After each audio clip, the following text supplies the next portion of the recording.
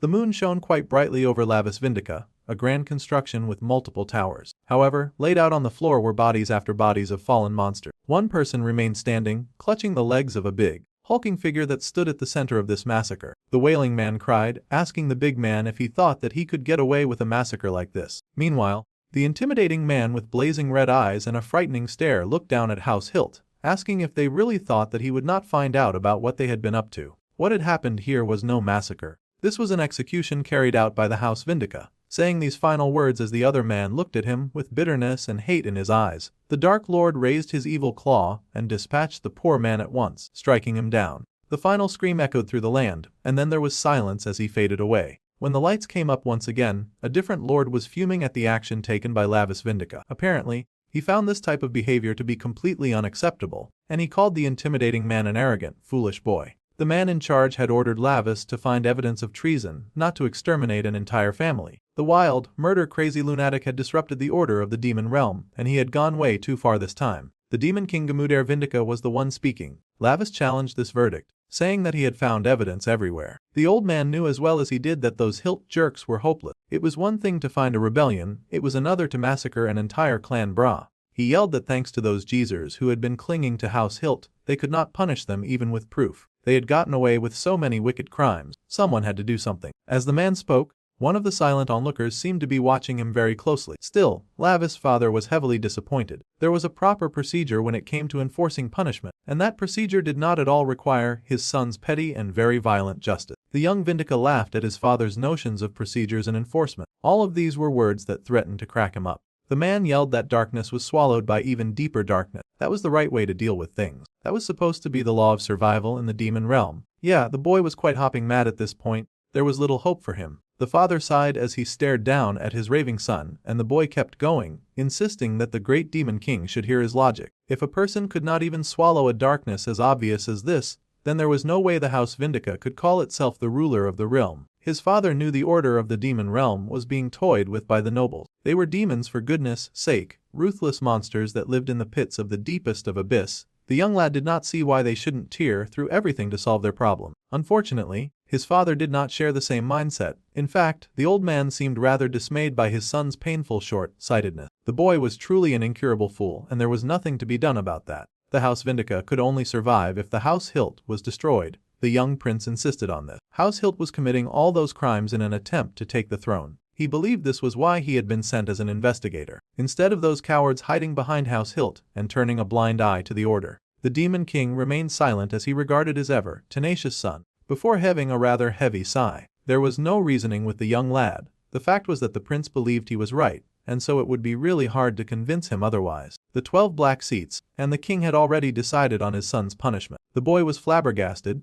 He could not believe that he was getting punished right now. Lavis Vindica, for the crime of violating demonic law and massacring the House Hilt. He would absolutely not be getting away with that, and he would be banished to the human realm. What a pathetic and horrible place for a demon. The poor guy was horrified. He shook and yelled that his dad could not be serious. He did not want to leave with those pathetic weaklings. However, the boy had to pay for his crimes somehow, and this was fairly better than banishment. His powers would be sealed in the human realm, and there he would hopefully learn the true dignity of being a Vindica. This whole situation felt like rubbish to him. The poor dude started to beg for mercy. Sure, he had killed the Hilt brats, but he did not destroy their souls. They were only a little bit dead. However, the demon lord was quite done listening, and he ordered his people to execute the sentence at once. The 12 black seats got busy and started their little demonic chanting. Lots of purple magic circles took front and center, and the young demon prince yelled and screamed that he would not accept this kind of bullying. Unfortunately for him, that kind of thing was not his choice at all. Even if he kept insisting that he did nothing wrong, he was still getting tossed out and sentenced. The one who had been staring at him earlier put their hand down on his face, and the Lavis screamed in agony and possible fear as his powers got sealed away.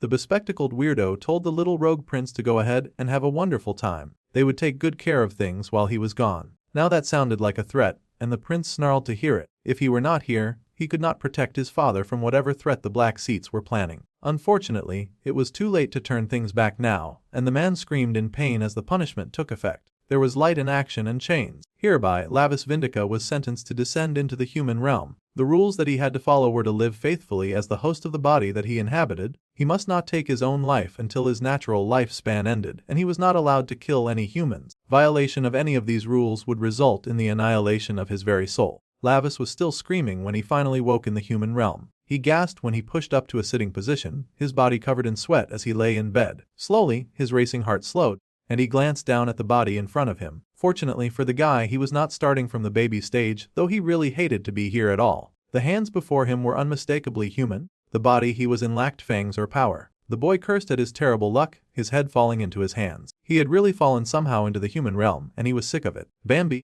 that jerk, had been the one to betray him like this. Once he got back, he swore to find that traitorous coward and pull his horns out for treating him this way. He could not focus too much on his revenge plan though, because his body was hurting and he had no idea why. It was odd to him that human bodies hurt so much. Slowly, the boy pushed to his feet, and he stared at the pathetic body that he'd been trapped in. Naturally, he was not a fan of the situation. Those hilt punks were useless to the very end, and it was hard for him to even breathe in this awful human world. There was no sulfur flowing nearby for humans to access. Finally, someone showed up to check on the screaming buffoon. It was a lady, and she asked what on earth that sound was he had been making. She called him Appa, so she was clearly younger than he was. The boy was shocked to see her at all, but the girl was overjoyed, racing towards him and celebrating that he was finally awake. She threw herself at him, holding him tight because she had thought that he would never wake up. It seemed that she was the sibling of the body that he was possessing. The boy frowned and raised his head to see an older woman looking at him in shock and disbelief. So that was likely his mother. She called him Min-ho, and she sobbed in relief to see that he had woken up. The boy must have been in so much pain. Everyone around here was acting really dramatic about him standing up from bed. The boy had no idea what he was supposed to do in a situation like this. After all, demons did not usually cling to each other in such a way. They say that human relations were one of the 3 great hells. Dang. Bro really did not like being nice and cuddly at all. He was worried about whether or not he could survive in such a suffocating atmosphere. Suddenly, in came a man with a bit of a cold demeanor. He was not at all soft like the woman and the girl. This was likely his father. The wife happily told her husband that their cute son, Min-ho, had just woken up. The man glared like an emotionless robot, and the boy stared right back. Then, the man just told the boy to snap out of it and go to school tomorrow. A curt and very short greeting with barely any softness or love. The boy had been in bed for a week, so he had a lot of schoolwork to catch up on.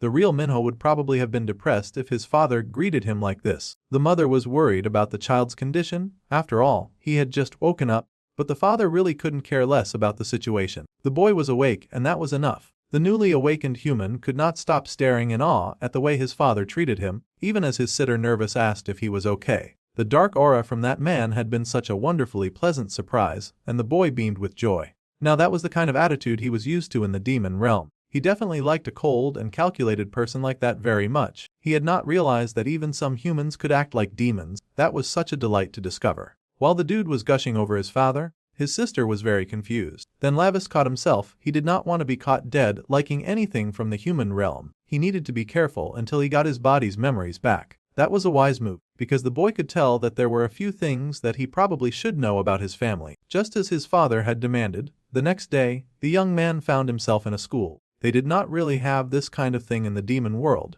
but his mother dropped him off and told him to call if he felt sick during class. The boy said that he would and trudged forward while the woman watched with worry. The young lad had already graduated from school a good 600 years ago in the demon realm. Having to share this mundane exercise with humans was hardly going to be a delightful experience, and he cursed the fact that he had been sent back at an age to go to school. This really was hell. Human relationships were hell, and even in the classroom, the boy remembered that humans did not live for 100 years. He figured that he would just stay quiet and avoid soul annihilation while he was here. It would be too unfortunate if he were to accidentally kill a human just because one of them got him upset. The man had already bought some time for his dear old dad when he had taken the opportunity to annihilate the house hilt. So, he just needed to return to the demon realm and take his father's throne before the Vindica royalty was put in danger again. As he was thinking, 2 boys walked into class, surprised to see Min-ho back in school. The boy glanced back and wondered what was happening now. The new dude smirked and asked the kid if he had brought the late fees for the time that he was gone.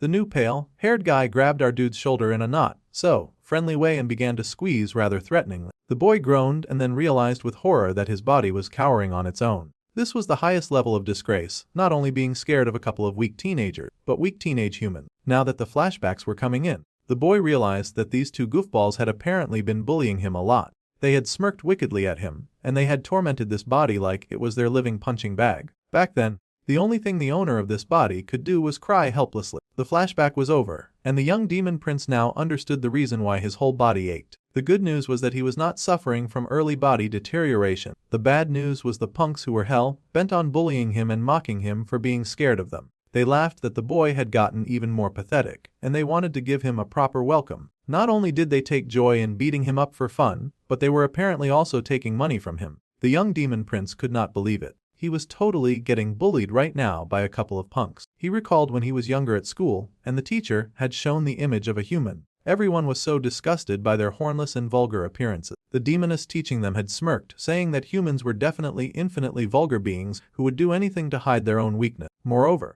they were foolish creatures who worshipped both demons and angels. Back then, Lavis had scoffed that they should just burn those pathetic humans away. Even the teacher agreed with such a statement. If they ever encountered a human, crushing their vulgarity into dust was definitely the best course of action, and she happily tortured the demons dancing on her palm. A mere human now dared to bully him, heir to the Demon King's throne. Lavis could not believe this insufferable insult from a weak loser. Meanwhile, the bully was chilling. After all, messing with people was his daily routine. He had no idea that he was about to get the shock of his life. Suddenly, a hand fisted in his hair, much to the boy's surprise, and the boy's face got slammed right into the desk. Without wasting any time, the young demon prince moved straight to his revenge to punish the fools who would dare to touch him. Now the second bully was absolutely shocked, and he rushed forward to defend his friend. Lavis was surprised to see his magic react to the boy's movement. If his magic was still working, then that means that he could defend himself at least against these weak creatures. The bullies were yelling and asking if he had lost his mind after almost dying. Perhaps he had. They should be more careful when choosing who to bully if they do not want to suffer from nearly dying as well. Punk number 2 threw a violent punch, but our guy was able to dodge that flawlessly. It seemed that human insults were a great stimulant for his magic, so there was a link between profanity and magic. That was a fairly new one. But Lavis was not about to complain, and he whacked that fool with all that he had. He hit that bully so hard that the jerk went flying into the locker. Now, all the students were shocked and terrified at this development. The class punching bag that none of them had bothered to defend ever was rocking his bullies. The boy's magic should be sealed away in the human realm, but it seemed even in a human body, his magic was reacting to malice. Oh, this was too good to be true. Someone called out to Minho, unable to recognize him at all. The first bully stood up and he grabbed a chair with the intention of payback. The bespectacled kid called out to his friend, yelling for him to watch out. The boy turned so fast enough to land a very well-deserved kick right into that idiot's gut and send him flying. The first bully stumbled, wheezing from sheer shock and discombobulation. He could not believe his victim was turning the tables so violently. The bully called him weak, but he was not looking very convincing, considering he was on the floor and clutching his belly like a loser.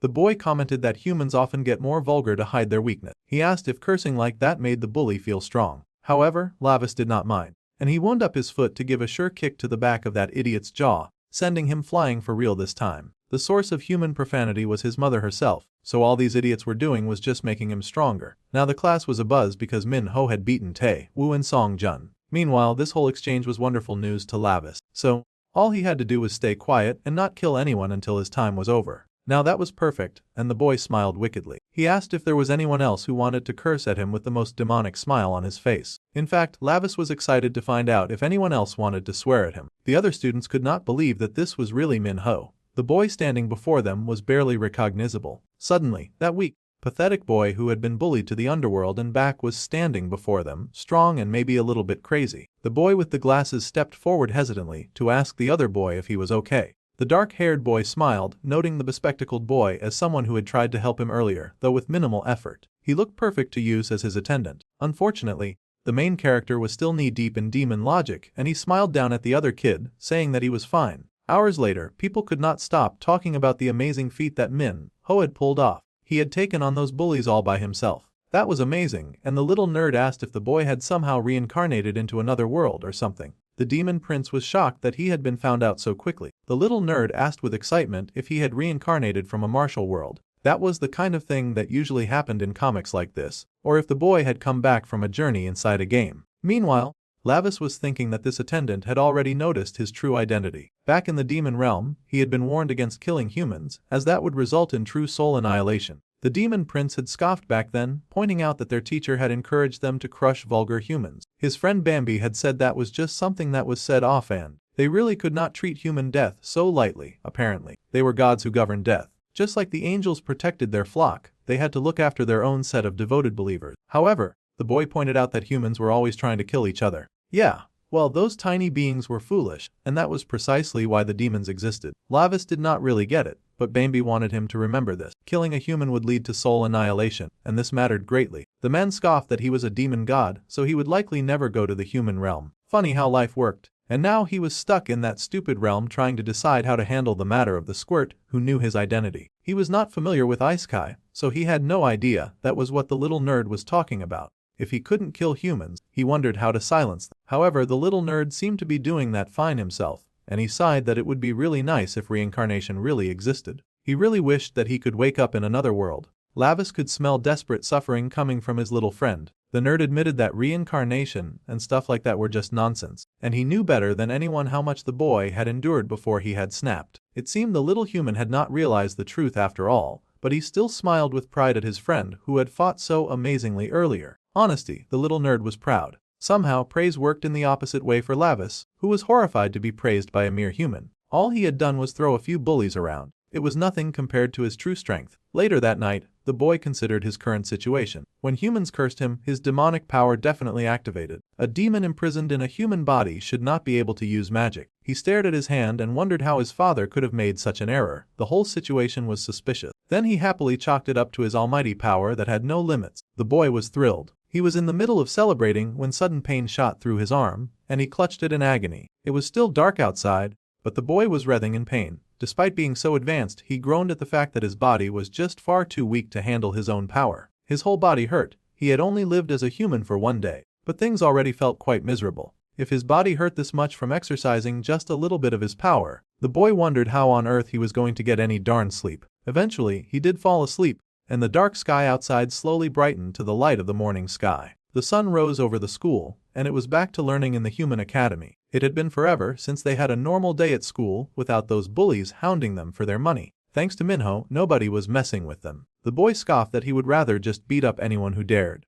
Honestly, his attitude was way too different from the original owner of that body. Lavis did not care though, he just wanted to test out his awesome power. Someone then called for Jong Minho. The boy slowly turned, and of course, the bullies had shown up with backup. Geez, those guys could never let things go. Apparently, the bully had told his big brother that some punk had packed him up at school. The bully laughed that he had been protecting these people this whole time, and this was how they repaid the favor. Minho smiled to see this new gathering of goons. What a wonderful present the bully had brought. In fact, the boy was practically beaming to hear another insult getting hurled at him. He reacted so happily to an insult rather than praise. The bullies asked him to follow them, and he happily obeyed. Much to the horror of his nerd friend, Tiwu got scolded for going around and getting beaten up, and he also got his ass kicked by a weakling as well. The boy apologized to his Hoang, but now it was time for revenge. Jong Minho was just standing there with his pretty eyelashes, and the big brother smirked, saying that he could not just let the kid go. He needed to teach him a lesson. He poked the young boy and asked if this was what his mom had taught him, to beat up good kids. The young boy smiled a rather dangerous smirk as he informed them that this was exactly what his mom had taught him to do.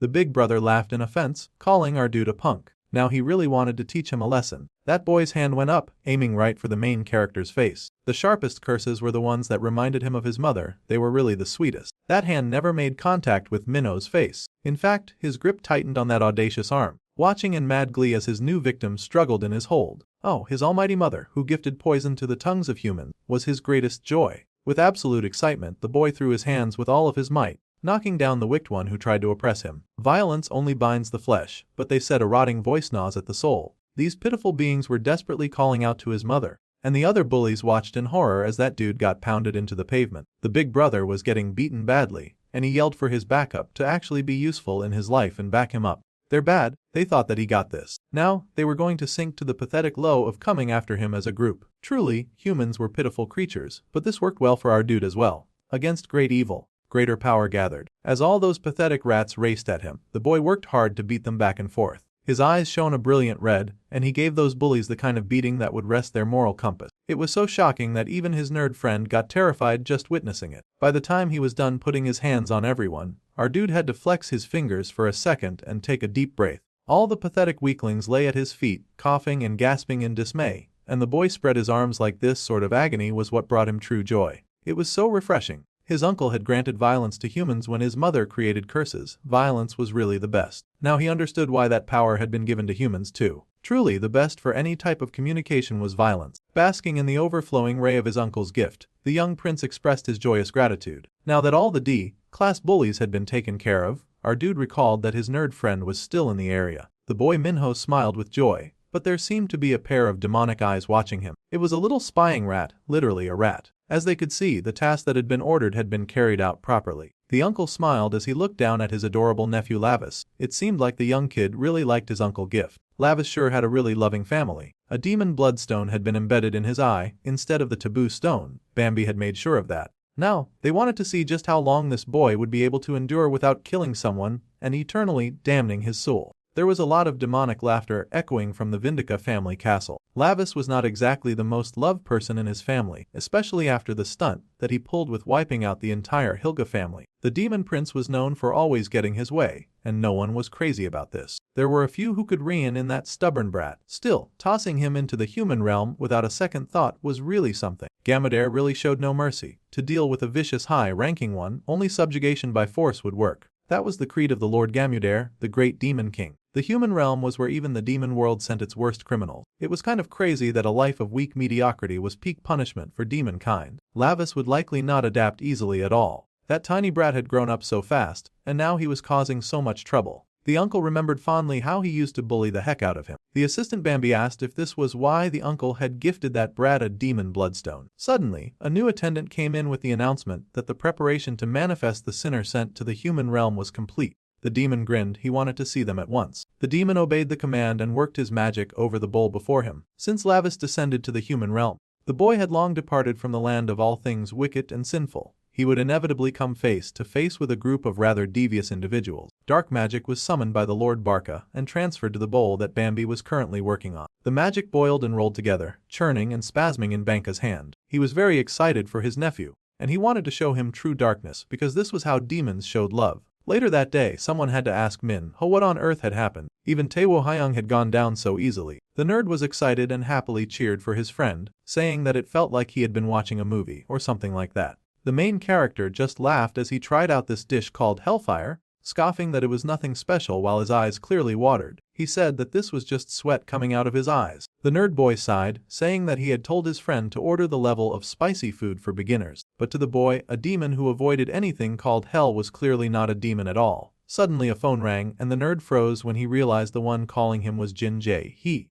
The main character asked why his little minion was not picking up his phone. The boy had just gotten an urgent call, and he stuttered as he relayed this message, standing up and telling his friend to just focus on enjoying his food. With shaking hands, the boy stepped out of the food area, and the black-haired main character watched his minion with suspicion in his eyes. Later that evening, in what looked like an abandoned shed, there was a sharp tool hard at work. It seemed to be a little tattoo parlor, and a lady told her client not to move, or they would get hurt. They should have hurried up to pay their debt on time, and they ended up working an extra hour just because of that person. Then the lady smiled and stepped back to admire the fine work that she had done. Her victim looked passed out and delicious with various odd markings on his head. It seemed that she had signed her name on his head or something, and she giggled that it worked so nicely because he had such great skin. Then, a voice called out to Miss Jae-hee, telling her that they had brought the person that she was looking for. The lady turned, a femme fatale, and she smiled down at the trembling little boy before her. The lady smirked, asking her little visitor why he had come so late.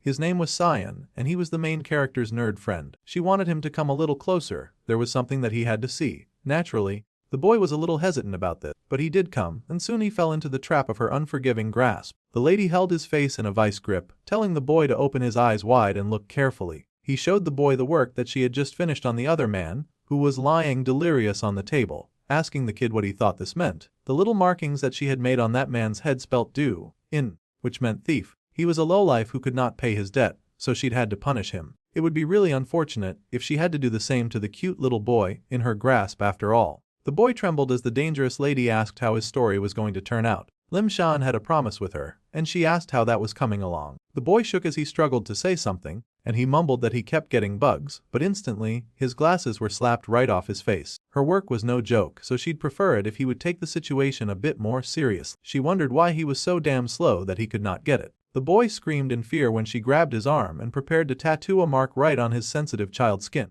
She asked if she would have to carve her instructions onto the back of his hand just so that he could understand. The boy panicked and begged her not to. So, Lim Shan was told to listen very carefully. This was going to be the last chance that she would give him, so he had to do exactly as she told him to do. He had to make sure that everything was ready, too, or the punishment would be severe. The poor child cried, but as soon as he was back home, he got back to work. He struggled as he typed at the computer, but he knew that if he did not do this, he would be in big trouble. The poor coward gripped his hand, body trembling in the wake of just thinking of what that evil lady would do to him if he did not obey. It was late at night, but the boy worked hard anyway. Meanwhile, our dude was going through the worst of pains, and he rolled and groaned at the aching in his stomach. It seemed every time he achieved a win, he would endure some sort of mind-numbing pain at night. It made it so hard to get any good rest doing nonsense like this. Though this punishment felt like it came from indulging in spicy food, his stomach burned, and his whole body felt like it was falling apart. He had only forgotten a little, but it felt like his shoulder was about to pop out. He was getting a double whammy beatdown from both the food and the fighting, the two evil F. This weak, pathetic body was the bane of his existence, and he tossed his shirt in rage. Lavis Vindica would not fall to something as pathetic as bodily pain just from exercising his devil-given might. Immediately, the boy dropped to doing intense push-up, raising and lifting himself from the floor to build his arm muscles. He would rehabilitate this trash body no matter what and reclaim his all-powerful nature from the depths of despair. No pain would ever make him submit ever again, and he screamed with all of the strength that he had. The bright morning sky came in, and everything sparkled and shone under the sun. The young lad San looked at the little device that he carried, the dangerous app that he seemed to have formulated. It was a terrifying thing made at the request of a very terrifying woman. She had instructed him to make sure that everything was ready, and the boy curled his hands into a fist. He did not want to be responsible for something like this, but he had no idea what to do and how to keep living a normal life when a crazy witch was after him. Suddenly, someone grabbed his shoulder, and the poor boy screamed. Of course, it was Minnow, his friend, or his master. The way Lavis saw it, the jaw-droppingly beautiful teenager asked why his friend was acting so startled in the middle of the day. That kind of behavior was annoying to him. The little nerd stared at his friend in shock, and then wondered if he could possibly count on Minho. His friend had suddenly become tough after all. It was worth a shot. However, like a good Samaritan, the boy bit down the idea. Even Minho would be in danger if he got involved with Jin Jae-hee. She was a mad woman that terrified even the strongest of men. He did not want the lady to hurt Minho, too. Meanwhile, the young demon prince turned in shock as he was hit with a nostalgic smell. He had scented it before, a scent that was familiar from his past life. As he was just thinking this, a girl who had been passing by suddenly crashed to the floor beside him. Apparently, her name was Sunji. Sion immediately rushed to help her, asking if she was okay and telling her to get herself together. He even shook her and asked if she was hurt somewhere. The girl looked like an actual mess. She was drooling, and her eyes were rolled back. She looked like she was deep on the worst kind of high illegal substance that ever existed. It was troubling to see her like this, and the little nerd jumped back in fear. Now that the young lad stared at her, he recalled that what he scented was demonic energy. There was no reason for demonic energy to be alive and active inside a human. Teachers rushed onto the scene while the main character was still pondering the situation, and they carried the poor girl, telling her to hang in there as they took her to the infirmary. As she was whisked away, the demonic teenager noticed something else that was odd. The girl had a demonic magic circle carved on her arm for some reason. It was the crest and symbol of the Hilka family, the family that he had worked so hard to wipe out. So those lousy demons were going to keep bothering his life even while he was getting punished. Of course, our dude had no intention of tolerating their nonsense. He had no idea why that crest was on a human body, but he was about to find out. Later that evening, someone approached. The security was alarmed to see the hooded figure and told that person to pause. She asked if this strange visitor was Sunji's friend. Even if he was a friend, he could not go in as she needed to eat right now, and they were not taking any visitors. However, the boy turned to the security lady and immediately hit her with some almighty oblivion. The woman's eyes lit up in shock and demonic energy took hold of her mind. The poor lady returned to her seat, abandoning her duty, which allowed our dude to go in uninterrupted. Even with such faint demonic power, he was impressed that he could still use this kind of ability. It would be temporary, though, so he needed to hurry this meeting up pronto. Once he was inside, he found the student sitting up and glaring at him. She asked who he was, and he redirected that question because who on earth was she supposed to be? No human should have a demonic mark. The girl immediately tried to get snippy with him, asking what was wrong with him and why he was suddenly barging into her room. However, he grabbed her hand, and she yelled that it hurt. He did not care. He needed to know why a human would be carrying a symbol of a demonic family. The girl yelled and asked what on earth he was talking about. She was not being forthcoming with answers, so he threatened her. If she did not want to suffer even worse consequences, then she would hurry up and answer his question with all the honesty in the world. He demanded that she reveal her true identity. The girl trembled when she activated his demonic eyes, and she found herself at a loss for words when faced with the might of his grand demonic power. The poor girl was face to face with a demon. She was not having a great time at all. A dark, demonic aura pulsing with every evil power known to man was hardly the kind of image that any normal high school girl wanted to see after a breakdown in the middle of the halls. She was horrified to see a demon, shaking with fear as she desperately tried to explain. The situation was very easy, and the boy growled at her to spit it out. This poor girl was not having a very good time, but she would try her best to explain. Really and truly, she did not know anything about why she had collapsed that afternoon. Jae-hee had told her that he had to get this tattoo if she wanted to join their crew, which was why she had it in the first place. He had also said that he would give her some diet pills too. It seemed that the scary woman who had been haunting Shion was actually a dude. The faint scent coming from the trembling girl was definitely demonic, and he recognized it as a scent that he had smelt from the demon realm. It seemed this young girl was telling the truth. He remembered a time when he had ventured down the path of a very deep and long spiral staircase. Bambi had been there, they had both been younger back then, and his favorite demonic blonde sidekick had complained that they were going into a restricted area. Lavis had just shrugged at him and smirked, calling his blonde friend a coward. Of course, his friend got annoyed by the insult and yelled that he was not scared, he was just not crazy about getting punished because of the rebellious prince's antic. If he was so bothered about it, Lavis told him to just leave, but the blonde was not going to leave either. It seemed the boy had a thing for nerds with glasses. His resident demonic nerd had worried that the prince would get into some serious trouble if he left him alone. Still, the kid was a little worried, and he wondered just how far they were going. They ventured deeper and deeper into the underground, reaching a very dark and wide, menacing-looking door. As they looked around, the blonde saw it as an opportunity to drop some neat fun facts. First, he asked if Lavis knew that being in the dark reminded him of a story. Of course, the prince was not aware of the story he had in mind, but he was all ears. So Bambi began his narration. It was about those who possessed eyes that transcended their species. From what he knew, there were two ways they lost their sight. The fight way was that the light was too bright, so it would blind them, or creatures that saw nothing at all and their eyes had atrophied. In a dark place like this, it would not be out of place to find creatures like that.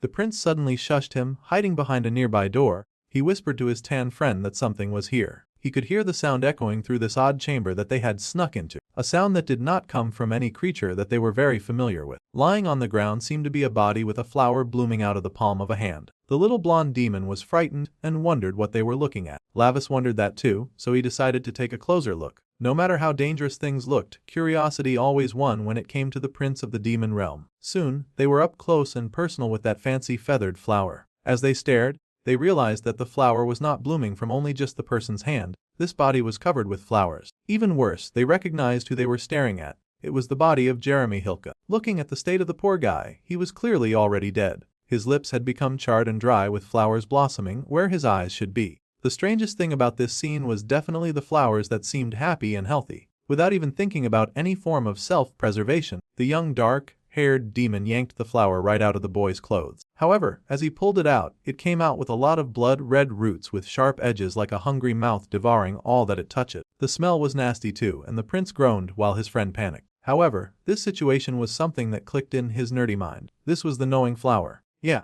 now Lavis could remember where he had experienced such an offensive scent, and this girl in the hospital was carrying the same scent as the gnawing glower. The poor girl sobbed, asking for the boy to spare her, and he fell silent as he stared at the pathetic, chugging idiot. Looking out the window, he could see a nice gathering of bats outside, and those creatures were definitely watching him. It seemed someone in the human realm had been expecting his presence, and they chucked at finally meeting him. Later that night, in a fairly abandoned area, a hooded figure casually walked around with his hands in his pocket. Pretty soon, he had found the Jin Jae-hee tattoo shop. The Hilke crest and the gnawing flower were two signs that he could not ignore after he had put in all of this effort to wipe out that evil family. In fact, it was all so shady that the boy could not believe that any of this was a conversation. Meanwhile, some goons were just standing around and waiting near the exit area. They sighed greatly, wondering why their bro Youngmu was so obsessed with that high school brat. However, their bro did not want the brat, just the app that the brat had made. One of the goons laughed, asking if they were going to be doing high-tech jobs now. Some of the other goons could not focus on his words because they realized that the idiot was playing around with the blue ribbon substance. Youngmu had only developed that one recently. The other goons warned the guy to go easy on that stuff because they had already heard about what happened to Ju Sungai. The other idiot laughed that it was brand new, so the side effects were gnarly. At any rate, the idiot goon did not really care as long as the drug felt good. They were laughing and having a good time when the hooded figure suddenly showed up in the lobby. Just a glance at them and Lavis could see that those goons had the same mark on their necks. They had the same scent and the Hiltka crest. This whole situation was just oozing with the scent of bad news. He stepped up, asked the group of idiots if they had gotten those tattoos from this Jin Jae-hee person. These goons, of course, smirked, wondering who was asking. They asked if this dude was a friend of Jae-hee, and he should show some respect. Those disgusting human hands dared to cradle his face. That was not going to end well. Immediately, that hand got slapped away. The little rat had a lot of audacity to touch the prince so casually. Lavis was not having it. Immediately, he decked that guy so hard that he was seeing stars. Seeing this kind of action, of course, the other goons were bewildered. Their blonde buddy hit the ground like a stone and they had to jump in immediately. They asked who had sent this new and terrifying brawler, suspecting that he came from a rival gang. Unfortunately for them, our dude was the type who liked to work solo, and he did not answer questions from people he thought of as beneath him. A punch came flying in, and it knocked out that dude so fast that he went reeling.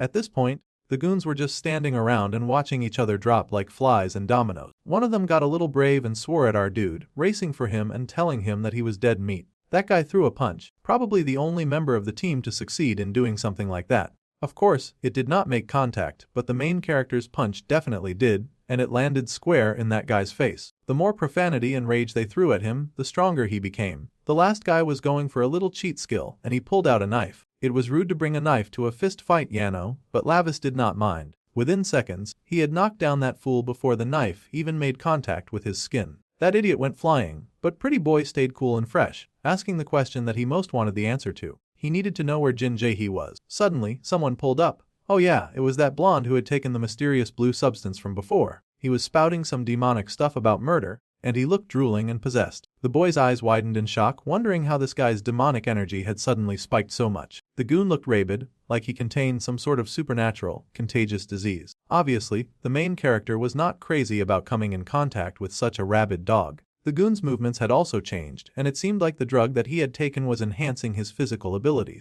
The Prince of Hell braced to fight but accidentally tripped on some of the stupid fallen bodies around him. That was an annoying mistake because that stupid goon was almost on top of him. Now, Lavis had to move carefully because he knew the penalty for killing a human. No matter how threatened he felt, he had to make a very calculated move against the attacker, who looked like he wanted to murder him. Meanwhile, inside the hideout, someone was talking about that fancy app that was still being made. Jae-hee apologized for the situation, but they made it really clear this time, so it would not be long. The lead guy groaned and said that he felt like he had heard the same excuse last time. No one liked enduring repeated mistakes, especially not the boss of an underworld gang. Also, they had caught the one who was skimming the blue ribbon supply. They had the poor guy bound and trembling before them, shaking like a leaf. The poor dude yelled that he had made a mistake, begging them to spare him. He begged for one more chance and said that he would not mess up again. However, the eerie red-haired leader of the gang did not look interested in that kind of weak plea. Instead, he looked at the blue flowers in front of him and pulled them out of the pot that held them. The poor scapegoat trembled. It looked like he knew exactly what was coming next. The dude begged for his boss to have mercy,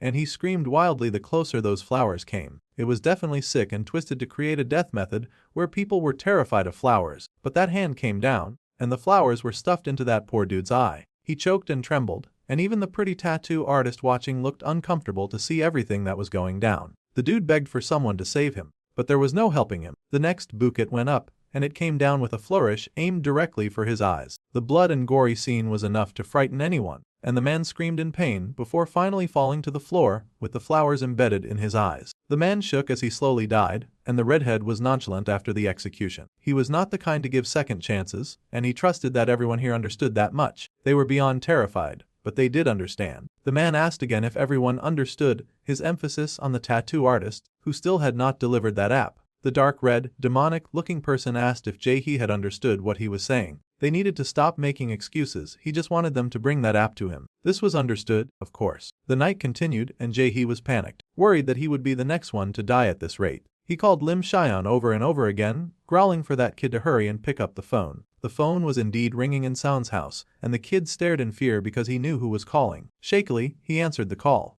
Amazingly, the call he had picked belonged to Minho. The boy explained that he was going to look into the situation himself, but all the kids he had found in the area were not answering his question. That was kind of hard for them to do, considering he had beaten them up to a pulp. At any rate, the resident demon prince needed some help, so he had called his best friend San to ask if he knew Jin Jae-hee. Minho? No, actually, Lavis was looking for that guy. Minho already knew that Cyan had picked up Jin Jaehee's phone call back then. The young nerd was absolutely shocked at the turn that this line of questioning had taken. He had no idea how the dark-haired boy even knew about his involvement with that person. The flames of the spicy food might have temporarily consumed the main character, but he had not been blind, and he'd seen the name that came on the screen when his friend had taken that call. So, he wanted to know where this suspicious tattoo artist lived. Still, the nerd was worrying, asking how Minho even knew about Jaehee and worried that some goons had gotten to him. It was actually the other way around, and our dude had been the one to get to the goons. That was also besides the point. He was the one who had come looking for that rotten jerk because he needed to verify something right now. He was currently at that dude's tattoo shop,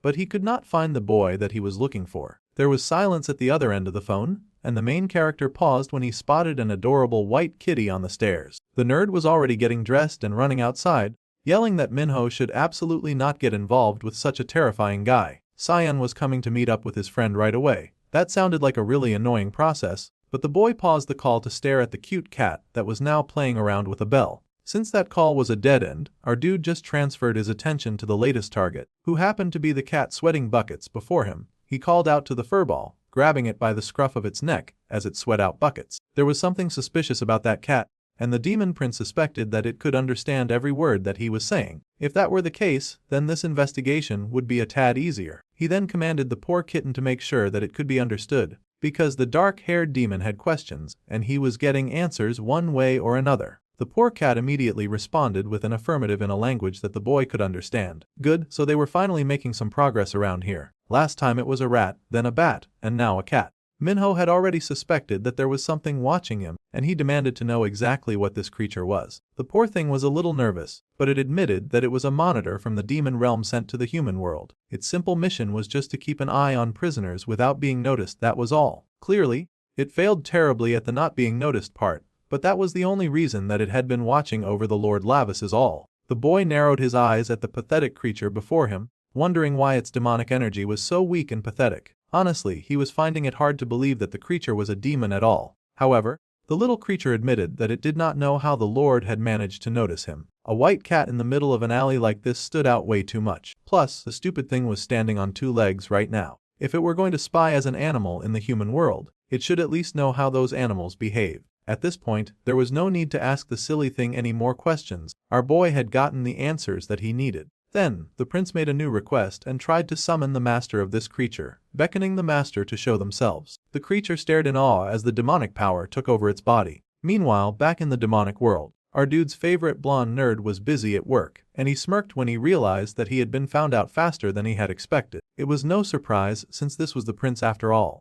The blonde smirked and greeted Lavis, who had figured out the situation. Yeah, the prince had figured it out, and he cursed at Bambi too for doing all this. The friend chuckled that his prince was just way too cold to him sometimes. The dark-haired boy was cautious, asking what his blonde friend was plotting this time. The blonde laughed that he had done nothing of the sort. Trying to go down this path of questioning with Bambi would just send him spiraling. Our dude knew this much by now, and he sighed and told his friend to forget it. Instead, he was going to ask way more important questions. It seemed that things were different from what he remembered, and a prisoner was not supposed to normally use demonic power in the human realm. His friend just hummed that there were often exceptions to every rule. The prince would figure out what was going on soon enough. Then he asked if the Royal Highness wanted to know anything else. So, Lavis asked about the devouring flower. That scent was strong in this world, and that was not supposed to be. His blonde friend was familiar with the scent since they had discovered it at the same time. It was a flower that was forbidden even in the demon realm, yet he could sense it in the human realm. That made no sense to him. The blonde hummed that the demon realm administration already knew that the Hilt family's reach had spread to the human world.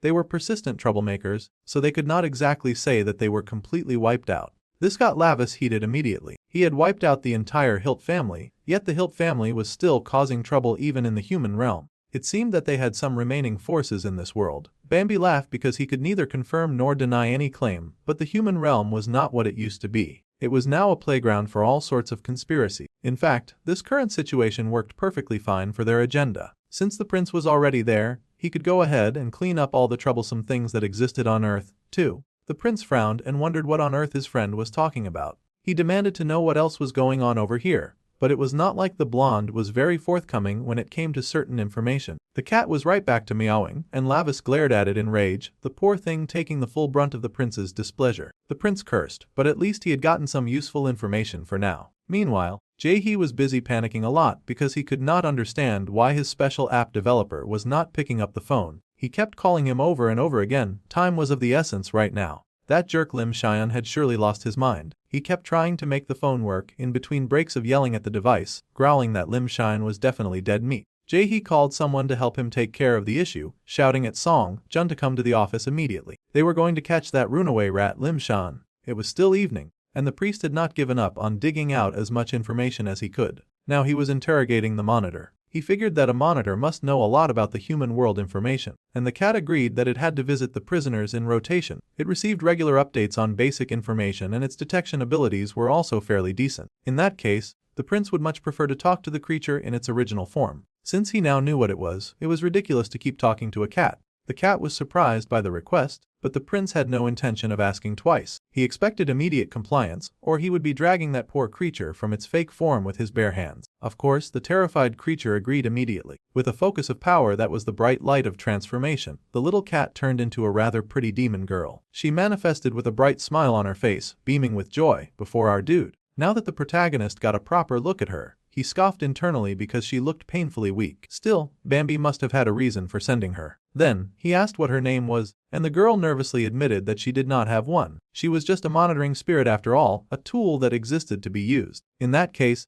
Lur dark-haired main character proceeded to give her the most random name known to man. He called her Street since he had picked her up from the street, so that she would never forget where she came from. It was such a lousy name that it would be better for future generations if he never gave anyone another name again. However, the poor girl was so bottom-rung in demon society that she was overjoyed about getting such a rubbish name. With joy, she thanked the prince for naming her. Since he had sort of officially claimed her for his own use, he then instructed she tell him everything that she knew about the human world. The girl leapt into obedience immediately. Meanwhile, the young Xian was running as fast as he could to find his friend. He was worried about Minho being in danger, and he groaned that he should have kept refusing those wicked people until the end. Now his friend was in trouble. The poor boy had thought that he had hit a jackpot when he had participated in a contest and had somehow won the challenge for creating an app. However, he ended up being picked up by a group of very shady-looking people who had heard that the prize money was just a measly 50 million. The boy clutched his winnings close to his chest, staring in fear at the people before him. They called him a precious asset now, and immediately, the goons were instructed to drag the poor boy into the car. The boy had screamed in fear, losing the flowers he had won. From then on, his life had been hell.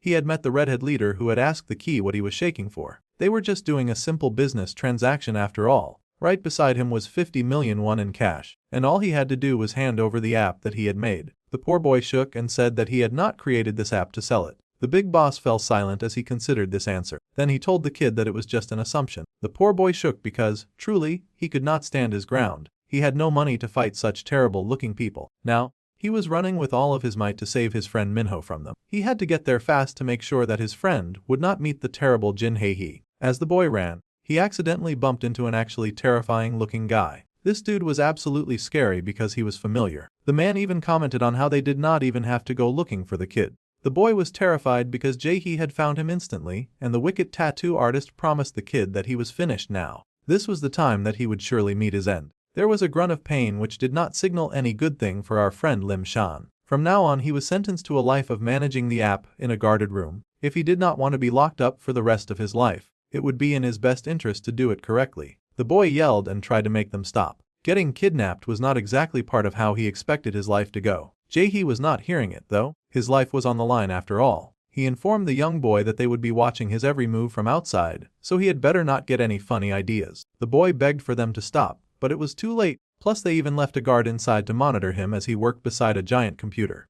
The poor kid closed his eyes, cursing his terrible fate. Outside, Jae-hee's goons curiously asked if that kid was really a developer. The boy looked like a total pushover after all. However, the artist knew that pushover geniuses were the best. They just needed what he built so that they could distribute the blue ribbon. The app he made was called I'm Here, and they wondered how a strange-sounding app like that was supposed to be a distribution channel. Even the name sounded like trash, just like the kid who made it. However, the corny-sounding name was necessary for the distribution's success. Even the logo of the app was friendly and warm, with a mix of blue and pink ribbons. The redhead showed up then. The big boss himself had come into town, and he asked if everything was ready. That thing that Lim Xian had made was the core of the blue ribbon project after all, so they had to make sure that everything was going well. Once they had the buyer's data in their hands, they would be able to manipulate the market however they wanted. The real-time location sharing feature would also quickly become their primary weapon for expanding the business. This made the goon visibly excited to hear that they would soon start selling the blue ribbon for real. The demonic-looking redhead glanced down at the sweet in his hand, mumbling a half-hearted confirmation. It was now time for them to show this drug to the world.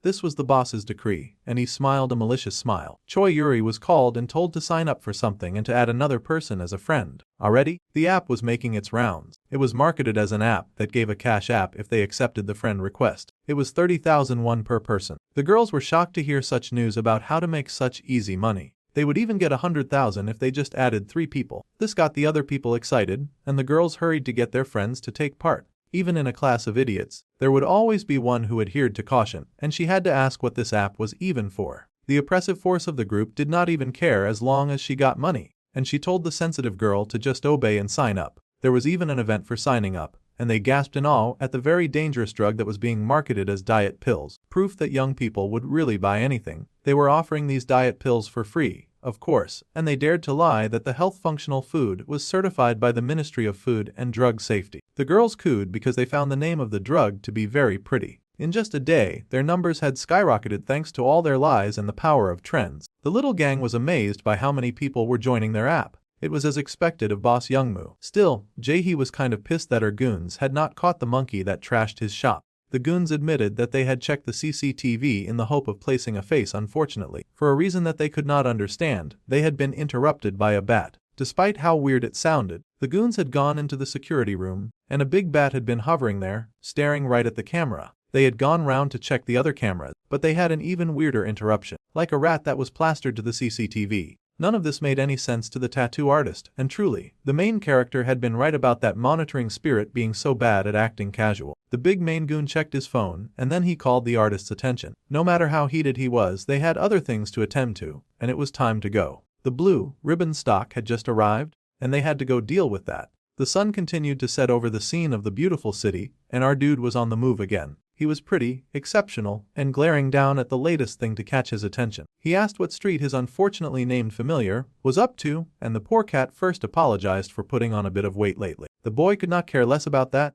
He wanted to know what was up with the investigation that he had directed yesterday. It was by no means an easy task, but he finally figured it out. Flashback to then, the main character had knocked down the blonde and troublesome character, and he remembered picking up the odd package blue product that had fallen from the blonde's hold. A quick sniff immediately informed the dude that it was definitely the scent of the gnawing flower. So humans had been consuming this nonsense so that they could awaken their ungodly powers. It was impossible to cultivate the gnawing flower without a host, and our dude wondered how they had been able to get their hands on a flower that was wiped out even in the demon realm. So his little spy had come back with some vital information on that candy that he told her to stalk called the blue ribbon. Apparently it was spreading among humans in various forms as diet pills or supplements in disguise. The boy asked about the raw materials, and apparently, the blue ribbon was being manufactured so secretly that it was difficult to track down the source of the material. Obviously, the prince was not so pleased about this lack of any form of concrete information. He needed something that was actually useful, not air that led to nowhere. The spy got nervous, but she also got useful aid away. It turned out that the finished product was currently spreading rapidly. Since the volume was so darn massive, if they followed the concentrated traces of demonic energy, they would be sure to find the manufacturer. Now that was the kind of information that our bro liked to hear. However, if the little rat had already figured it out,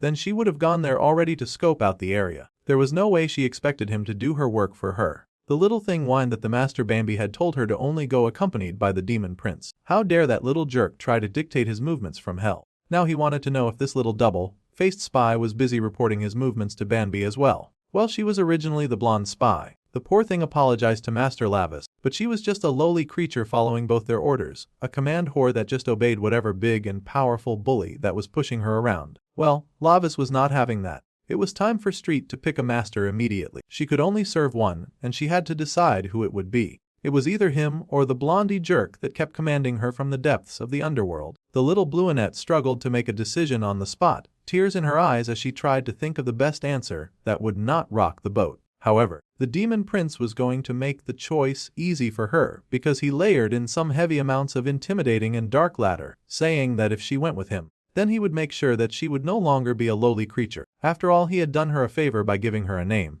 At this point she owed him a favor. The girl stared in awe at her master, thinking in amazement of the kind of clever and sexy demon that she could become under his tutelage. The portrait was very enticing, and she gasped in excitement. If that was the case, her forehead kissed the ground, and she happily pledged her blood and flesh to the great darkness of the Prince Lavis. The boy felt very satisfied, smirking rather demonically, and he lifted his hand to pat her head. He, Lavis Vindica, would now take the little maiden as his personal subordinate. Something seemed to fly out of her head, and it looked like Bambi's control over her. Now that the dark-haired prince had established dominance, the kitty was truly his now. Now that he had permanently gotten rid of Bambi's control, the prince announced to his new pet that they would now head out to the location where the blue ribbon was being gathered. Immediately, she hopped to it, and the sky continued to darken into the evening. They arrived at an odd-looking place in the woods that seemed to act as a makeshift warehouse with a lot of large tanker boxes. This was apparently the area where the demonic energy of the blue ribbon was concentrated. Now that they were here, the prince was interested in one-upping. However,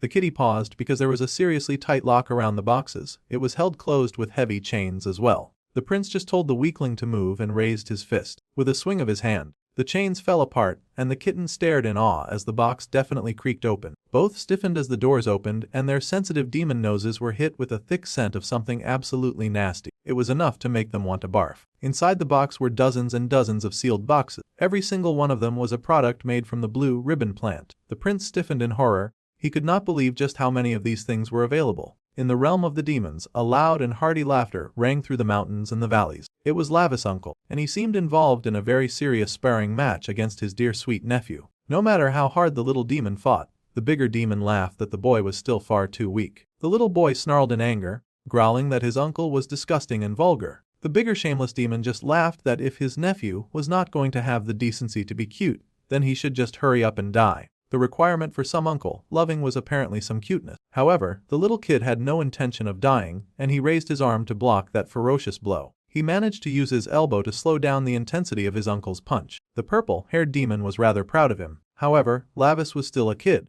and soon the poor boy found himself screaming as he got tossed down the side of a cliff. He had fallen, cursing his uncle the entire time. The boy really did not know the first thing about being cute. The purple-haired demon laughed as he watched his descent, asking his cute nephew if he really had plans to die like that. Child raising in the demon world was truly unconventional still. The bigger demon had the decency to hop and skip down the cliff to join his nephew. Many stones fell from the top like rain as he skipped on down, and the poor kid had actually hit the ground at a really awkward angle. The poor kid groaned and shook in pain, but his uncle was not even sparing him a second to recover. Like a haunting nightmare, his uncle landed by his side and teasingly asked his nephew if he was dead just yet. The boy glared, but they paused when they scented something off. There were gnawing flowers at the bottom of the pit, loads and loads of bodies on the floor with flowers sprouting out of them. So, this was where they had all been hiding, a terrifying breed of plants that were deadly to whatever they touched, and the starting point of their decay always seemed to be the eyes. The young prince stared in shock at the pile of bodies on the floor,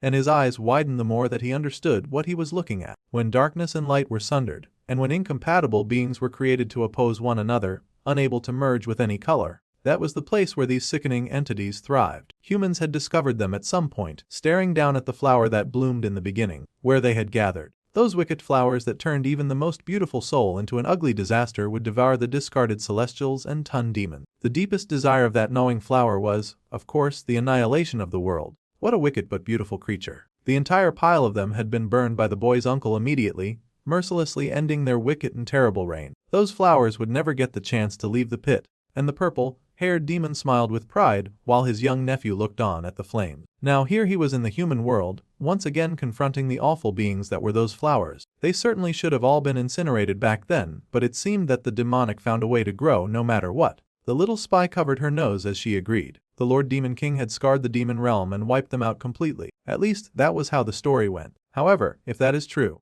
then there should be no reason for such a massive stockpile of the product that is being distributed now. That flower had actually first appeared in the human realm, and this place was a middle ground where the chaos of the light and darkness often mixed. The human realm belonged to neither side after all, yet they were capable of leading either, letting light or darkness into their lives. According to human history, the boy had been taught that humans also eradicated them thousands of years ago. However, looking at this, if they had appeared in both worlds simultaneously, then someone must have orchestrated it. The cat nodded and agreed. It was likely that she had no idea what was going on, but she was going to keep agreeing with her new boss. Suddenly, a flashlight came on in the area, and the cat winced when the light was shown on both her and the prince. It seemed some of the gang members had shown up. They had been wondering where those voices were coming from, and they asked the two if they had any idea where they had crawled into. Suddenly, they instantly recognized the boy as the jerk who had come into the tattoo shop and had then beaten up everyone. The cat immediately pointed out that the woman was Jin Jae-hee. It turned out that Jae-hee was actually a girl after all and not an obscenely pretty boy.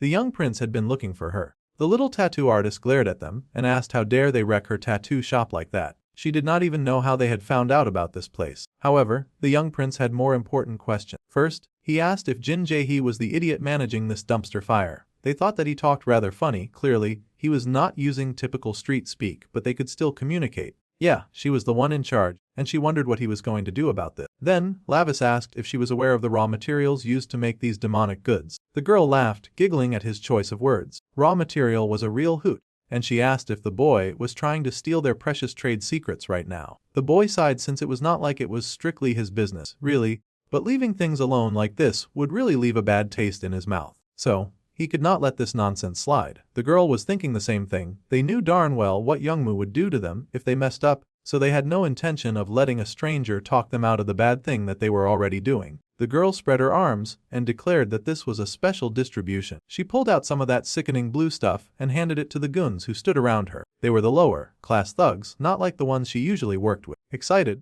they asked if it was really okay to take that stuff for free. Well, they were using it to protect their property, so she could let it slide this time. They should shut up and eat it immediately. Those idiots snatched the treat that she offered, devouring it like a pack of hungry lions. As they were doing this, the prince informed Street that with her current magic power, she would only get in the way. The cat got the memo to just stay hidden and dipped. Now all those losers were hitting their high-class transformation into even bigger piles of duty. They had smoke spitting out of their mouths, and Jae-hee smirked, pointing at the dude and telling her newly forged monsters to stomp the heck out of that dude. They tossed their wrapped immediately and raced right at their target like a gang of angry apes. The dark-haired boy watched the approach of a group of arrogant fools who were clearly drowning in their ignorance, unaware of the sick power that intoxicated them. They might as well come forward since this area was already overflowing with demonic energy. Come they did, and the first guy threw a wide punch that did not land. That was not a punch. Actually, that dude was armed with a dagger. Getting pumped on demonic steroids and then using a pointy weapon was definitely a different level of cheating. No matter how low they sank, they were not getting a drop on Lavis though.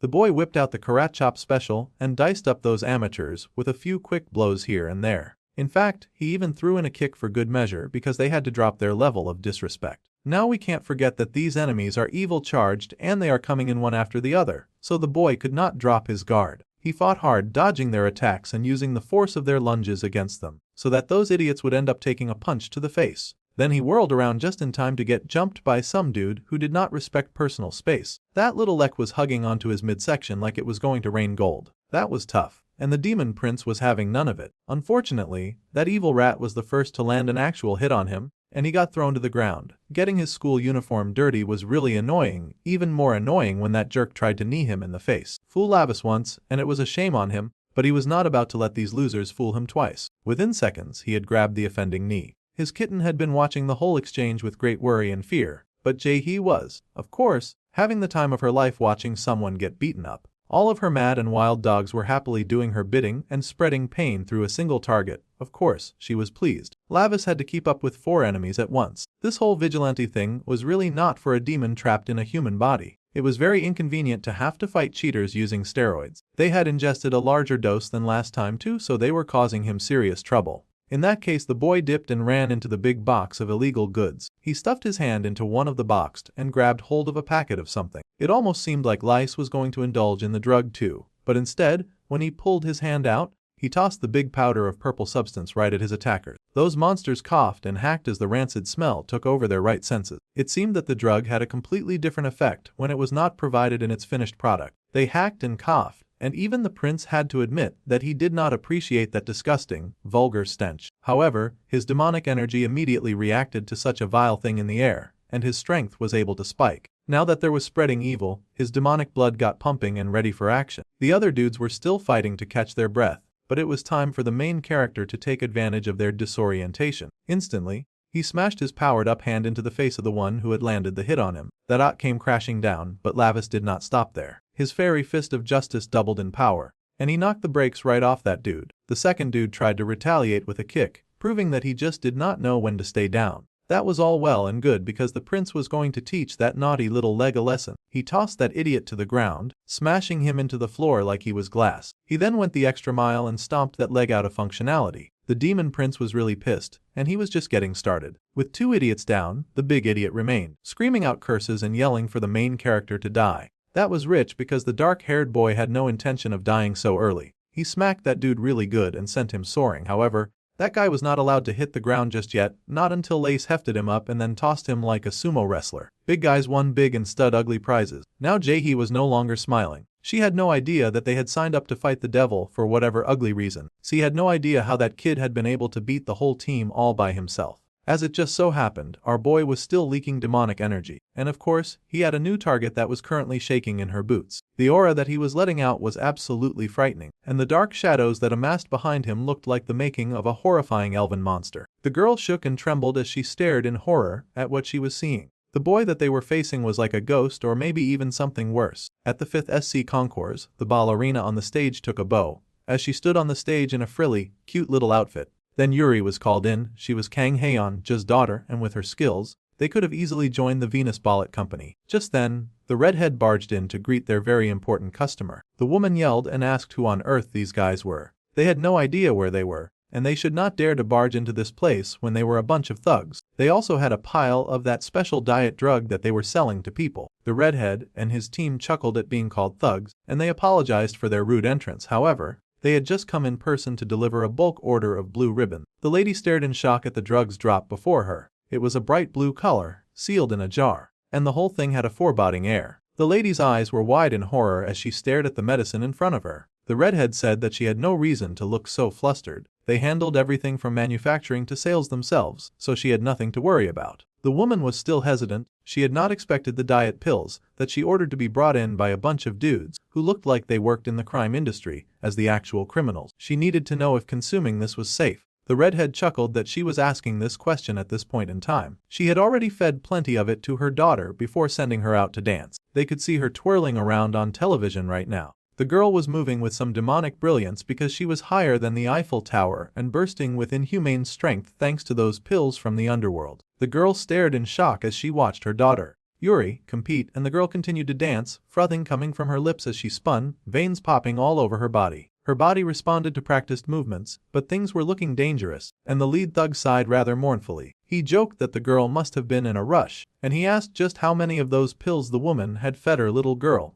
because things were not looking good. The girl was dancing as expected, but with the most haunted expression on her face as her body twisted to unnatural degrees. The mother yelled for her daughter in horror, trying to make the dancer stop, but of course, the girl on TV could not hear her as she continued to bend her body out of shape. Suddenly, the girl just collapsed on the stage and the people watching screamed in horror. They gasped, wondering what was going on, most of the audience going pale at what they had seen. It was clear that something had gone wrong with the girl, and some of the security approached to help her off stage. The mother shook as she saw what had become of her precious child, tears gathering in her eyes, and she cursed at the thugs who had dared to sell her those awful diet pills. She yelled that they had promised no side effects. She had trusted a bunch of strangers that she only knew online. Of course, the redhead smirked and said that the lack of side effects only applies when they stuck to the recommended dosage. At any rate, now her precious daughter was in a very difficult situation. The poor thing was twisted up and teeming on the floor, and it looked like there was no hope for her now. The mother would just have to satisfy the girl with fake desires just to keep her alive.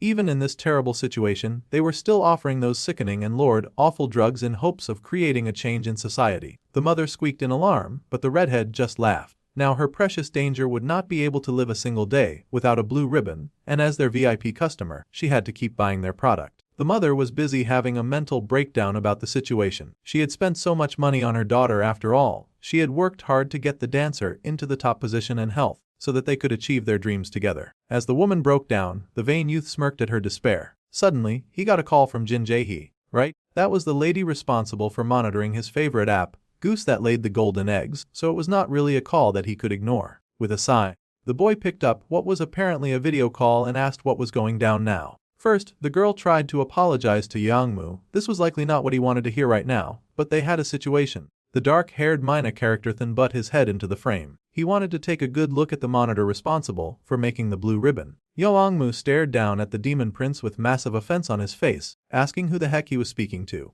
The demon prince smiled because he could recognize that aura right from the phone. Well, that was great, because Lavis wanted to meet up with the redhead for just a second. The call ended, and the redhead took a deep breath. He informed their kind VIP customer that something urgent had just come up. Later that evening, the meetup was going down in a nice foresty area where all of the drugs were stored. Our dude was waiting with his cat, Jaehee, and his cat asked why he thought that humans did drugs. She guessed that it was because they were stupid and arrogant. Even when they took drugs, they were so darn overconfident that they would not get addicted. They would indulge in such reckless depravity, and then fall into a very sickening trap. They did this because they had nothing to believe in. That was why they clung to something so small, so dangerous too. Some movement caught the kitten's attention, and the Lord Lavis turned. It seemed the King Yongmu had made it to the location. The boy had moved rocket fast. Now the redhead had shown up, and seeing the discarded bodies of the goons on the floor, he could easily guess that this was also the dude who had been responsible for the tattoo shop incident. Since that was the case, then they could hurry up and cut to the chase by asking why this dark-haired dude was looking for him. The boy scoffed and said that he had no interest in human trash like him. He had more important questions, like where they had gotten this supply of disgusting and stinky purple powder.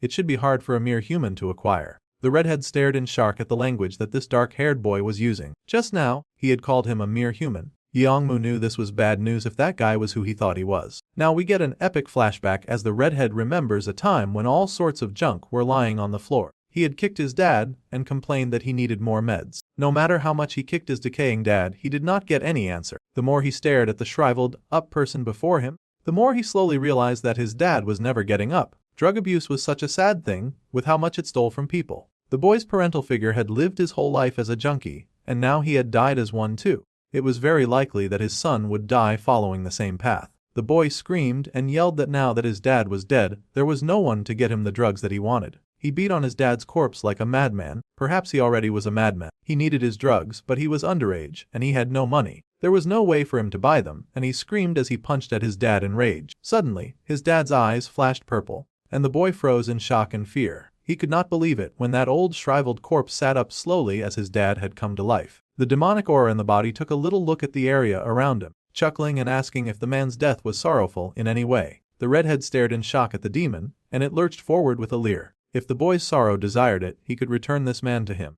The redhead just laughed like a mad person. He did not feel sorrow. In fact, the kid was happy that his stupid dad had died. He did not need trash like a dad. The boy screamed that her just needed some darn drugs. The demon was not too bothered by this wild behavior. If drugs were all that the kid needed, then all her had to do was feed his father's corpse to the gnawing glower, and he would get all of the drugs that he needed. There was actually a demon passing around that flower to humans. With that, a covenant with the boy and the demon would be established, and the kid would obtain what he desperately desired, which was drugs. The boy stared in awe at the flower. Then the demon added that if anyone deceived his loyalty, or denied the gnawing glower, then the redhead could go ahead and kill them. This covenant would protect the human who established it. The boy stared emotively at the flower for a bit, eyes focused on it like he was staring at a weird creature from space. Slowly, that blank look stretched into a wicked smile, and the boy gleefully took that flower and planted it right inside of his dad. He was truly a very wicked creature, and blood splattered all over the room as the covenant was formed. Now, in the present, the redhead was offended. He could not believe that this boy and a stranger had called him a mere human. The dark-haired demon hummed, saying that he must have something to believe in. The redhead did indeed have something like that.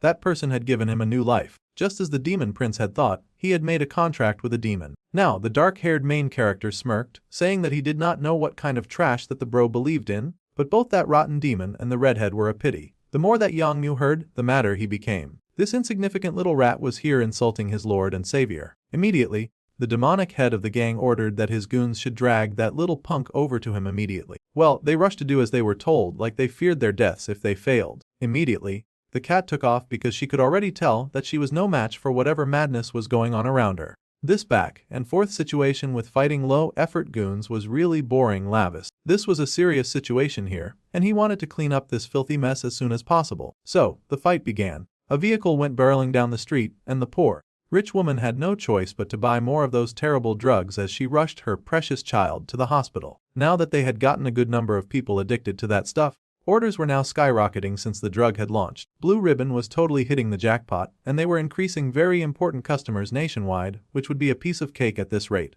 In fact, the company was already preparing to become some kind of global enterprise. There were already a few cases of unfortunate fools who had passed out from the overdose. Their brother Yongmu had already opened up routes in China and Japan. They believed so strongly in their big brother Yongmu, believing that with him, anything was possible. Meanwhile, the kid who was responsible for this app was hearing every word and hating his life. Thanks to his creation, the drugs were spreading fast. The boy begged for this situation to stop fast, begging for someone to save him. Fortunately, it seemed a hero had heard him, a demonic hero of course. The scared Jae-hee begged for her boss to see how easily that kid had taken down the guards. He was not a normal person. In fact, there was a chance that he was not even human. Lavis just sighed and turned to the redhead in question. He had staged this whole thing so that he could meet Yongmu, so the arrogant human should not keep him waiting. The redhead was silent, the covenant that he had made pulsing through his veins. He recalled that if any denied the power of the flower, he was instructed to annihilate them, with this order pumping through him. The dude pulled out the drugs in his hands, recalling his promise to do as the demon said. He tossed the drugs in his mouth, chomping in the name of the Lord Bower Hilt. If any was to appear who denied the gnawing flower,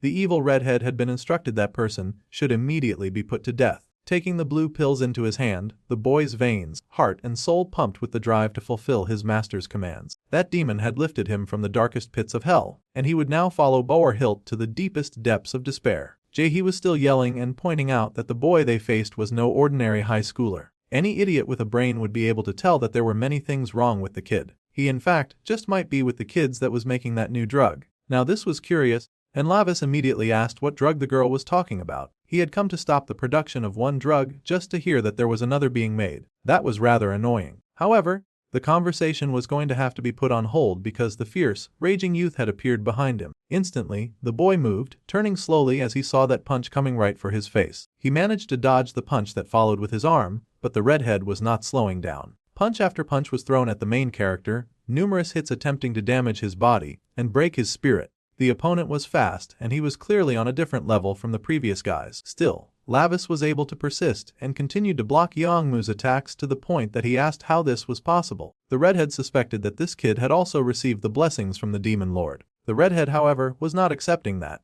The Lord Hilt was his god and he had no intentions of sharing. He was going to be selfish until the end and hog onto this power that was his and his alone. The dude was a real piece of work, but now the prince could understand the gnawing flower and this disgusting smell. The god that the redhead believed in was clearly Bower Hilt. The redhead could not believe it, even though he had not mentioned it. This opponent knew the name of his god. The redhead growled, shaking with an anger that only heightened when the main character outright laughed at him. Lavis called the gang leader an idiot for picking such a pathetic loser as his god. Truly, no one around had any form of standard. It was rather pitiful to watch. The redhead yelled that our guy had no right to insult the one who had taken pity on him. The dark-haired boy just chuckled more. The demon Hilt must have pitied the pathetic human. In fact, the main character guessed that his opponent must have looked so pathetic that he sought him out, even while hiding and running away himself. The redhead screamed in rage, his face distorted in anger as he yelled that a wretch like Lavis had no place speaking about his previous god. He fired out even more attacks, even more rapid punches, attacking as his life depended on it,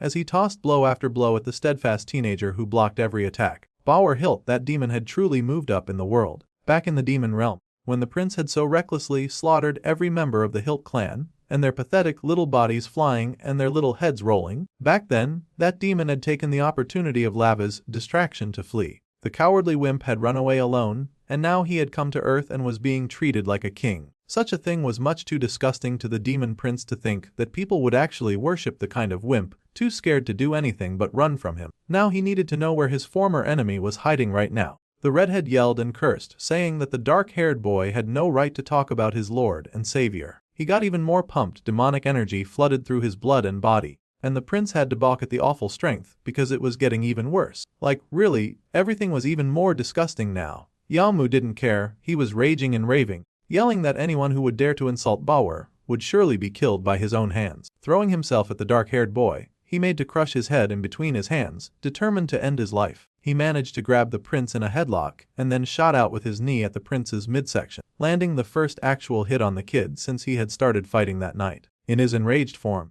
Yongmu was able to grab our dude and throw him, slamming him right to the floor, and of course, raising his fist to deliver a surefire, painful blow. That tomato head was moving like a jealous lover the way he was pounding our dude into the ground. He wanted possession of absolutely everything, the blue ribbon and the evil Lord Bower. The boy declared that all of it was his, and he was ready to go mad protecting his filthy, stinky-ass leader. The dark-haired boy groaned, seeing that this dude who had seemed cool before had now completely lost his reason to the demonic energy. It was a real pity to see the dude so far gone. The dude really intended to kill him too. The penalty for killing a human really sucked. But our dude had to keep in mind that he could not kill this dude no matter how much he annoyed him. The redhead sure made it tempting though, with the way he was roaring and growling like a wild animal, while continuously punching down on the dark-haired teenager like he was nothing more than a workout bag. The terrified cat watched the whole thing go down with fear in her eyes, worried about her lord and master. The prince was reaching his limit with that restrictive human body. If only this were the demon realm, then surely everything would be much better. The girl wished that she could use his abilities to aid him in some way. The onslaught of punches continued, rapid fire like a machine gun that delivered nothing but blow after blow. As the boy's madness continued, so did the pain that he brought the prince, though the main character kept his guard up, valiantly blocking every hit that came at him. It seemed the test subject for the knowing flower had completely fused. The onlookers from the demon world watched the exchange rather curiously. Even if Lavis was a human body, since he had the demonic bloodstone embedded, Bambi had thought that the boy would be able to suppress a mere test subject. It seemed that they had overestimated the prince, and he might genuinely die this time. In that case, the boy's soul would be annihilated forever. Of course, the uncle was involved in this viewing, and he laughed rather heartily at this display, asking the blonded demon if he was aware of the thing that Lavis hated the most. It was a rather curious question, and the blonde thought about it for a second. As far as he knew, the prince hated pretty much everything, so picking just one thing was rather difficult. The prince's temper was rather nasty after all, but the blonde could already guess who he took after. The uncle chucked and told the blonde not to curse with his face when he could see everything. The blonde sighed and looked away, but the uncle grinned. The thing that the young lad hated most in the world was filth. This was surprising to the blonde, but the uncle just grinned and informed him that his dear sweet nephew was a misophobe. He absolutely could not stand anything that he thought of as dirt, and as they watched that rain of punches come down, a hand reached out and grabbed that flying punch. That filthy, disgusting redhead who was spitting all over him was dirty. The redhead growled in rage, shaking with intense anger. The dark-haired boy could not stand it anymore. That filthy smell that was coming from Yangmu was downright repulsive, and he was barely fighting back the urge to throw up. The prince had no intention of enduring that disgusting stench any longer. His grip tightened on that dirty fist, twisting and clenching down hard on that hold until the redhead gasped and jumped back in pain. He could not understand this sudden retaliation from a foe that he had been working really hard to beat. Even if it was just his left hand, the prince stared in awe at it. The strength that he had felt just now was like his old power and had come flooding back into his veins. Now that was the kind of feeling that filled him with strength, and the growling wild animal before him hissed at him. In truth, Lavis had no desire to touch the creature's dirty, stinking body. It filled him with such disgust that his hand flamed up and he flew right at the little rat, deciding to end this nonsense dance as soon as possible. He smacked that boy so hard that his opponent's head shook like it was a little bobblehead doll. The redhead rocked up, growling and wondering how a human could possibly hit him so hard with so much power. Street was absolutely overjoyed as she watched the battle. Not only was her master back on his feet, but he also seemed to have regained a bit of that awesome power of his. At this point, Lavis was thrumming with so much power that the reflection of his demonic self hovered over Minho's body, and he growled in disgust at being called human of all things. That earned that trash-talking redhead a second earth-shattering punch to the face, and he got hit so hard that he flew across the yard. His female lackey squeaked in fear, terrified that she would ever find a kid who was able to trash her boss like he was a child. Lavis scoffed and told the pathetic gang leader to stop blabbering with that smell-why mouth of his. He reeked of that stupid flower and of his even weaker boss. He slapped and smacked that guy around like he was pest control and the opponent no more than an annoying bug that he had to kill. From hell. His blonde friend watched in fascination at the sudden boost of power that the prince had gotten. The uncle beamed because his nephew had not proven him wrong. The prince must have had a headache from the stench after that test subject awakened. It must have been really hard to get close because of the smell. That was because the precious prince hated filth more than anything. When his misophobia was overly stimulated, it led to an awakening in the boy, letting him use a portion of his real and true power. Now the blonde stared in awe at the older demon,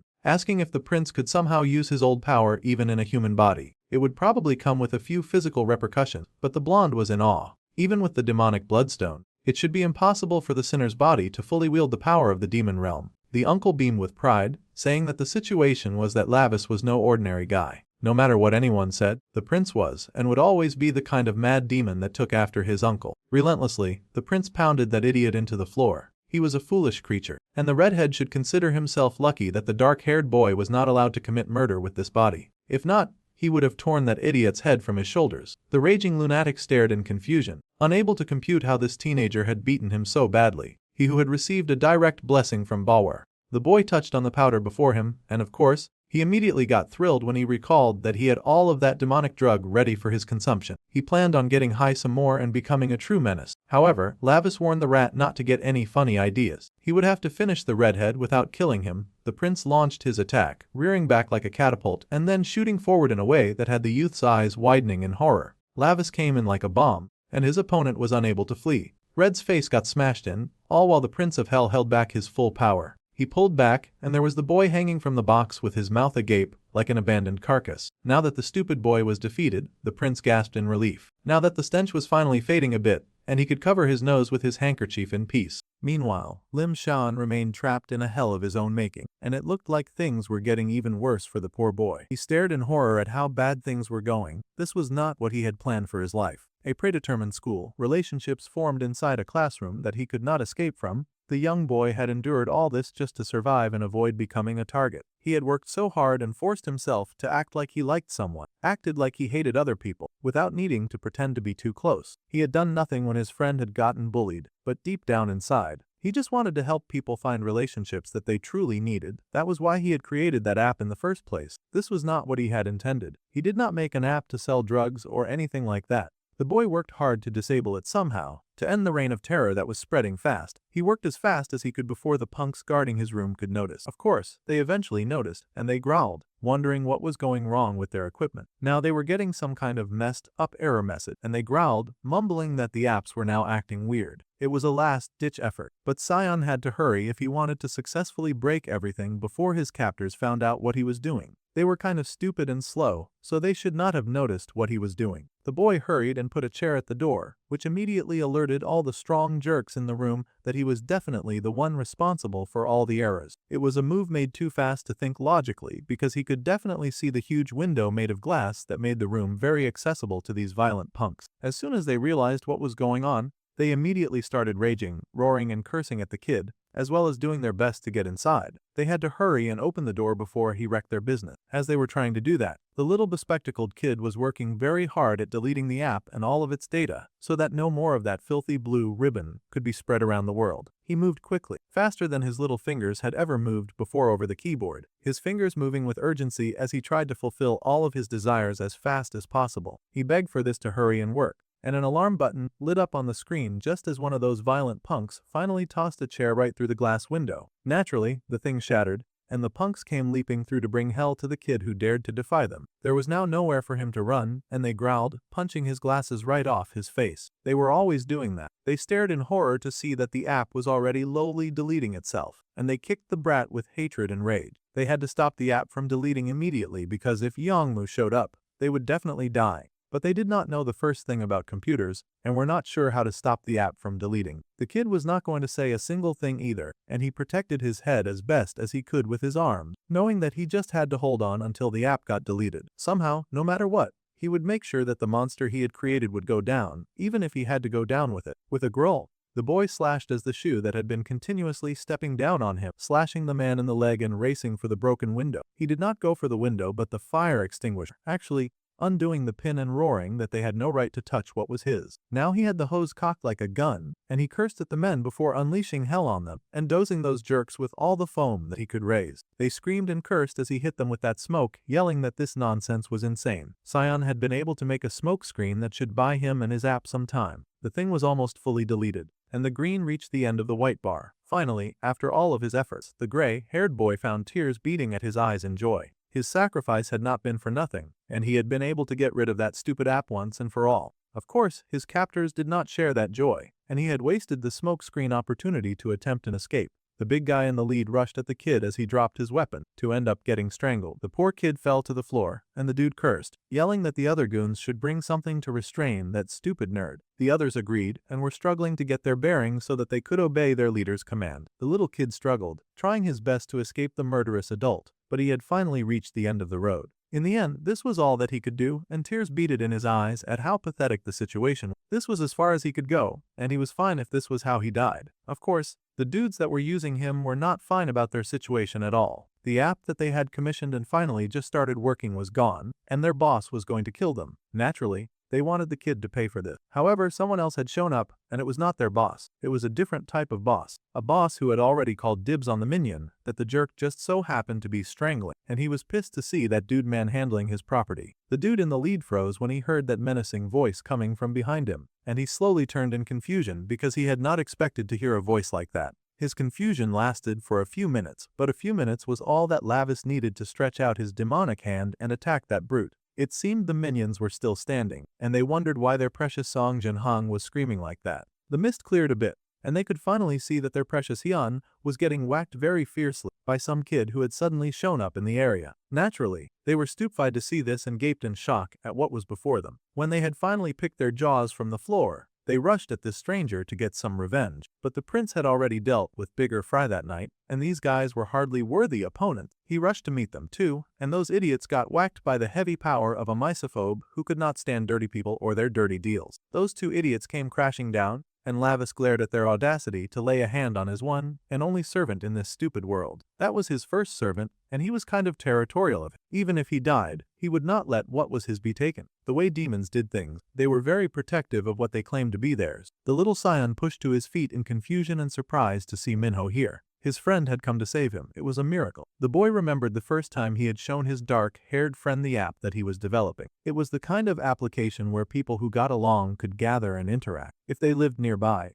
then they could share locations with each other and even form study groups. The kind of app that was formulated by someone so disconnected from reality that they could not consider how dangerous such an app could become. Of course, back then, Minho had been really impressed to see that his friend could make something like that.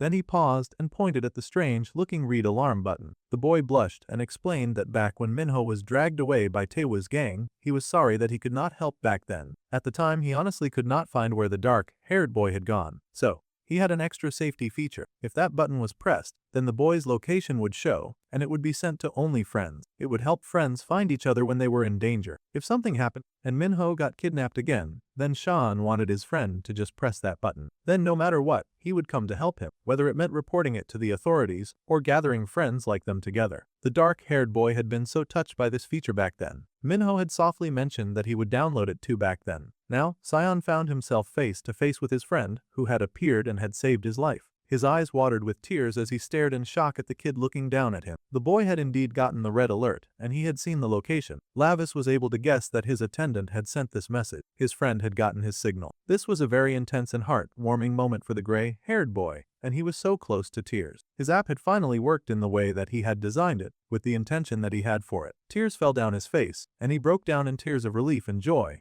thanking his friend for coming to save him despite the danger. The poor kid fell to his hands and knees, and thanked his friend with all of his strength and power. Meanwhile, Taehi was cursing and hissing and spitting. She could not believe he had lost luck, and she had no idea why they had suddenly found Thummelves facing an enemy that was so strong. The kitten told her to stop moving already, and the girl hissed, trying to escape. Still, the cat had huddled her tight so she could not get away. Fortunately, Lavis returned, but that distracted the blue-haired cat girl enough for the tattoo artist to slip out of her hold and make a run for it. She ran in horror, and Street tried to get her, but the young lad just told the girl to leave the tone alone. They did not need the tattoo artist anymore, now that he had destroyed the drug, the stupid app, and he had his favorite minion back. First of all, it seemed that all the devouring flowers they had were finally gone, because that thick stench was finally gone. The boy had also made sure to torch the entire warehouse of that disgusting powder. The firefighters had come in to take care of the flame and save the trees around it. They worked hard to suppress the flame with all of their firefighting tools. They happened to find the redhead placed in a safe place away from the fire. It was unfortunate that our dude was not able to roast those guys as well, but he could not kill, so he just tossed the gang leader and his goons to the side. The firefighters were shocked to see those people. They looked half dead, but they would be able to save their lives and hopefully throw them in jail. Meanwhile, Minho and his little team skipped happily back to safety. The attendant got his glasses back, and it was a miracle that they were not broken. Now that he could see again, he stared in awe at the funny-looking blue-haired girl with a horn and pointed ears. Meanwhile, the main character was starting to feel like his Uncle Vamber was totally using him. He glared at the sky and promised that as soon as he got back, he would not be letting this raggedy behavior slide at all. They had to check in to be sure that they did not need to go to the hospital. Minho insisted that going to such a place was annoying, and he would rather sit around and let the boy tend to him. His attendant was quite happy to do so, smiling softly as he thanked his friend for coming to save him. He had just pressed the SOS in case, but he had not expected his friend to actually come. Now that the boy thought about it, He mumbled that he was kind of already on the way to that building by complete coincidence. However, the cat shut him up immediately so he would not hurt the little guy's feeling. There was no need for the squirt to know that it was a coincidence. They had taken the route to the hideout following the tattoo artist's instruction. If she was lying to them, the prince promised that she would end up like that dude earlier. The girl growled and complained that they were doing this just because Shan was their friend. That had to be why they were going this far. That was when the dark-haired boy realized that they had captured his slave number 1. That answered the question of why the boy had not shown up at school that day. The girl was shocked that the boy had done all this, and he had not even realized that they had his friend. In that case, she had to ask what the reason was for him doing all this. Of course, Minho had no intention of answering a bum like her, but he did notice that the red alarm on his phone was beeping considerably. At any rate, it would be rude to mention now that the whole thing was just a coincidence, and it would hurt his friend's feeling. That was not how human relationships worked after all. Besides, no matter how high and mighty he was, this sentence was still a punishment, and the demon prince had to live here a while, so he needed to work harder at developing human relationships. Plus, this student was clearly looking up to him, so he could stand to be much nicer to him. Cyan was like a puppy happy to follow him into the line of fire if that was what it took. Right, Cyan had been wondering for a while, so he had to ask just who this blue-haired person was. The main character said in the most bored tone of voice that his newcomer was his subordinate, and her name was Street. Now the gray-haired boy stared in awe, his old theory of his friend crossing dimensions coming back. Could it be that Minho had some kind of world-changing secret? Now, the little nerd had a serious question to ask his friend, and he would prefer an honest answer, of course. The way the dark-haired boy had changed was so unreal that he now had a subordinate wearing the strangest of clothes. The little nerd shook and forced the words out of his mouth. He was apparently worried that his sweet and innocent Minho had probably joined some kind of bad organization. He hoped so much that his friend would not get involved with bad people, but it had come to this. Meanwhile, the main character was thinking that now that he had claimed the little nerd as his, it was possible that there would be others trying to target his servant in the future. In that case, he guessed that he could not keep lying to the boy forever. That was right, just as his little slave number 1 had thought. He was the son of the great demon king who had descended from the demon realm, and his name was Lavis Vindic. That was not what Cyan had thought at all. In fact, the poor little nerd was staring in shock at the black-haired boy as he had suddenly switched to speaking Spanish. There was no way anyone would guess that he was some kind of demon prince. That idea was absurd. It was so much for the little guy to wrap his head around, but the main character just smirked that this was how it was. Since the boy already knew, he now had to help him with his work from now on. However, the gray-haired boy was still in some disbelief. He had not expected Minho to spout nonsense about being the son of the demon king. Before he could finish that thought, he looked down and saw a cat nuzzling up. That creature had come out of nowhere. Right. Well, the prince did not feel like handling any form of difficult things, so he told Street to explain it to him. He had fought all day, so he was tired. Without missing a beat, Street went ahead to explain, never mind that he was speaking while still being in the form of a cat. The poor nerd was about to lose his mind from all the things that were happening around him very fast. He had a talking cat in his house, and his best friend was suddenly spouting nonsense about being the Prince of Hell. Of course, the poor guy was overwhelmed. It was so much that his brain seemed to zone out, and he lost all color. Meanwhile, back at the fire wreck, the gang leader was just waking up. Once again, it was a huge shame that they could not just kill the dude. They had burned everything, and they would head out first by transporting this kid to somewhere safe. While the kid was busy crashing out inside the van that they placed him in, being heated about how he had not been able to kill Lavis, suddenly, someone showed up before they could cart the redhead away. The firefighter asked for the stranger's identity, trying to tell him that the area was restricted, but the poor guy was silenced literally, and then waved away. It seemed to be Lord Hilt that Yongmu loved to worship so much. The demon greeted the poor child, saying that the boy looked so miserable. The boy greeted his Lord Hilt, swearing that he would definitely kill the dude who did this to them. The demon told the kid that they should go talk, and he retrieved him from the wreck. Meanwhile, the female firefighter was looking through the site. They had received the report that all the dealers had been subdued, but they wondered who on earth had made their work so easy for them. Plus, the drugs had been approved by the Ministry of Food and Drug Safety. Now that was dangerous if illegal, harmful drugs had sway over even the government. They had already spread in large quantities among young students as well. This was trouble, and the lady cursed at those wicked people who would create such a terrible thing. Suddenly, she glanced to the side to see one of her colleagues drop to his knees and groan about a headache. The lady rushed over to ask if the detective was okay. The man groaned that she should check the car first. She stared in horror to see that the lead drug dealer was one, and none of them had any idea where that dude had gone. Meanwhile, somewhere deep in the woods behind some really tall building, the redhead was in chains and screaming out to his lord, yelling that he just needed one more chance. How pathetic that he mirrored that one subordinate of his that he had punished before. The boy insisted that if he got more drugs, then he would surely be able to kill the one who attacked him. Meanwhile, the demon chuckled and asked the human if he knew how valuable those burned flowers had been. He had planted the long roots of each of those demonic flowers into many unfortunate who were left lying on the floor or hanging on the walls. The demon had gone through so much trouble to gather all of these humans, just so that he could use them for this crazy experiment. The demon sighed that all humans were worthless, and this was exactly the reason why it was better not to trust them. His precious flowers had been laid to waste by that evil prince. The redhead was still yelling and screaming at the top of his lungs that he just needed one more chance. However, the demon was done listening. Just like before,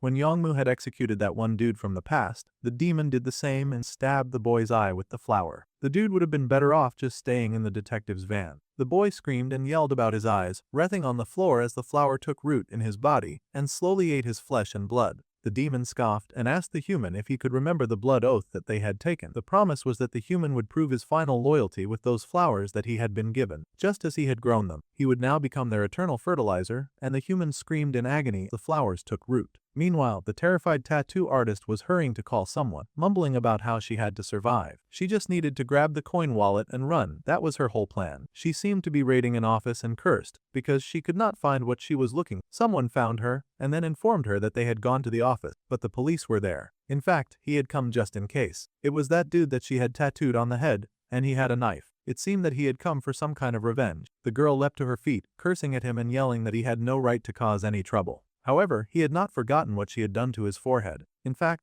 he had also had some of that blue ribbon stuff that they were selling, and he was hungry for more. The girl called him Cray, wondering just how much he had already taken by himself. She noticed a nearby weapon and grabbed it, determined to fight and defend herself. However, she had a stick, and he had a knife. It was a huge weapon imbalance. One stab and the lady fell to the floor, gasping and grunting in pain. The dude was still completely out of it, gurgling as he asked for more of that very addictive drug. He screamed like an animal, head thrown back, mouth agape and heavily drunk on the drug that they had peddled. Now the lady was feeling mass regret. Taehi did not want to die like this. She cursed and sobbed that she wanted to live. Her vision got blurry as something purple manifested in front of her, and it only grew larger. Suddenly, Bambi popped out and giggled. If this happened, Lavis would hate it even more. The girl had no idea who was talking, and she begged for someone to save her. Well, the demonic blonde did not have the strength to do that, but if the girl was destined to fall into hell, then she should just accept her fate. The girl sobbed, weighing her options. However, the condition was that her body would have to remain here, in this human world. The stars were bright in the dark blue sky that evening, shining over tall towers stretching high. Inside the towers, the purple-haired, bulked-up demon was greeted by another demon with long, snow-white hair. This was, of course, Lavis' mum, and she greeted her little brother Barkin. It seemed that he had been plotting something since sending her precious son to the human world, and her face was twisted in disgust. The demon queen challenged her brother, asking how he dared use her son for his stupid games. The man grinned without shame. It seemed he was used to getting away with nonsense using his little brother's privileges. Yeah, he had indeed been messing around, but he assured his sister that there was no reason to worry. Lavis was all grown up now, and the boy could handle himself. Besides, the uncle insisted that he would not put the boy in danger, and he had actually placed the blood demon stone in his body. The sister was livid, of course. This fool had put the demonic bloodstone into her son's mortal body, and she roared him into silence. At this point, she was sure that her idiot had lost his mind. It was like he was planning to announce to the entire world that the great demon king's son was all alone in the human realm. Now, the other ferocious sources that were trapped would identify him. Worse, they could hurt him. That was unacceptable. The demon sighed and groaned that his sister should at least start trusting her son a bit more. But the demon queen dismissed his words at once. The problem was not that she did not trust her son. No, the situation was much worse than that. The problem right now was how worried she was about how the world itself was moving. Even the smallest crack could cause everything to collapse in the delicate balance between the demons in hell and the angels in heaven. That was just how unstable the world was right now. Her petulant brother insisted that the young demon prince was stronger than he thought, and that the boy took after him in his aggressive and combat power. In fact, the boy's power far surpassed anyone else's. However, that was exactly the problem with the demon queen, and she smacked that insubordinate oaf if smacking him was what would get him to listen. If even a single hair on her precious son's head was harmed, she swore that she would kill him and then herself. The purple-haired demon roared in protest. He was so much older now, and he was no longer the little brat that she had to push around. He would really prefer it if she treated him more like an adult instead of hitting him on the head. Then he started getting ridiculous, asking Bambi, of all people, to search through every magic book to find a way to rid the world of all the older sisters. The queen snapped back that she also did not want a crazy younger brother like him anyway. The blonde nervously asked them to please calm down, but that was like jumping in the middle of a cat fight. The sister was already strangling her precious brother, and the blonde knew to shut up. In fact, he was thinking that it was a miracle that his friend had even survived growing up in an environment like that. Meanwhile, in the night sky of the human world, the residential areas were also preparing for bed. Well, some of them. Cyan had finally gotten over his denial stage, and he stared in shock to find that the boy was really and truly a demon. Lavis huffed, saying that, sure, a human called them that, and his cat slave gushed to be classified under the same denomination as her all-powerful master. Now, Glaces knew the truth, and he worriedly asked if this meant that he was going to hell when he died. A wimp like him would probably not even survive a day in hell, but the demon prince countered that the hell going on in Earth was hell enough. However, if his friend came with him to the demon realm, then he could make sure that no one would be able to touch him, since the great demon king's one and only successor was his master after all. Lavis seemed really proud about that, and the gray-haired boy gasped in protest. He really didn't want to go to a place like that. After suffering so much on Earth, he would really prefer the angel crowd. However, the demon prince was possessive as heck, and he growled that the boy was not allowed to go back. The prince swore that he would rip out Bambi's eyeballs and suck on them like lollipops as soon as he got back home.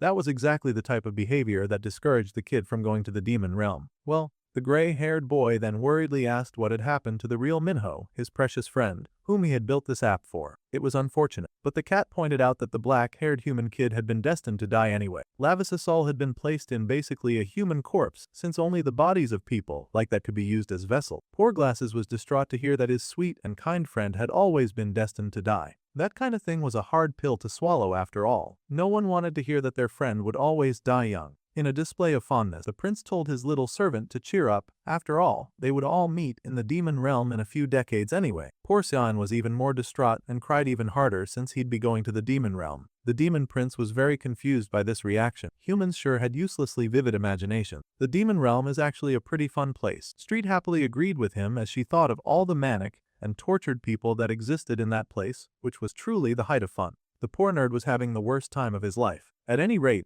the little nerd still had a long way to go before that, and he did not need to worry. He just had to treat him the same as before, and to not let it slip anywhere. The little nerd trembled and swore his silence. It was not like anyone would believe him if he said anything anyway. By the way, the boy groaned that his whole body ached again, so he would have to go home now. Of course, his cat followed after. It did not take long for the boy to get back to the very large apartment building that contained his home. With a groan, he rubbed the back of his head and stepped inside, sure that he had used way too much bloodstone powder this time. However, he was greeted with a sudden loud sound, and his younger human sister jumped for joy with a bright and fancy cake. The girl happily called to her big brother and wished him a happy birthday. It turned out that it was Minno's birthday. The boy stared in confusion, but the girl happily said that she and her mom had worked really hard on this cake since yesterday. She could not guarantee how it tasted, though, but he should know that they had tried their best. Suddenly, he had a party hat strapped on his head, and the girl excitedly said that their mom and dad would be home soon, so they had to get ready. First things first, they would start with a happy birthday selfie. The demon boy frowned down at his setter, not used to this bubbly excitement over a birthday. More importantly, he noticed she had some kind of wound on her face. The girl laughed, trying to dismiss it while clearly acting suspicious. She said that there were just some guys bullying an old lady with a handcart, so she had stepped in. It was nothing really. The boy scolded her for doing something unnecessary. She had gone out of her way to help others when she was not even strong enough to defend herself, and he saw that as very unnecessary and weird. At any rate, the girl happily dished out some cake and presented it to her brother. She figured that he must be hungry, and he should hurry up and eat some. She stuffed some food into his mouth, and he grunted when it entered. It seemed to be the first time that Lavis had ever tried cake, and the last thing the demon prince expected was for a whole new world of sugar and wonder to open before his eyes. The boy gasped at the mix of white, soft and sweet, an exceptional taste that stole his life in love.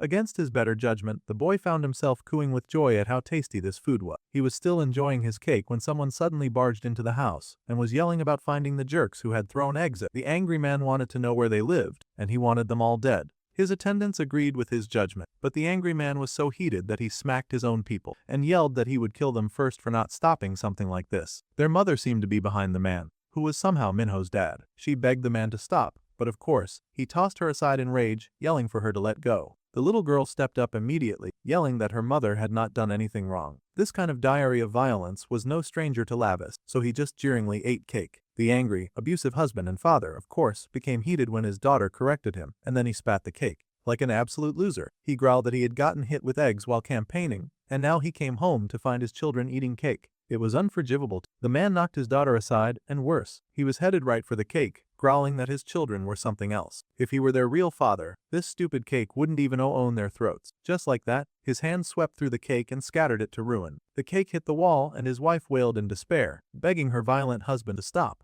It was Minho's birthday, and they were trying to celebrate the little boy, which was why they had cake. However, the man scoffed as he looked at his adopted son. The boy stared right back at him, unbothered and unshaken by his nasty temper, and the man glared right back in hate. He scoffed and walked away, seemingly intimidated by the fact that the boy would not even flinch. He just muttered that he was trapped in a suffocating household and stomped away, slamming the door behind him. The boy looked back at his sweet birthday cake, now lying in ruins on the kitchen floor. It seemed he had not even realized when the cake got destroyed, but now he shook with unholy rage at the destruction of an offering that had been given to him. As much as he loved his demonic human father, the man had no right to touch what was his. The two ladies in the household were busy crying, sobbing, and holding each other. They had not even done anything wrong, and yet they had been punished unfairly. Those sobbing minions had been the ones to make the cake for him. Lavis was not taking this situation lightly, and he growled as he glared at the door that the super arrogant human had disappeared behind. His father had the attitude of a demon, but a very weak one. The next day, the light of evening blood in the sky, and the old man was raging in his office as usual, screaming and cursing Youngmu for not sending any money and cutting off all contact. He yelled and screamed, wondering where he was. If they wanted even a single photo with Assemblyman Park, it was like they needed to shove in an advance payment first. The attendant promised to do the utmost to find Youngmu. The father hollered that it already pissed him off that he had to grovel to a jerk like that just to raise approval ratings, and every one of those assholes was acting like trash. Suddenly, someone burst inside and yelled that a video of Manhwa was going viral on the internet. The man was surprised and he asked what video that was. They looked at the video, and it seemed someone had taken a recording of when his daughter had stood up to those bullies who had been messing with an old lady. She had yelled at them to back off, and they yelled right back. Still, Manhwa refused to let those guys keep bullying a little old lady. There was a lot of cursing in the video, and the father watched the whole thing with a blank face. She had checked on the lady to be sure that she was okay, and the man scowled, noting that something like that had happened to Manhwa. The men working for him confirmed it, and they said that if they revealed that this lady was his daughter, it would greatly help his approval ratings as well. The comments were exploding with people proud of her generous act. The wicked man smiled in exploitation, and he grinned with evil in his eyes, ready to take advantage of public approval. Now people were gasping and praising the beautiful face that they were seeing, wondering how such a beautiful face could have been hidden. Hanyang and Heinsu were called forward. Two very oddly beautiful people were asked to come forward. They were watching television along with someone else, and they pointed out that the face on the television was their mother's new vessel. They all agreed that Manhwa was so pretty. The three took a moment to admire that beautiful and happy schoolgirl. The mother asked her young if she liked that beautiful face, and the child replied that she did not.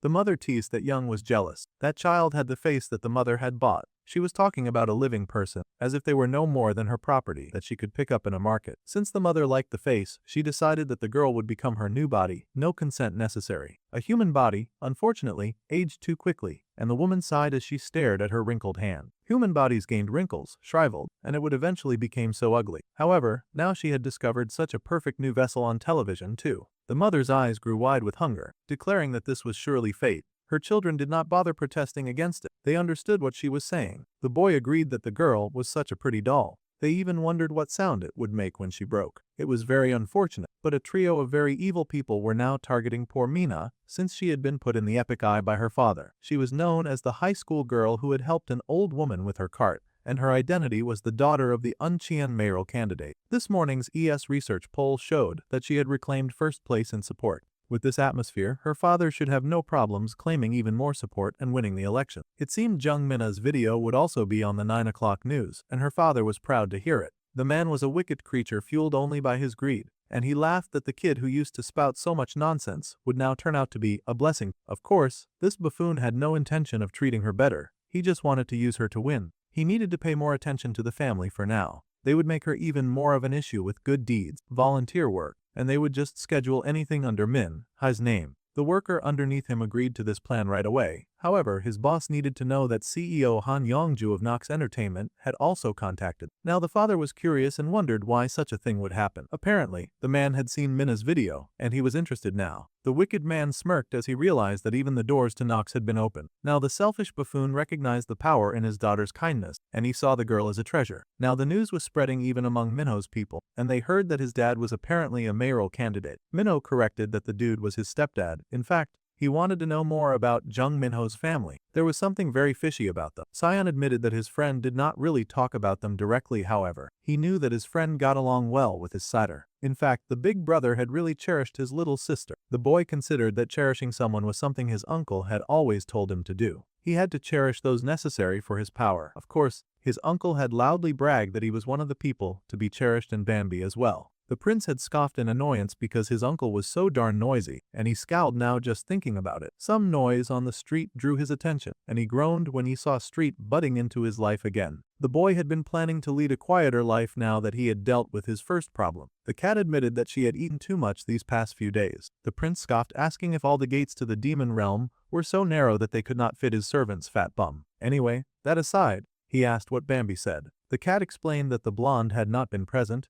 but he had left them a note. The blonde happily greeted his prince and mentioned that he was sending the royal a little gift. The boy was to do his best with it. The prince growled and tore up the present immediately because he could tell that the stupid blonde was trying to use his powers for his own benefit, just like his uncle. Now, when he returned to the underworld, he was tearing apart the stupid blonde first before touching his uncle. The cat begged her master to please calm down. After he settled for a while, they addressed the matter at hand. At this rate, it looked like Minho's father would get elected as mayor, especially with all the deals that he had been making thanks to Minna's popularity. Public opinion was extremely in his favor now. The demon prince frowned, and he considered what it would be like to have his father rule over the whole city. The nerd explained that it would be more like managing than ruling, but same difference. Now that the dark-haired boy thought about it, the man was greedy, just like a Cinyras. The boy asked Street if Jungtasik could possibly be a Cinyras who came to the human realm. See, a Cinyras was a kind of gluttonous demon in the underworld, and it was the kind to eat endlessly to the point that other demons hated its guts. However, the cat pointed out that it managed the district, and the man, Jungtasik,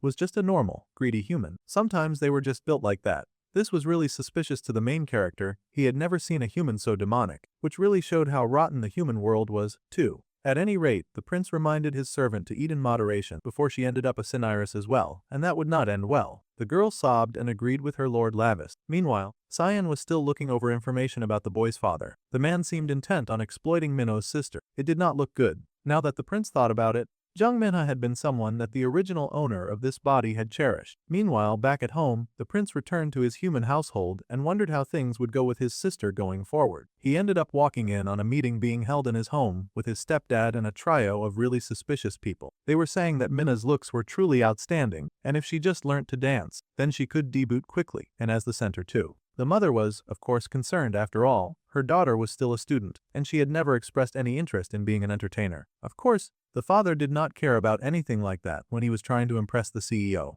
A child born with talent should not hide it from the world. It was very clear that the man was just trying to exploit her, of course. The poor girl was silent, and her mother watched her with a worried look on her face. The man happily laughed and apologized for his family's behavior, saying that his wife was just a little reserved. The Sioux chuckled, saying that the mother had no reason to worry. At Nox, they would make sure that she could balance school and her activities very well. Idols these days were different, and they could still perform and get into any university that they wanted. Minko strolled into the room, watching this conversation, and his eyes narrowed at the one dude eyeing his sister like shoe as a pack of meat. The husband was happy to forge ahead, and even happier to sign the contracts that they had brought. It was a contract with Nox that would shine on both Minha's and the candidate's future. That demoness could clearly see that the man had no morals, and he was doing absolutely nothing to prove her wrong either. The poor girl shivered with her hands on her lap, already knowing that she was going to get sold to this strange group of weirdos for her father's future. Then the woman noticed Minho and she cooed at him, greeting the young man. She was Han Yongju, the CEO of Nox Entertainment. Well, the boy was not impressed by any of that, and his father scolded him, of course, telling the boy to greet the CEO. The woman chuckled that it was fine, after all. Kids sometimes acted like that these days. She did not care about the brat anyway. She just wanted to get her hands on his setter. Even the boy could tell that much as he watched this conversation unfold, recalling the words of Sion, and then the words of his uncle, that reminded him that he would always stand at the prince's side. Back then, the little prince had balked at the sudden show of affection, asking why his uncle would suddenly say that. The man had just told his nephew to listen carefully. In this world of many horrible demons and hostile forces aiming for the ruler's power, the boy was the heir who had to inherit Lord Gamader's throne as the ruler of that world. With such a heavy responsibility, it was important for the young prince to maintain his own faction of supporters. The young and arrogant brat had, of course, scoffed back then, saying that he could just grow stronger and live with his own strength. A super arrogant way of thinking for sure. The man had thrown his head back and laughed at the young boy. Sure, Lavis was good for now, but one day he would meet people that his heart was drawn to without even realizing. Then, the boy would start to change without knowing it himself. The uncle's smile was proud and genuine back then, though the little prince could not imagine changing so dramatically. He swore that he hated complicated talk, and he just wanted to train already. Well, that was the behavior that the man expected from his nephew, and it made him laugh heartily. Now, back in the human world, the young boy made a stand, and he placed his hand on his sister's shoulder. Jung Minho was of his faction, and she was someone who was cherished by Jung Minho, so he asked her if this was what she really wanted. He asked no one, but the brunette looked up at her brother, with eyebrows dipped in pain. If she were being forced, he wanted her to say it here and now, because he would get her out of it immediately. The demon prince wanted to know if the girl was being forced, and if that was the case, then she should just tell him, he would sort it out. The girl was hesitant as she considered the situation. The last thing she wanted was for her big brother to get hurt after all. The girl recalled how many times their stepfather had beaten their mother for rejecting his kindness, and how he had laughed at the fact that she could not take her son and daughter and leave. There was on his family register. The poor woman had cried for the man to just let them go, but the abusive, horrible man refused. He told them to go ahead and try to survive without a dime to their name. The two children protested and tried to stand up to their father. The man was taking advantage of the wealth that their grandfather had left to them. It was not his own. However, the man just growled and cursed their mother even more, calling the children not RV. The man laughed and asked if the children understood the real key to surviving, which happened to include that once he grabbed something, it would remain his forever. The children should accept their pathetic fate as he abused their mothers in front of them, and his daughter Minna should memorize that truth like it was the gospel. Now, the daughter who had been beaten down so much by their father croaked out that accepting this punishment was her choice. She even yelled that she would do it and would happily become an idol. However, she had one condition, and that was that if she made any money, then she wanted to earn it in her name so that she could take her family out of debt and dependence. This was her condition. The girl was determined to save her brother and her mother, carrying the weight of their pain on her tiny shoulders. That sweet girl wanted to save her family from that monster. Of course, the man who was vying for the position of mayor was all too happy to grant that. After all, if this worked out, he would make even more money as a mayor. Her hard work could belong to her and her alone. The wicked man did not mind. In fact, he was overjoyed to agree with anything that would make her accept this deal, and so was the Nox CEO. The woman happily smiled and told the family to sign the contract. The president was told to please look after Minha and to take good care of her. She was dearer to the mother than life itself. The mother was still worried, asking if her daughter was sure about taking this path. The girl smiled, telling her mother to trust her just this once. She would work hard and become an idol if this were the chance that would make it possible for her brother and mother to escape this hell. The girl happily smiled at her brother and thanked him for his concern. Well, Lava stared down at the smiling girl but said nothing. She had not asked for his help, so he really did not need to do anything extra. Time passed and the evening continued in a fancy black car. The CEO was busy, high on joy and elation. The more she looked at that dazzling young skin, the more perfect the girl seemed to her. She was so deeply in love with her new vessel. Even those eyes had that rare purity that barely existed these days. She loved everything about it. However, Jung Minho had nearly ruined her chances. Her son mentioned that the boy seemed off somehow. Curious, the demonic mother asked her daughter what she thought.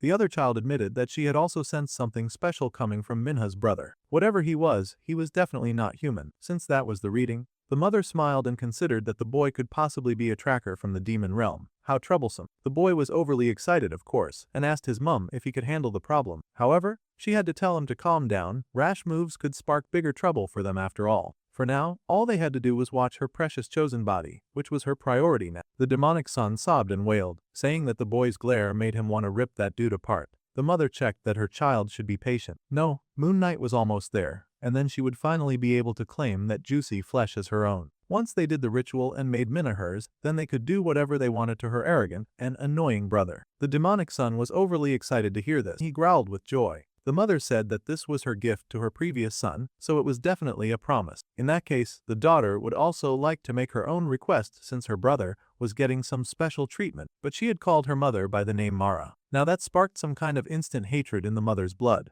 and she hissed that she never wanted to be called such a thing. Young should never speak that name again. She was currently Han Youngju, who would soon be reborn as Jeong Minna. No demon king, no 12 black seats. There was nothing in the human realm that could stop her this time, and the dark demonic energy leaked from her skin, bubbling around her with wicked glee. This time, she had no plans of failing. Meanwhile, the blue sky was bright, and the entire atmosphere was looking so much better for everyone who was not poor Minna, because she had no idea that she was standing before a building of people who wanted to eat her. The girl sighed in relief and tried to motivate herself to do this. The girl took a big step forward into her future. Happily, Nox CEO introduced everyone in her company to her new star and the newest member of their family, Minna. They had probably already seen her before on the news, but now the girl would become their center for their new group called Zera. The others stared in surprise at this new girl who was introduced, surprised that the president had made such an important decision so suddenly. 2. One of the other girls had been training to be a center her whole life. The president dismissed the poor thing, saying that she had done good work so far, but now she should support Minna as her sidekick from now on. The poor girl was, of course, furious, but the president did not care. She just told her new human side piece to make it work and left the girls to greet each other. Once the door was shut, of course, the old center immediately growled at the new girl and accused her daddy's backup. They all knew that her father was vying for the major position, so the girl being added to their group as the center made it clear that she was a political move. Naturally, people who had to work hard for everything in their lives hated people who just coasted through life thanks to amazing connection. The former center had fled for 4 years, trying to make it as the center. But now this girl had come out of nowhere, and she bet that Minha had probably asked to be the center on purpose. The brunette tried to protest, but the old center was not having it. That poor, misguided idiot actually dared to slap the precious face that their boss so badly wanted to possess. The girl with the pigtails was furious, grumbling that they would see just how far that backup got her. She had come all this way. The brunette glared at her attacker, an ugly mark on her bleeding cheek. Now her face had been scarred and bloodied. Meanwhile, the CEO was busy living her merry life, and she went to check out what her kids were doing. The son had already seen the whole thing go down, and he knew his mom was about to blow like a volcano over the issue. Excitedly, he pointed at the screen to show their mother what her former center had done to her precious new face. The mother came to check it out,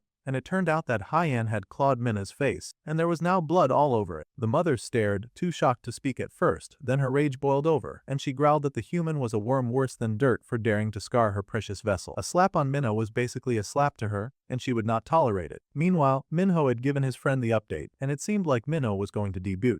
This was huge news since Nox was legit a very famous group, and the girl could dominate the human world if she nailed it. Street knew everything, and the cat girl happily laughed, thanks to her overwhelming knowledge. She had lived in the human world for 200 years after all. The prince muttered that if this was his little sister's decision, then it was not his business to interfere with her life. However, that president lady and her kids rubbed him the wrong way. It would be easier for him to let it go if they did not feel so darn demonic. There had been no Dion aura, but they had not flinched when he glared at them. That was a model for a group of normal business. He wondered if they could be demons hiding in the human world. The cat girl considered it and said that long-term human world demons were often good at hiding their aura, and it was better to be safe than sorry concerning situations like that. Even Lavis should be more careful. He should not shoot so much aura so blindly from Minno's body, as he could attract bad news and hurt himself. Even Sion joined in to scold him and said that no one liked that glare of his anyway. The prince scoffed, but he doubled down on his suspicion that those three were acting weird. Even without his aura, he could spot a demon. That was rich considering he had lost that one demon that got away and caused the first trouble with the flowers. Now these two were just getting him heated on purpose. The prince growled and commanded his cat servant to drag that punk to the demon realm now. The gray-haired little nerd might as well get a head start in the Hell Boot Camp since he wanted to act so darn cocky. The boy repented immediately and told his friend to stop treating him, while that stupid cat was more than happy to comply. She would do nothing to get the promotion that she was promised. The prince was so upset about his situation. He could not wield the demon bloodstone correctly, and even stupid dogs ignored him when he glared at them. The amount of disrespect that he suffered in this human body was unforgivable. Then, he told his cat servant to figure out how he could reclaim the bloodstone's power. The girl happily agreed and said she would find a way to restore Lavis's demon power. While that was happening, he would work on reclaiming his strength, and for now, she should stalk that weird Han Yongju and the twins with Servant Number 1. Servant Number 1 meant Sion, of course. The poor boy wondered why the heck he was getting delegated as Servant Number 1. Meanwhile, the poor girl with the pigtails had no idea who she had just stepped on by slapping the newcomer. She was on her way home, crying that this cold could not be happening to her after she had worked so hard to become a center. She had worked for 4 years, and now she was in the background. The poor child had no idea that her life was about to become worse because a demonic blade had appeared behind her. Startled, the girl asked who was stalking her in the darkness. The very unfortunate answer was the daughter of the wicked mother, who stood there in her really hot goth getup and the blades she held. The former center recognized the girl from work,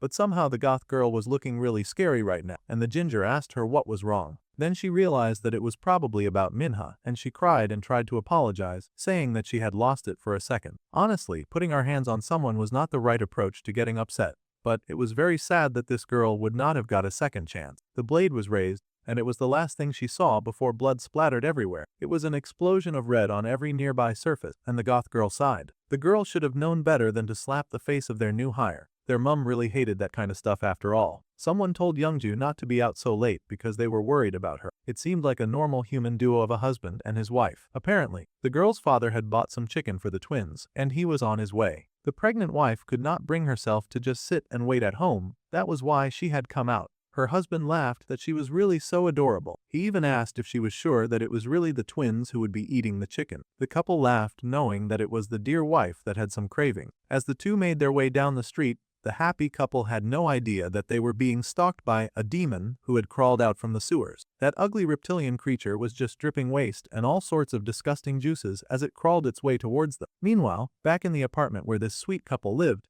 the poor wife found that she could not sleep. She groaned, tossed and turned from an intense nightmare, and when she finally opened her eyes to find the root of the problem, the poor, horrified angel found before her a slimy monster that was hovering over her and cooing about how much he liked her. It was the last thing that a person would like to see, and the poor woman was horrified, asking who this horrible person was. The poor lady did not get a chance to scream for long before he thrust his very disgusting hand deep inside of her mouth, and she choked, screaming and coughing as she tried to escape him. The wicked creature laughed and told the lady not to worry about the kids because it would raise them with care. This seemed to be the origin story of that evil creature who called herself Mother. She dove into the pregnant woman, chuckling about how she was in need of a child. The poor woman was distraught, and she struggled desperately out of fear for her children. Unfortunately, Weishi was powerless to protect them, and that evil, slimy creature pushed deep inside of her, crawling into the deepest parts of her body and taking over her mind. The woman's strength was feeble against the might of such a terrifying being, and soon the lady's lips stretched in an unnatural smile as the creature established dominance within her. It laughed madly, chuckling wickedly at its success now that it had found a human host. It was at this point that her loser husband woke up, not even realizing what had happened. He just asked his wife if she was doing okay, because he had heard a strange sound and he was wondering what that was. However, there was something off with his wife, and the man asked her what was wrong. Before that poor unfortunate soul could blink a second time, there was a fast movement, and he found himself getting mercilessly strangled by his wife. The man could not believe it, and he fought back valiantly against what should have been a feeble pregnant woman. However, this feeble pregnant sound was now super strong thanks to the demon possessing her body. Truly, the demon was not impressed with the father of her children at all. The man looked low class, and she scoffed that she just could not live with a guy like that. The whole thing was unacceptable to her, but her husband immediately knew that there was something wrong with his wife. He asked who the heck she was, but she just scoffed that he had no reason to care. Without a care in the world, this wicked creature tossed the man right out the window and dropped him. He cried in despair, his arms stretched out towards his wife, and he screamed her name as he fell from the high place to his grave on the floor. Now this creature had successfully ruined every part of this woman's life, and she laughed in mad glee, clutching her beauty with pride. Now this body and the children that it possessed would belong to her and to her alone. That was her intention. It did not take long for the woman to go into labor, and she screamed as she pushed out the twins that she had carried. It seemed she was unfamiliar with the pain that came with human birthrights because she was throwing a tantrum in the hospital during labor. She was kicking nurses and throwing everything about, refusing to calm down or even let the poor people helping her do their jobs properly. The woman just screamed that they should hurry up and get those children out of her home immediately. If she had known it would hurt this much, she would have just gotten an abortion. She screamed and yelled that they should get them out, or she would kill everyone. She screamed and roared that this was all because of Anise. It seemed she had a personal beef with the Demon Queen, also known as the main character's mother. Well, that would not end well. However, she had no reason to blame her pregnancy problems on the Demon Queen. She was not the one to knock her up with twins. A beat later, and the nurses stared in shock at what was before them. The precious children that had just been born looked wrong in every way, and they stared up at them with unnatural, bright red eyes. They looked downright demonic too. The days passed, and the woman was able to get back her shape, but now she had two little brats in her home. Her body felt so sluggish, and she groaned that it was because she had just given birth. It was horrifying to her to have so much hideous belly fat, and she wondered how long it would take for it to go away. The twins just waddled around the house, unbothered by her problem. The boy tried speaking first, reaching up to his mama. It seemed their eyes had finally snapped back to normal, so it was not the usual odd red color that they had been when they had been born. The woman was not really crazy about being a mother after all. The kids had taken some of her magic power, and she wanted them to pay her back pronto. It had not at all been her idea for them to take some of her own magic. Also, she wondered how long the children were going to keep crawling around. She would much prefer if they started acting like functional adults immediately. They should hurry up and become her little slaves so that they can protect her. This arrogant, terrible excuse for a parent really had children for the sake of convenience and was not at all interested in raising them at all. She wanted them to look after her until they could find a vessel that could fully hold her vengeful spirit. Much later, the people in town began to whisper. They knew that it was normal for the white-haired lady to be in shock because her husband had taken his own life. Still, The way she was acting was a bit too much. Comforting her only went so far, but she was really barely the Yongju that they used to know. Now she was going around town flirting with different men, and no one even knew how the kids were doing. She had not shown them to anyone, and they heard that the lady barely stayed at home anymore. Youngju had been so happy that she finally got pregnant after all that trouble, but suddenly she was barely making time for the kids. Instead,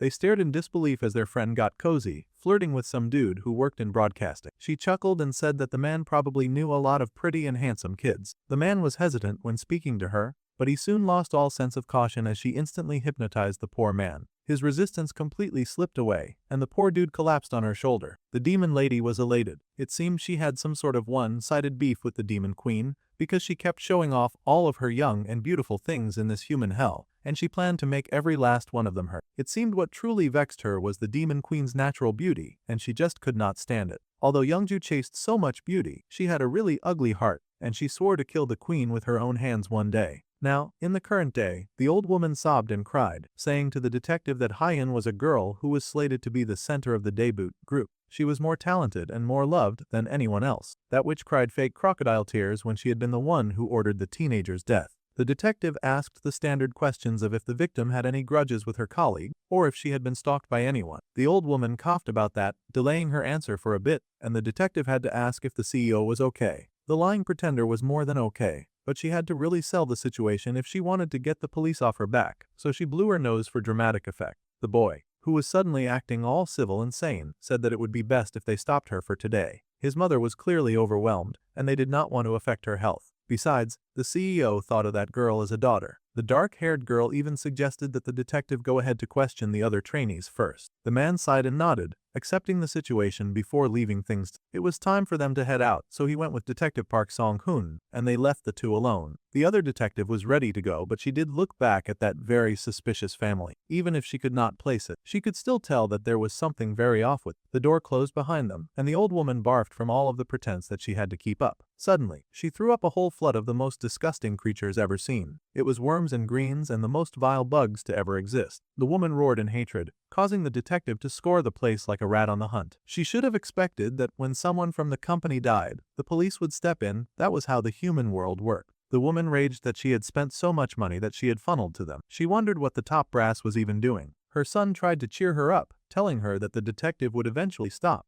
But the woman screamed that her body was already rotting away and she was dying of impatience here. She had just found the perfect vessel, but then stupid Hyen had put a flaw on her face, and now she had to wait for the body to heal, and she was running out of time. The boy still tried to pet her, telling her not to be anxious. They would have Jung Minna's body ready soon. Getting stressed would just ruin her perfect body. It seemed Soya was the mama's boy of the team, and the woman growled that her son should hurry up and make the body perfect for her. Now, all of the team had heard the news about Hyen. Apparently, someone crazy had cut the poor girl up. There were too many psychos in this world, and attacking a high school girl with a knife in broad daylight sounded like an absolutely horrible thing to do. The two were worried about the safety of the other girls, so, to settle the restless atmosphere, they would be starting some dormitory life tomorrow. They should all get ready to move into the workplace. The other girls were surprised, of course, and asked if it was absolutely necessary. The boy explained that there should be no reason why they could not. Idol dorms were a standard rule of forming an idol group, and it was important to get the team familiar with each other as much as possible. They are to become one as a body. However, Minha was very worried about her mother and brother. If she were not him, she was sure that their father would pick on them. The girl had taken on the role of a natural protector, so of course she was worried about. The twin daughter finally spoke up, not to mention how their new center sure had a lot of demand. If she was not up for it, then they would have to ask her to leave. Her brother interrupted, telling his sister not to rush ahead into things. Mentally, he asked his sister what the heck she was doing. They knew that they could not scratch Mum's new ace, or she would kill them. The happy boy then turned back to Minna, asking her if she understood. Yonggi really cared for Heian after all, and she was ultra-sensitive right now. It would be best if they did not make their scary, emo sister angry, and they should just listen and obey. The CEO would explain everything later to the girls, so they should just pack their bags and meet there tomorrow. Still, Minna was worried about living in a dorm. She was already anxious because even her brother had changed lately. She worried that even more time away would make him change more. Meanwhile, the brother in question was busy huffing and puffing, and he was making his poor servant number 1 strain his muscles in an attempt to get stronger. Poor Sin was going through a lot. The more he trained, The more Minho realized that his knots were gradually growing stronger. He might be able to suppress humans who use demonic energy, but if he encounters a demonic beast in this state, it'll still be a struggle. That jerk Bambi, the prince, growled the more he thought about how those jerks from hell were using him. The least they could have done was teach him how to control the demon bloodstone before shoving the stupid thing in his eye. Not long ago, the blonde had considered including the method to control the demon bloodstone in a letter that he was sending to the prince. He was kicking his feet, as he wrote it, too. He intended to give his dear Prince Lavis 2 gifts and teach him how to control the demon bloodstone. Originally, the demon bloodstone was used to suppress the magic power of prisoner, and it contained the demonic power that was sealed within her lingering soul. However, the blonde had modified the one he gave the prince to directly link the magic power held within her vengeful spirit to his human body. That power would only be fully released once the demon bloodstone was broken. Apparently, the eye had to get smashed for it to open, and the blonde thought that this was a hilarious joke. The second gift was that cat demon. This was all Bambi could give him. He wished his prince some love and left these 2 things in his care. There, now he just needed to deliver the letter to Lavis. Well, the prince had been furious when he got the letter, and he had instantly ripped it to shreds and cursed out the stupid blonde for using him however he wanted. That idiot had not even bothered reading the letter before tearing it apart. Now he was clueless and only now realized that the method of controlling the bloodstone was written in that letter. The prince was a bona fide idiot. The cat raced forward then, yelling to the master Lavis that something terrible had happened. The cat was so shocked by whatever she saw that she was running on 2 legs. Apparently, it was news about the Yongju and the twins, the ones the boss asked her to spy on. Quite unfortunately, he had been right about the demonic energy, and the CEO Han Yongju was actually Mara. San was not so familiar with the name, and he asked who Mara was. She was apparently the Witch of Greed, and one of the 12 black seats. This Maravelius had snatched a human body and was now living among the humans. The demon prince laughed when his dark suspicions were confirmed. So that woman had been hiding here all this time. Time for a flashback. Back in the demon realm, the Lady Aeneas was known as the most beautiful goddess in the demon realm. Even her silent lips were considered outstanding and gorgeous, and people always asked her for tips on becoming more beautiful. The sweet demon queen had just smiled at her curious guests back then, telling them that if they so desired to become beautiful, then they needed first to learn how to hold the truth within their lips. Instead of getting burned by this obvious insult, the court ladies cooed, sighing that every word she spoke felt exactly like a poem. A lady commented that since she only spoke the truth, she supposed that she should become beautiful as well. Another rather plump damsel also beamed and said that she was having her daughter learn the art of rhetoric so that she could also resemble the beautiful Lady Inez, even if just a little, because she wanted to teach the child that words themselves are both a weapon and dignity. The bright demon queen smiled at the 2 eager women, saying that she would then grant the blessing of the silver tongue to the lady's sweet young girl. The girls were overjoyed, gasping and thanking the sweet Lady Inez with all of their hearts and minds. Meanwhile, there was a rather gloomy-looking girl at the ball, lips chapped, with eye bags under her eyes, who scoffed that this was all a bunch of nonsense. She was clearly jealous. A nervous blonde beside her tried to say that Lord Villiers was rather beautiful as well, just to cheer her up,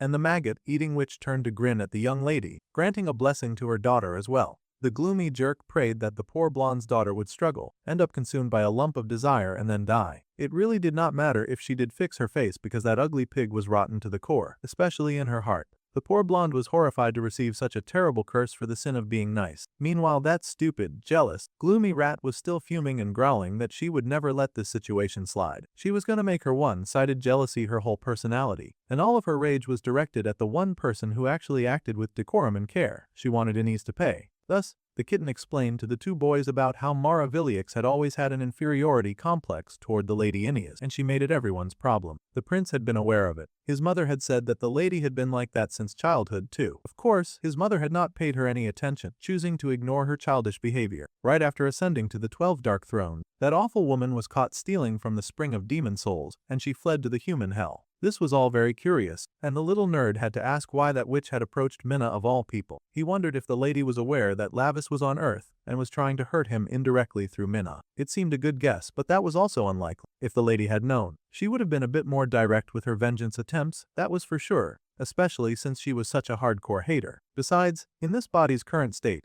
the prince had to admit that he was unfortunately no match for that woman, and those underlings of hers were probably no ordinary ones either. In that case, then they had to quickly strengthen the power of the demon bloodstone. The cat would prepare it right away. She was going to be making some witch hunting preparation, and the first step one was for them to clean up the neighborhood riff-raff. She chuckled wickedly, though the gray-haired little one wondered what she meant by cleaning up. Later that day, at a huge store, Minna was out shopping with her mum, who was reasonably worried about her. She told her daughter to tell her immediately if she ever wanted to quit. Since the girl had joined, all sorts of strange things had been happening, which made her mother anxious. The girl reassured her mother that the manager had said that they thought they would catch the culprit soon. The bright girl worked hard to reassure her mother that it must have been some kind of random murder or something like that. Still, the mother knew that her daughter's dream was to become a veterinarian. Manhwa was not so good at pretending not to glance at the pack of dog food nearby. The girl was a kind creature who loved working with animals, but in order to achieve her dream, they had to get out of that house. By the time she had made enough success as an idol, it probably would have taken such a long time that she would waste years that she could have spent learning and chasing the path that she had always wanted. No matter the sacrifice, she had to get their mother out of that hellish house as soon as possible with her own strength, so her grip tightened on her shopping basket, and she buried her dreams. The girl smiled and said that opportunities like this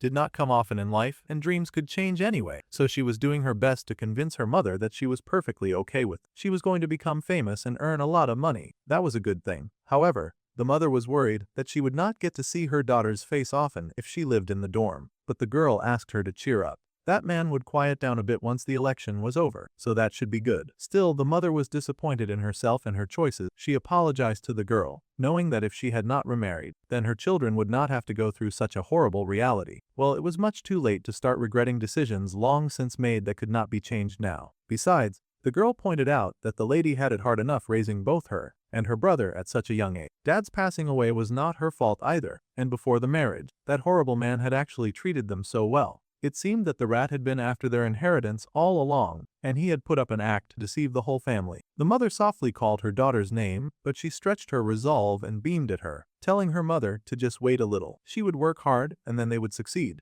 Meanwhile, in an amusement park, a lot of people were having fun. There were screams of joy and fear from people on the roller coaster. Lavis chuckled darkly, a lot of dark aura leaking from him as he called humans pathetic for being so shaken by something as silly as a park ride, saying that there was nothing scary about it. He looked pretty haunted from the ride. San asked if it was because he was a demon, because he sure relieved himself rather comfortably. The boy protested that he just had indigestion from eating something spoiled, a barely believable lie, but he should at least wipe his mouth before he talked. This was why the prince should not have insisted on trying that crazy ride. The prince was so offended that he had endured the most brutal of fights back in the demon realm, but never had he been so disrespected as he felt riding that human-made monstrosity. He was never riding that again. Somehow, he found themselves before a horror house, which should be something a bit more to his liking. The boy asked Street if this was the right place, and the cat assured her Lord Lavis that they were here. A demon that had been imprisoned in the human world recently slipped out of their surveillance, but with her sharp instinct, she had been able to track it down.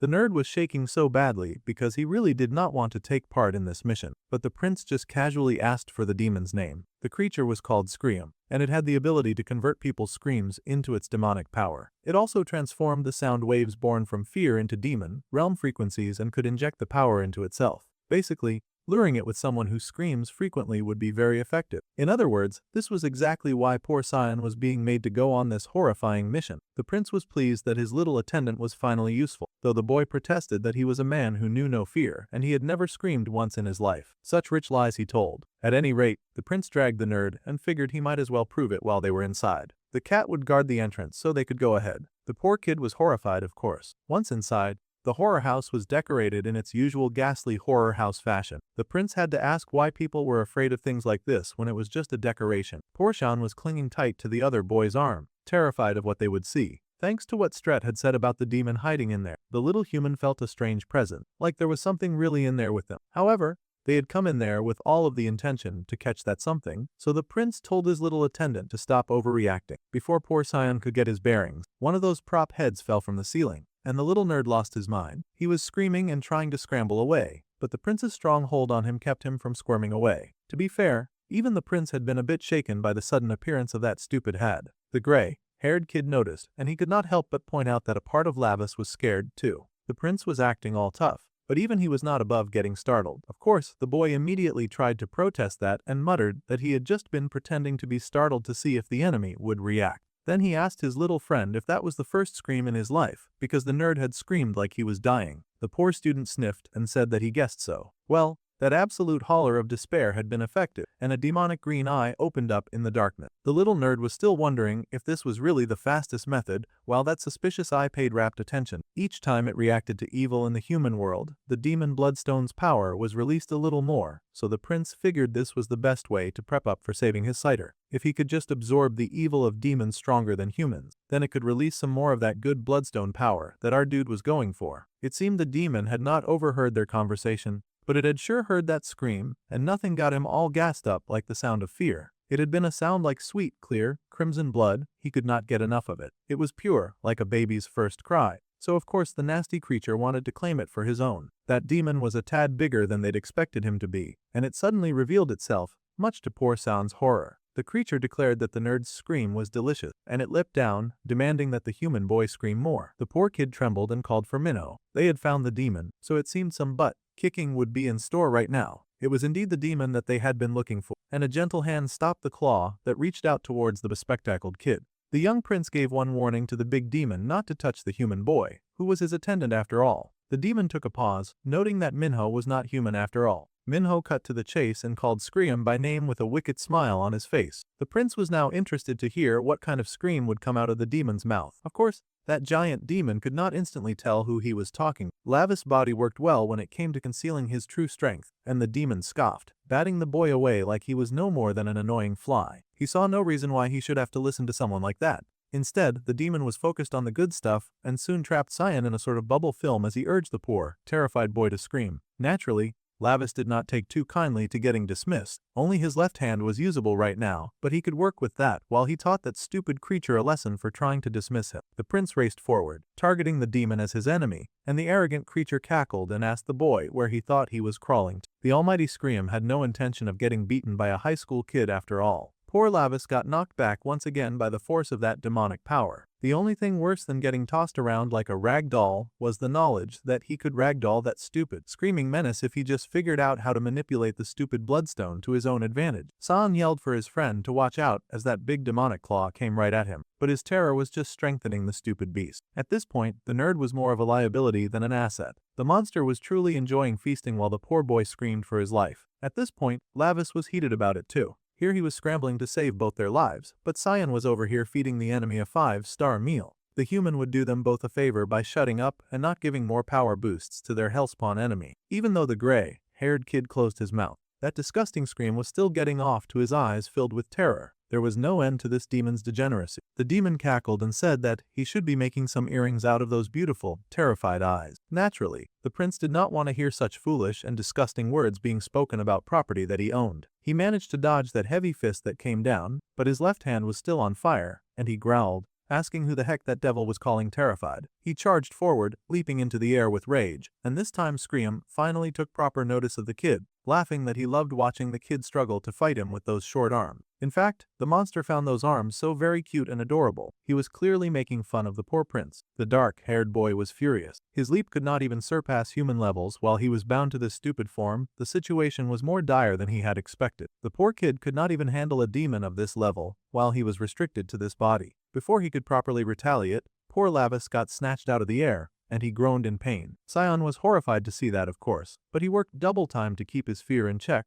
at least the parts of it that he could control. Still, he worried about his friend Minho. The main character found himself stuck in another person's hand, struggling to get out of that unforgiving grip. The creature chuckled, saying that they should now look at this sword made from his friend's screams. This was just great. Not only had the gray-haired nerd accidentally given the villain a power-up, but he had also granted him some magical equipment as well. Poor Lavis was having the worst time of his life. Well, the good news was that the sword in question was embarrassingly small. Scream wondered out loud what kind of delicious scream would come out when he had gouged out the boy's eyes with his long fingernail dagger. It seemed now the demon was resorting to torture. Well, this much could be expected from a demon that fed off the power of screams. However, considering the key needed to unlock our dude's full potential, gutting his eyes might not be a bad deal. Of course, the prince had not read the letter, so he had no idea the true way to unlock his powers, and he was not pleased about the eye threat. He struggled against that big beast with all of his eyes, cursing that stupid, lowly demon but refusing to scream at all. If that was the case, then that big, sadistic brute was willing to take the long way to find out. That long and terrifying dagger dove right for Lava's eye, and the red in them glinted when that blade was inches away from his vision, his eyes widening in shock. Instantaneously, Scream had sealed his fate, and the fate and that long, pointed dagger stabbed deep into the heart of the main character's eye. Cyan was horrified to see that gory scene, but he kept his scream to himself. The worst thing to do in that moment would be to make things worse for his good buddy after all. However, all that poor demon succeeded in doing was breaking the demon blood stone, as Bambi had intended. Its shards fell to the floor like scattered rain, and Scream felt a sudden, deadly change to the air. Even the main character could not believe his luck. How fortunate it was that it seemed like his vision had suddenly cleared up. The best possible situation was Scream somehow nailing the right eye in his first attempt too. Lavis had not smiled this wide in a long time. The power thrumming through his veins was so heavenly that it triggered a flashback scene. It was the letter that Bambi had written, the one the obtuse idiot had chosen not to read for some reason. The bloodstone had... Meanwhile, Lim Shan remained trapped in a hell of his own making, and it looked like things were getting even worse for the poor boy. He stared in horror at how bad things were going. This was not what he had planned for his life. A predetermined school, relationships formed inside a classroom that he could not escape from. The young boy had endured all this just to survive and avoid becoming a target. He had worked so hard and forced himself to act like he liked someone, acted like he hated other people, without needing to pretend to be too close. He had done nothing when his friend had gotten bullied, but deep down inside, he just wanted to help people find relationships that they truly needed. That was why he had created that app in the first place. This was not what he had intended. He did not make an app to sell drugs or anything like that. The boy worked hard to disable it somehow, to end the reign of terror that was spreading fast. He worked as fast as he could before the punks guarding his room could notice. Of course, they eventually noticed, and they growled, wondering what was going wrong with their equipment. Now they were getting some kind of messed up error message, and they growled, mumbling that the apps were now acting weird. It was a last-ditch effort, but Sion had to hurry if he wanted to successfully break everything before his captors found out what he was doing. They were kind of stupid and slow, so they should not have noticed what he was doing. The boy hurried and put a chair at the door, which immediately alerted all the strong jerks in the room that he was definitely the one responsible for all the errors. It was a move made too fast to think logically because he could definitely see the huge window made of glass that made the room very accessible to these violent punks. As soon as they realized what was going on,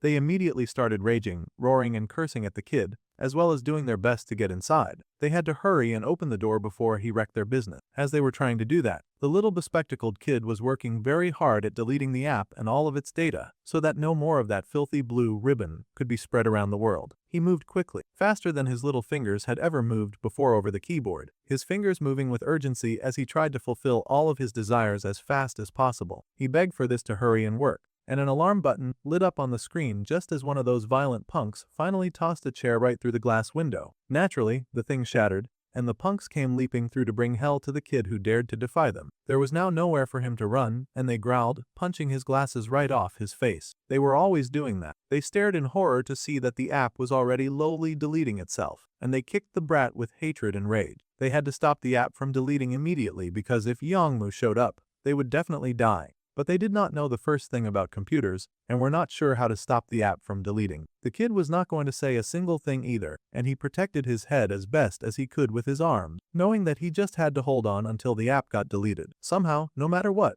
he would make sure that the monster he had created would go down, even if he had to go down with it. With a growl, the boy slashed as the shoe that had been continuously stepping down on him, slashing the man in the leg and racing for the broken window. He did not go for the window but the fire extinguisher. Actually, undoing the pin and roaring that they had no right to touch what was his. Now he had the hose cocked like a gun, and he cursed at the men before unleashing hell on them, and dosing those jerks with all the foam that he could raise. They screamed and cursed as he hit them with that smoke, yelling that this nonsense was insane. Sion had been able to make a smoke screen that should buy him and his app some time. The thing was almost fully deleted, and the green reached the end of the white bar. Finally, after all of his efforts, the gray-haired boy found tears beating at his eyes in joy. His sacrifice had not been for nothing, and he had been able to get rid of that stupid app once and for all. Of course, his captors did not share that joy, and he had wasted the smokescreen opportunity to attempt an escape. The big guy in the lead rushed at the kid as he dropped his weapon, to end up getting strangled. The poor kid fell to the floor, and the dude cursed, yelling that the other goons should bring something to restrain that stupid nerd. The others agreed, and were struggling to get their bearings so that they could obey their leader's command. The little kid struggled, trying his best to escape the murderous adult, but he had finally reached the end of the road.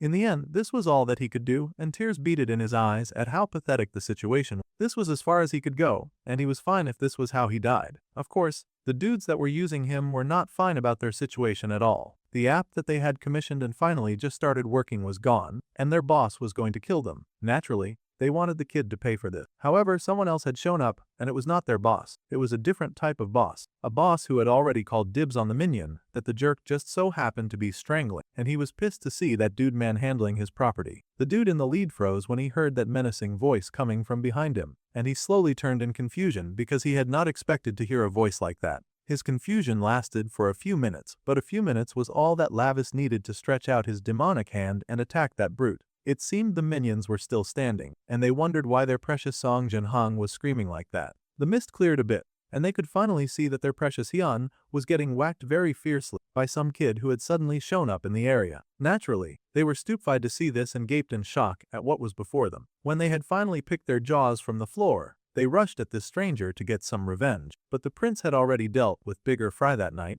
and these guys were hardly worthy opponents. He rushed to meet them too, and those idiots got whacked by the heavy power of a misophobe who could not stand dirty people or their dirty deals. Those two idiots came crashing down, and Lavis glared at their audacity to lay a hand on his one and only servant in this stupid world. That was his first servant, and he was kind of territorial of it. Even if he died, he would not let what was his be taken. The way demons did things, they were very protective of what they claimed to be theirs. The little scion pushed to his feet in confusion and surprise to see Minho here. His friend had come to save him. It was a miracle. The boy remembered the first time he had shown his dark-haired friend the app that he was developing. It was the kind of application where people who got along could gather and interact. If they lived nearby, then they could share locations with each other and even form study groups. The kind of app that was formulated by someone so disconnected from reality that they could not consider how dangerous such an app could become. Of course, back then, Minho had been really impressed to see that his friend could make something like that. Then he paused and pointed at the strange-looking read alarm button. The boy blushed and explained that back when Minho was dragged away by Taewa's gang, he was sorry that he could not help back then. At the time, he honestly could not find where the dark-haired boy had gone. So,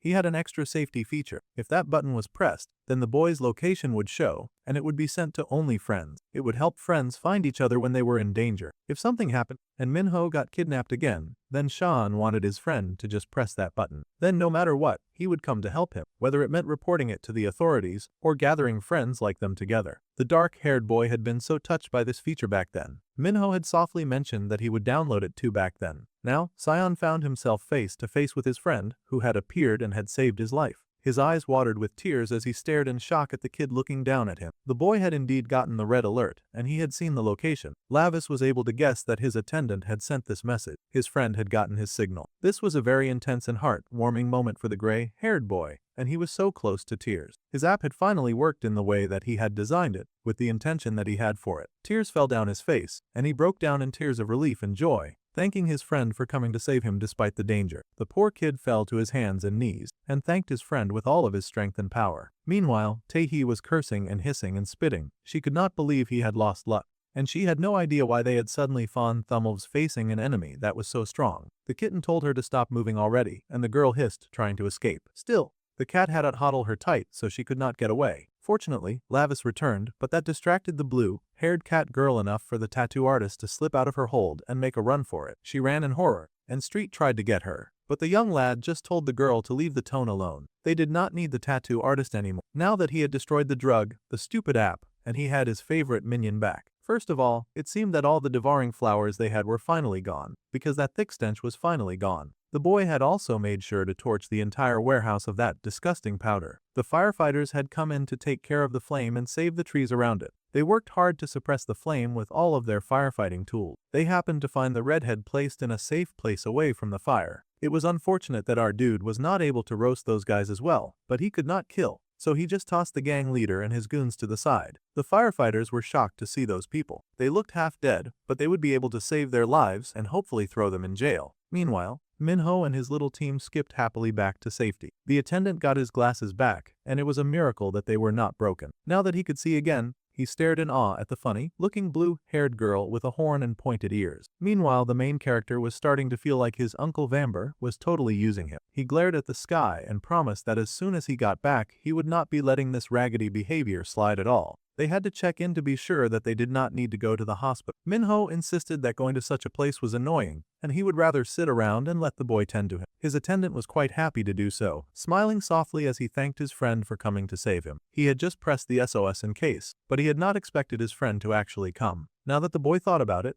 He mumbled that he was kind of already on the way to that building by complete coincidence. However, the cat shut him up immediately so he would not hurt the little guy's feelings. There was no need for the squirt to know that it was a coincidence. They had taken the route to the hideout following the tattoo artist's instruction. If she was lying to them, the prince promised that she would end up like that dude earlier. The girl growled and complained that they were doing this just because Shan was their friend. That had to be why they were going this far. That was when the dark-haired boy realized that they had captured his slave number 1. That answered the question of why the boy had not shown up at school that day. The girl was shocked that the boy had done all this, and he had not even realized that they had his friend. In that case, she had to ask what the reason was for him doing all this. Of course, Minho had no intention of answering a bum like her, but he did notice that the red alarm on his phone was beeping considerably. At any rate, it would be rude to mention now that the whole thing was just a coincidence, and it would hurt his friend's feelings. That was not how human relationships worked after all. Besides, no matter how high and mighty he was, this sentence was still a punishment, and the demon prince had to live here a while, so he needed to work harder at developing human relations. Plus, this student was clearly looking up to him, so he could stand to be much nicer to him. Cyan was like a puppy, happy to follow him into the line of fire if that was what it took. Right, Cyan had been wondering for a while, so he had to ask just who this blue-haired person was. The main character said in the most bored tone of voice that his newcomer was his subordinate, and her name was Street. Now the gray-haired boy stared in awe, his old theory of his friend crossing dimensions coming back. Could it be that Minho had some kind of world-changing secret? Now, the little nerd had a serious question to ask his friend, and he would prefer an honest answer, of course. The way the dark-haired boy had changed was so unreal that he now had a subordinate wearing the strangest of clothes. The little nerd shook and forced the words out of his mouth. He was apparently worried that his sweet and innocent Minho had probably joined some kind of bad organization. He hoped so much that his friend would not get involved with bad people, but it had come to this. Meanwhile, the main character was thinking that now that he had claimed the little nerd as his, it was possible that there would be others trying to target his servant in the future. In that case, he guessed that he could not keep lying to the boy forever. That was right, just as his little slave number 1 had thought. He was the son of the great demon king who had descended from the demon realm, and his name was Lavis Vindic. That was not what Cyan had thought at all. In fact, the poor little nerd was staring in shock at the black-haired boy as he had suddenly switched to speaking Spanish. There was no way anyone would guess that he was some kind of demon prince. That idea was absurd. It was so much for the little guy to wrap his head around, but the main character just smirked that this was how it was. Since the boy already knew, he now had to help him with his work from now on. However, the gray-haired boy was still in some disbelief. He had not expected Minho to spout nonsense about being the son of the demon king. Before he could finish that thought, he looked down and saw a cat nuzzling up. That creature had come out of nowhere. Right. Well, the prince did not feel like handling any form of difficult things, so he told Street to explain it to him. He had fought all day, so he was tired. Without missing a beat, Street went ahead to explain, never mind that he was speaking while still being in the form of a cat. The poor nerd was about to lose his mind from all the things that were happening around him very fast. He had a talking cat in his house, and his best friend was suddenly spouting nonsense about being the Prince of Hell. Of course, the poor guy was overwhelmed. It was so much that his brain seemed to zone out, and he lost all color. Meanwhile, back at the fire wreck, the gang leader was just waking up. Once again, it was a huge shame that they could not just kill the dude. They had burned everything, and they would head out first by transporting this kid to somewhere safe. While the kid was busy crashing out inside the van that they placed him in, being heated about how he had not been able to kill Lavis, suddenly, someone showed up before they could cart the redhead away. The firefighter asked for the stranger's identity, trying to tell him that the area was restricted, but the poor guy was silenced literally, and then waved away. It seemed to be Lord Hilt that Yongmu loved to worship so much. The demon greeted the poor child, saying that the boy looked so miserable. The boy greeted his Lord Hilt, swearing that he would definitely kill the dude who did this to them. The demon told the kid that they should go talk, and he retrieved him from the wreck. Meanwhile, the female firefighter was looking through the site. They had received the report that all the dealers had been subdued, but they wondered who on earth had made their work so easy for them. Plus, the drugs had been approved by the Ministry of Food and Drug Safety. Now that was dangerous if illegal, harmful drugs had sway over even the government. They had already spread in large quantities among young students as well. This was trouble, and the lady cursed at those wicked people who would create such a terrible thing. Suddenly, she glanced to the side to see one of her colleagues drop to his knees and groan about a headache. The lady rushed over to ask if the detective was okay. The man groaned that she should check the car first. She stared in horror to see that the lead drug dealer was one, and none of them had any idea where that dude had gone. Meanwhile, somewhere deep in the woods behind some really tall building, the redhead was in chains and screaming out to his lord, yelling that he just needed one more chance. How pathetic that he mirrored that one subordinate of his that he had punished before. The boy insisted that if he got more drugs, then he would surely be able to kill the one who attacked him. Meanwhile, the demon chuckled and asked the human if he knew how valuable those burned flowers had been. He had planted the long roots of each of those demonic flowers into many unfortunate who were left lying on the floor or hanging on the walls. The demon had gone through so much trouble to gather all of these humans, just so that he could use them for this crazy experiment. The demon sighed that all humans were worthless, and this was exactly the reason why it was better not to trust them. His precious flowers had been laid to waste by that evil prince. The redhead was still yelling and screaming at the top of his lungs that he just needed one more chance. However, the demon was done listening. Just like before, when Yongmu had executed that one dude from the past, the demon did the same and stabbed the boy's eye with the flower. The dude would have been better off just staying in the detective's van. The boy screamed and yelled about his eyes, writhing on the floor as the flower took root in his body and slowly ate his flesh and blood. The demon scoffed and asked the human if he could remember the blood oath that they had taken. The promise was that the human would prove his final loyalty with those flowers that he had been given, just as he had grown them. He would now become their eternal fertilizer, and the human screamed in agony as the flowers took root. Meanwhile, the terrified tattoo artist was hurrying to call someone, mumbling about how she had to survive. She just needed to grab the coin wallet and run. That was her whole plan. She seemed to be raiding an office and cursed because she could not find what she was looking for. Someone found her and then informed her that they had gone to the office, but the police were there. In fact, he had come just in case. It was that dude that she had tattooed on the head, and he had a knife. It seemed that he had come for some kind of revenge. The girl leapt to her feet, cursing at him and yelling that he had no right to cause any trouble. However, he had not forgotten what she had done to his forehead. In fact, he had also had some of that blue ribbon stuff that they were selling, and he was hungry for more. The girl called him Cray, wondering just how much he had already taken by himself. She noticed a nearby weapon and grabbed it, determined to fight and defend herself. However, she had a stick, and he had a knife. It was a huge weapon imbalance. One stab and the lady fell to the floor, gasping and grunting in pain. The dude was still completely out of it,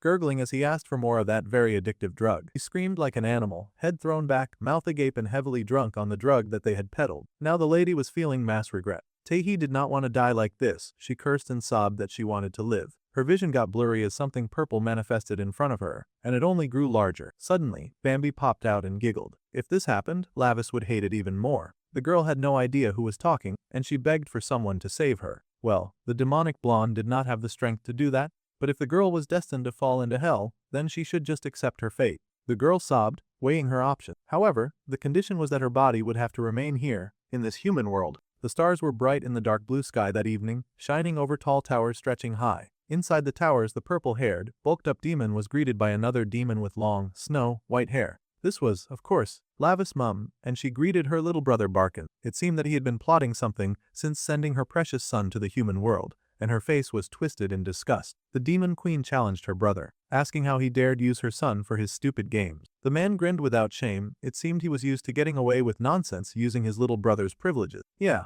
he had indeed been messing around, but he assured his sister that there was no reason to worry. Lavis was all grown up now, and the boy could handle himself. Besides, the uncle insisted that he would not put the boy in danger, and he had actually placed the blood demon stone in his body. The sister was livid, of course. This fool had put the demonic bloodstone into her son's mortal body, and she roared him into silence. At this point, she was sure that her idiot had lost his mind. It was like he was planning to announce to the entire world that the great demon king's son was all alone in the human realm. Now, the other ferocious sources that were trapped would identify him. Worse, they could hurt him. That was unacceptable. The demon sighed and groaned that his sister should at least start trusting her son a bit more. But the demon queen dismissed his words at once. The problem was not that she did not trust her son. No, the situation was much worse than that. The problem right now was how worried she was about how the world itself was moving. Even the smallest crack could cause everything to collapse in the delicate balance between the demons in hell and the angels in heaven. That was just how unstable the world was right now. Her petulant brother insisted that the young demon prince was stronger than he thought, and that the boy took after him in his aggressive and combat power. In fact, the boy's power far surpassed anyone else's. However, that was exactly the problem with the demon queen, and she smacked that insubordinate oaf if smacking him was what would get him to listen. If even a single hair on her precious son's head was harmed, she swore that she would kill him and then herself. The purple-haired demon roared in protest. He was so much older now, and he was no longer the little brat that she could push around. He would really prefer it if she treated him more like an adult instead of hitting him on the head. Then he started getting ridiculous, asking Bambi, of all people, to search through every magic book to find a way to rid the world of all the older sisters. The queen snapped back that she also did not want a crazy younger brother like him anyway. The blonde nervously asked them to please calm down, but that was like jumping in the middle of a cat fight. The sister was already strangling her precious brother, and the blonde knew to shut up. In fact, he was thinking that it was a miracle that his friend had even survived growing up in an environment like that. Meanwhile, in the night sky of the human world, the residential areas were also preparing for bed. Well, some of them. Sion had finally gotten over his denial stage, and he stared in shock to find that the boy was really and truly a demon. Lavis huffed, saying that, sure, a human called them that, and his cat slave gushed to be classified under the same denomination as her all-powerful master. Now, Glaces knew the truth, and he worriedly asked if this meant that he was going to hell when he died. A wimp like him would probably not even survive a day in hell, but the demon prince countered that the hell going on in Earth was hell enough. However, if his friend came with him to the demon realm, then he could make sure that no one would be able to touch him, since the great demon king's one and only successor was his master after all. Lavis seemed really proud about that, and the gray-haired boy gasped in protest. He really didn't want to go to a place like that. After suffering so much on Earth, he would really prefer the angel crowd. However, the demon prince was possessive as heck, and he growled that the boy was not allowed to go back. The prince swore that he would rip out Bambi's eyeballs and suck on them like lollipops as soon as he got back home. That was exactly the type of behavior that discouraged the kid from going to the demon realm. Well, the gray-haired boy then worriedly asked what had happened to the real Minho, his precious friend, whom he had built this app for. It was unfortunate, but the cat pointed out that the black-haired human kid had been destined to die anyway. Lavis's soul had been placed in basically a human corpse, since only the bodies of people like that could be used as vessel. Poor Glasses was distraught to hear that his sweet and kind friend had always been destined to die. That kind of thing was a hard pill to swallow after all. No one wanted to hear that their friend would always die young. In a display of fondness, the prince told his little servant to cheer up. After all, they would all meet in the demon realm in a few decades anyway. Poor Sion was even more distraught and cried even harder since he'd be going to the demon realm. The demon prince was very confused by this reaction. Humans sure had uselessly vivid imagination. The demon realm is actually a pretty fun place. Street happily agreed with him as she thought of all the manic and tortured people that existed in that place, which was truly the height of fun. The poor nerd was having the worst time of his life. At any rate, the little nerd still had a long way to go before that, and he did not need to worry. He just had to treat him the same as before, and to not let it slip anywhere. The little nerd trembled and swore his silence. It was not like anyone would believe him if he said anything anyway. By the way, the boy groaned that his whole body ached again, so he would have to go home now. Of course, his cat followed after. It did not take long for the boy to get back to the very large apartment building that contained his home. With a groan, he rubbed the back of his head and stepped inside, sure that he had used way too much bloodstone powder this time. The old man could not believe this was a beautiful cheat code. Not only had the demon prince been sent to hell, but he could also somehow use his demon powers while still being in a human body. It was the worst form of nepotism ever seen. At this point, the demon bro had to know when to call it quits, and now was the time to abandon all forms of dignity, because he barely had any dignity anyway. With not a single moment of shamelessness, the demon leapt right out of the window. Now that the disturbance was gone, the demon prince turned to face that troublesome old lady. If she wanted to be young again, she had to endure some bone-deep pain. She could not go about just stealing other people's bodies like it was nothing. She was the kind of cheapskate who wanted to get benefits for free without putting in any work in the gym. Of course, the mother did not take kindly to being called old. That was the highest of insults, and she hissed at that runt for talking to her so casually when she was years older than him. Of course, being so violent and loud was not so great for her current condition, and the poor lady ended up hacking and coughing a lot. Her poor son had to remind her to watch her health. At this point, the lady hissed and said fine, she would figure this out somehow. In fact, now she was curious, since this child before her was the treasured son of the woman whom she hated the most. If a child like that was torn apart, the wicked old witch wondered what kind of face that she would make. The dark-haired prince grinned as well, because she was not the only sadistic figure in the room, and he was truly wondering what would happen if the child of the woman that she had envied all of her life killed her own children. Now he wanted to see what kind of face she would make if she did that. The vile witch hissed at her twins to leap into action immediately. In fact, she wanted to compete to see who would be the one to bring the tongue of that arrogant little rat. Ever the enthusiastic child, Hansu was excited and ready to dance. He yanked out a ball and chain out of nowhere, grinning like a little jerk as he said that the obvious enthusiastic member was that the family was always him. He told his family to wait a little, but his dark emo sister had already pulled out her blades. Now it was time for the dance of the century between the demon prince and the offspring of his mum's biggest hatter. Hansu was already running forward with mad glee, eager to prove himself to his mother by bringing her the head of the arrogant brat that was clearly bothering her. However, despite how apathetic Hanyoung acted, she was also competing, and she raced ahead to prove that she was the better child.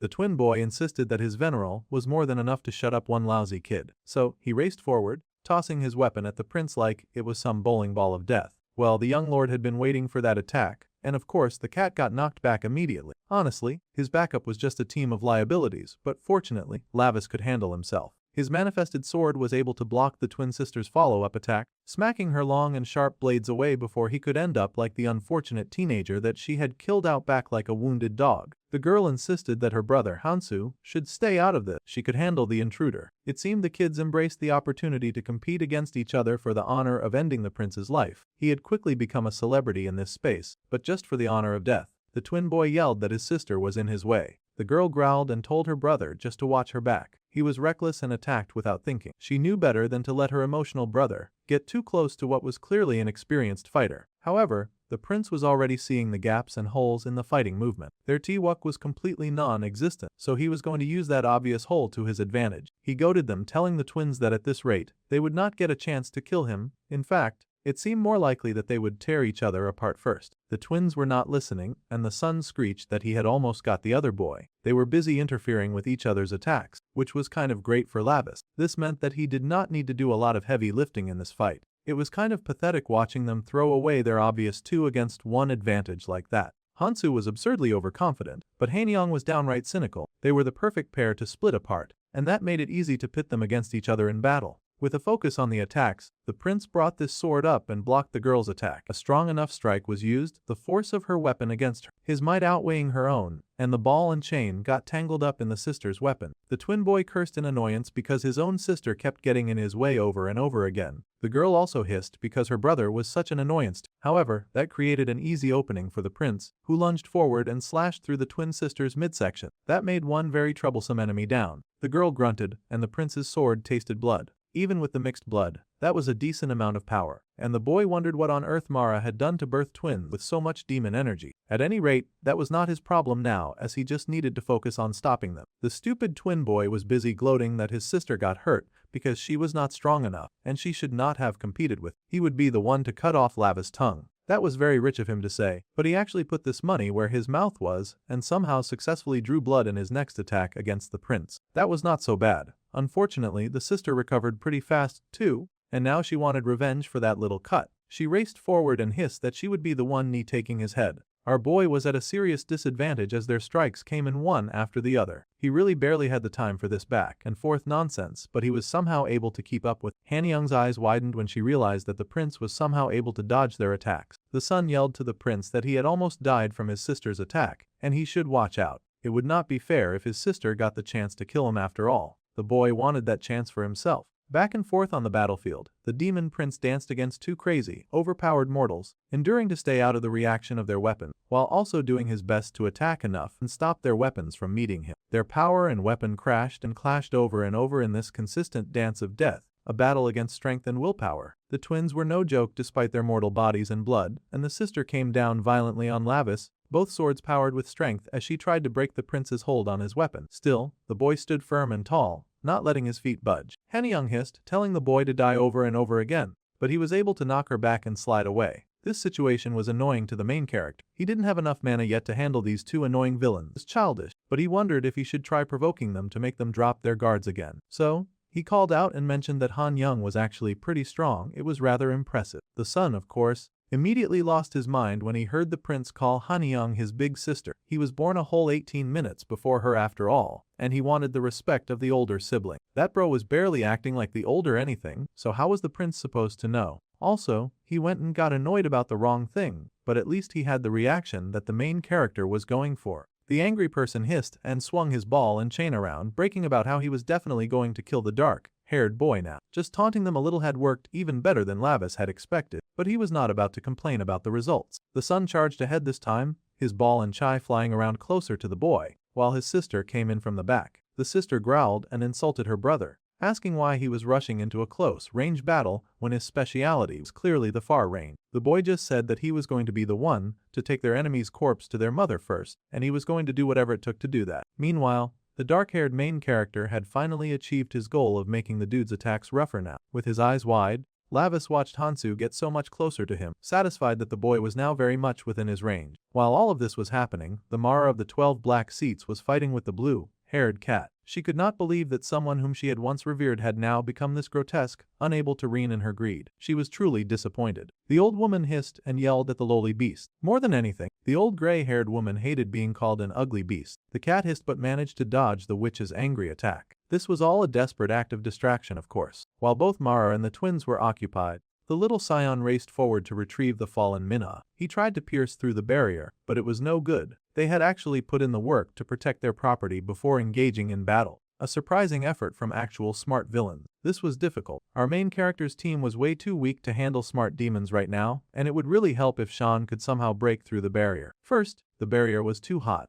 and then it became too cold. The girl was just within reach, but he could not reach her. It was a very frustrating situation, but the human boy would not stop trying to get her. A part of him begged Minna to please open her eyes. They were not sure how long the drug that she had been fed would keep her knocked out, but if she woke up, then perhaps they would have extra help when it came to getting her out of that stupid magic circle. The cat girl fought valiantly, doing her best as a lesser demon fighting against a highly ranked but fortunate, slickly ranked demon. The cat girl had to hold the old woman's distraction, because if she noticed Scion, it would be over. However, the human boy had to hurry and save Minna. The boy growled as he raised his hurt hands, shaking at the blisters that had reddened his skin. For some reason, no matter how hard he tried, he still could not get to that little girl. His hands shook, and he cursed his fate as just a human boy. He did not have any magic fighting powers, but he really wanted to help his friend. Menho and Minna had been kind to him all this time. He had been able to do nothing about Menho dying, and now Lavis had taken his place. He could not let Minna die as well, not when Lavis had saved him from becoming a wall decoration as some kind of flower plant. The boy gritted his teeth and hardened his will. Even if he was small, even if he was weak and tiny, he would not give up. Strengthened by this resolve, the boy curled his hand into a fist and growled from the depths of his heart as he charged again at the barrier that worked to keep him away from his goal. He would save Menha no matter what. His fist came down on that stupid barrier, using all the willpower that he had. The poor cat girl got tossed aside by the wicked Mara, crying out in pain as she got knocked back. She was beaten and battered, with her gaze focused on the mad lady who was fighting her with all of her might. The evil Mara scoffed and told the girl that it was time to stop this half-baked beast play, even with a rotting body. The demon cat hissed and hated that she was no match for a fermenting demon, old Katie. This should be as expected for someone who had been a part of the 12 black seats. The cat girl was no match for that wicked old lady. Mara was busy having the time of her life, showing off her power and shamelessly abusing those who could not compete against her. She laughed that they had really thought that she was weak just because she was falling apart. With a whisk of her hand, she had been able to toss the poor cat girl aside and into a wall. The cat demoness cried in pain when those two spikes tore through her skin, crying out about how much it hurt.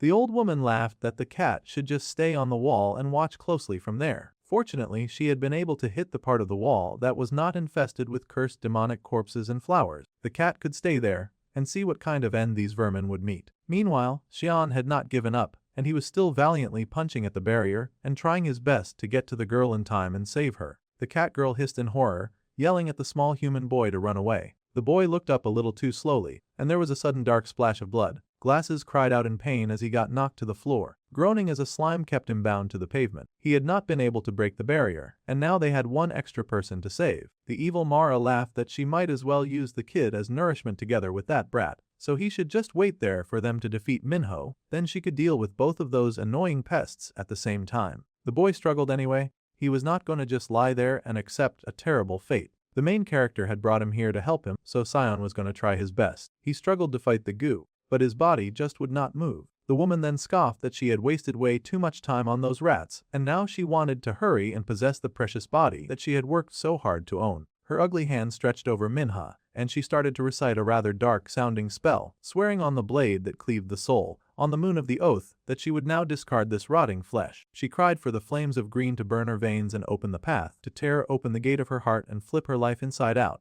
Mara called out to the darkness to hear her, and it was quite unfortunate that the phone line for darkness seemed to be very operational that night, because Minna's eyes looked very suspicious. It looked like the human girl's body was open season for possession, and Mara was about to dive into that like she was a public pool. The witch cackled that her oath was now complete, and the prince turned in time to curse at how things were going. He was too busy fighting the winds to do anything about the situation. He had been working hard, trying to do everything by himself, but that was not enough. Immediately, Lavis strengthened the sword that he held, pouring in all the power that he had into it. He did not have time to play around with these children anymore. His demon eye blazed red, and things started looking different for the main character. With a burst of speed, he got even more violent with the twins, attacking them with twice as much tenacity as before. Within an instant, he had been able to push them back enough for him to take off running towards his little human sister. The twins yelled at him to stop, but it was not like you were going to listen to the pair of murderers. The boy raced forward, and a line of rope suddenly fell on Mara's son. It bound him tight and yanked him right off his feet so fast that he could barely keep his grip on his weapon. The boy could not compute what was happening, but suddenly his lips were sealed too,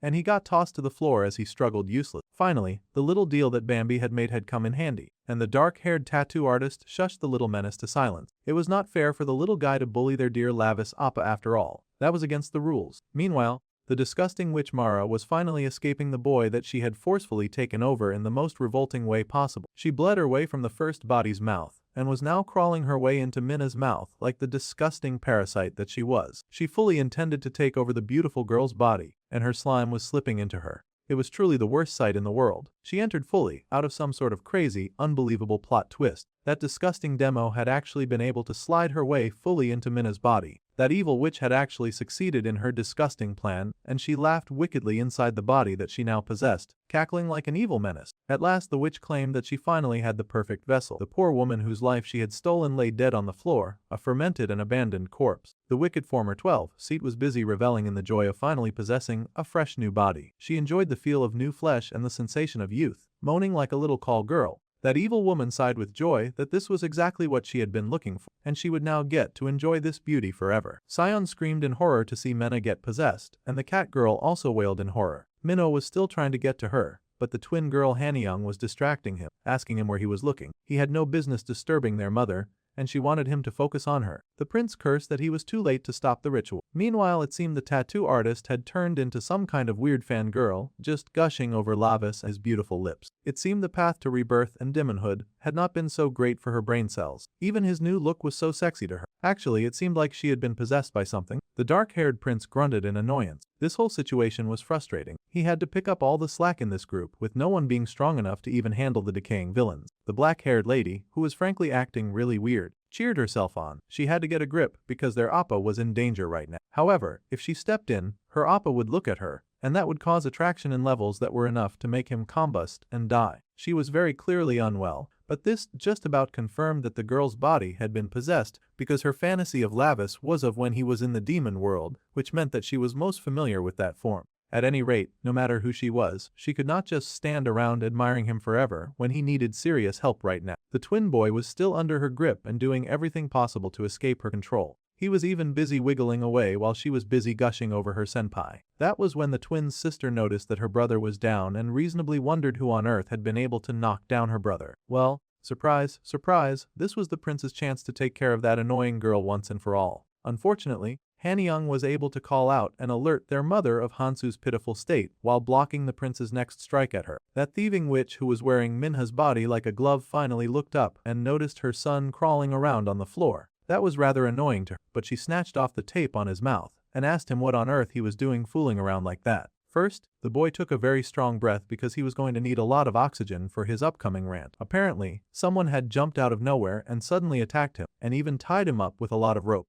His mother chuckled at this testimony, noting that they had an extra unwanted visitor in her home. If that were the case, she could easily handle an unwanted intruder. Suddenly, the twin boy looked up in surprise when he noticed that his mother had successfully stolen the poor girl's body. The mother in question was very proud of her win and showed off with joy, asking her son if she was pretty. Of course, he thought she looked gorgeous. She was his #1 cheerleader. She did not even look like their mom anymore. Sion was in shambles over all of this happening. She could not believe that this rat really took Minna's body and was wearing her like a costume. The poor boy wondered if it was all over now. However, there was still one chance. Minna's soul had not yet completely disappeared. The dark-haired boy immediately turned at this reignited hope. Apparently, tonight was the moonless night. This was the night when the moon would hide and the border between the human world and the demon realm would blur. During nights like that, magic contracts and even souls were at their most unstable. In other words, until the night had fully ended, Mara's ritual could not be considered complete. Miss Minna's soul was still valiantly fighting for her body, and they should not give up on her just yet.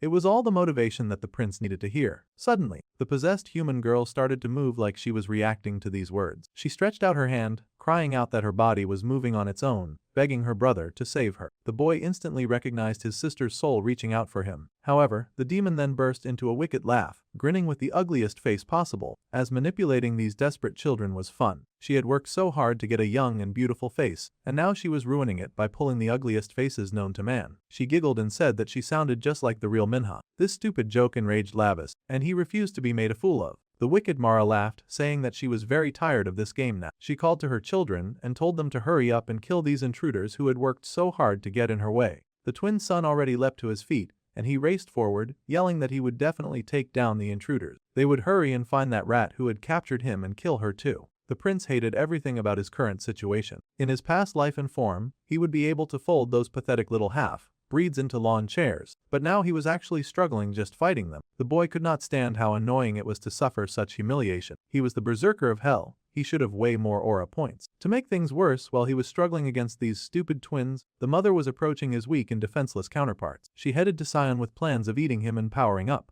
The cat demon hissed at that disgusting woman, but she did not care. As far as she was concerned, she had won this silly little game, and now she planned on cashing out all of her wins big time. She was even wondering which of them she should eat first. Our dude would really need to form a much stronger team if he were going to have this habit of fighting powerful demons to escape to Earth. He could not keep protecting everybody. Suddenly, the witch Mara noticed a weird ball beside her foot. She paused for a moment to wonder just what that was. Big mistake, because it suddenly popped open, and there was a very weird-looking creature sitting inside and emitting a lot of smoke. It looked like a mini version of the Prince Lavis rolling to her like a little angry hedgehog ball. Mara was naturally horrified by this sudden attack and hissed, wondering what the heck this thing was. The prince, meanwhile, stared in shock and realization because he happened to recognize that attack very much. Mara screeched and demanded someone explain what the source of that very foul stench was that was gassing up everything. However, the someone in question was already running full force at her. The person moved fast enough to yank out the iron spikes from the cat girl, and she screamed in pain, but they did not have time to nurse wound. When she glanced down, she noticed claw gauntlets being added to her artillery. Street was shocked by the upgrade, but the person giving her the tech did not even take the time to explain. She just told the cat to use those claws and took off. The girl was surprised and stared, asking if the mysterious girl was Jin Jae-hee. The nerd who was stuck to the floor was suddenly freed, too, the goo around him being cut to ribbons. Finally, after having to struggle by himself for so long,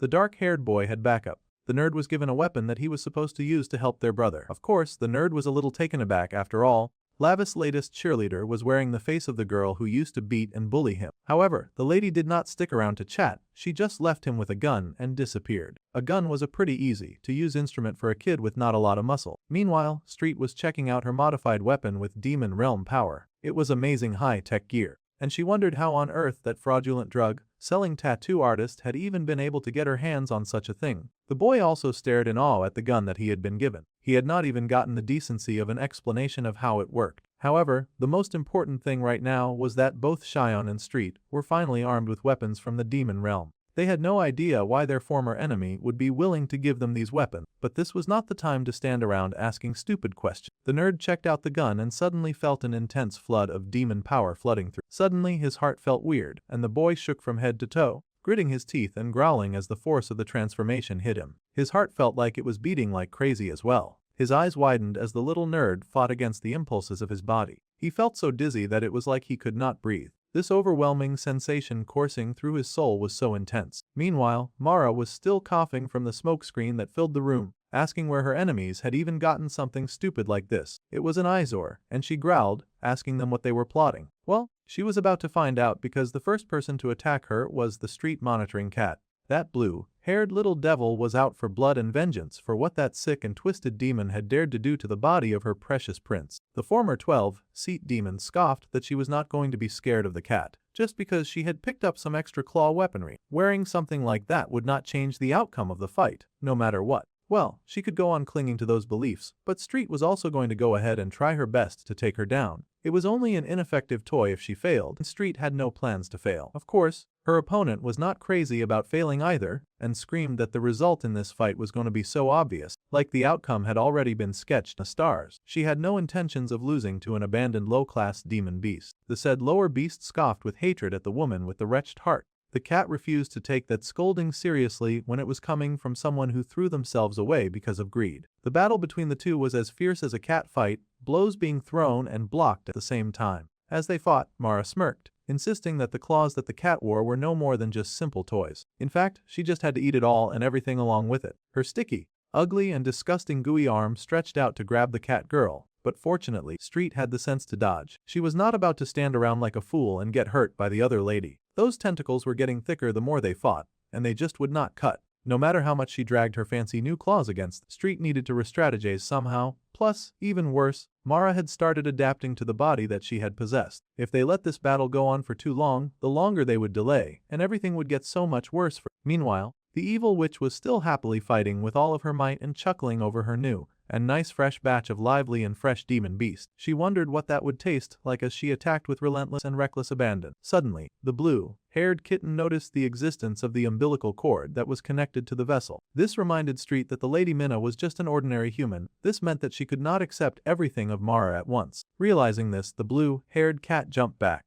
her attention deviating from the human in front of her to the fermented corpse that was now lying in the center of the magic circle. So, this was what the old woman had been distracting them from as she fought them. She had put up a good distraction, but it was not enough. The crazy witch had no intentions of letting them find an opening to attack her body. Her attacks became wider and faster against the street cat, chasing her away from the hidden corpse. Still, the Blueannette had figured it out. They had to sever the umbilical cord connected to the vessel's corpse. If only they could break the magic circle somehow, just so that they could do that. Meanwhile, someone noticed that his breathing was stabilizing. The short, gay-haired kid could not help but spare a moment or two as he stared down at the gun in his hand, wondering what on earth he was supposed to do with that. Suddenly, he noticed the umbilical cord leading out of the barrier and the decaying body sealed inside. Finally, the little nerd was putting a few things together, and his gaze shot to the person fighting the cat girl. The wicked witch had her back to him. She did not notice him, nor would she notice if he struck. He also realized that these tentacles coming from her were connected to the vessel's corpse. If that was the case, then the boy's glowing eyes spoke to him that this disgusting creature had not yet fully transferred to Mina yet.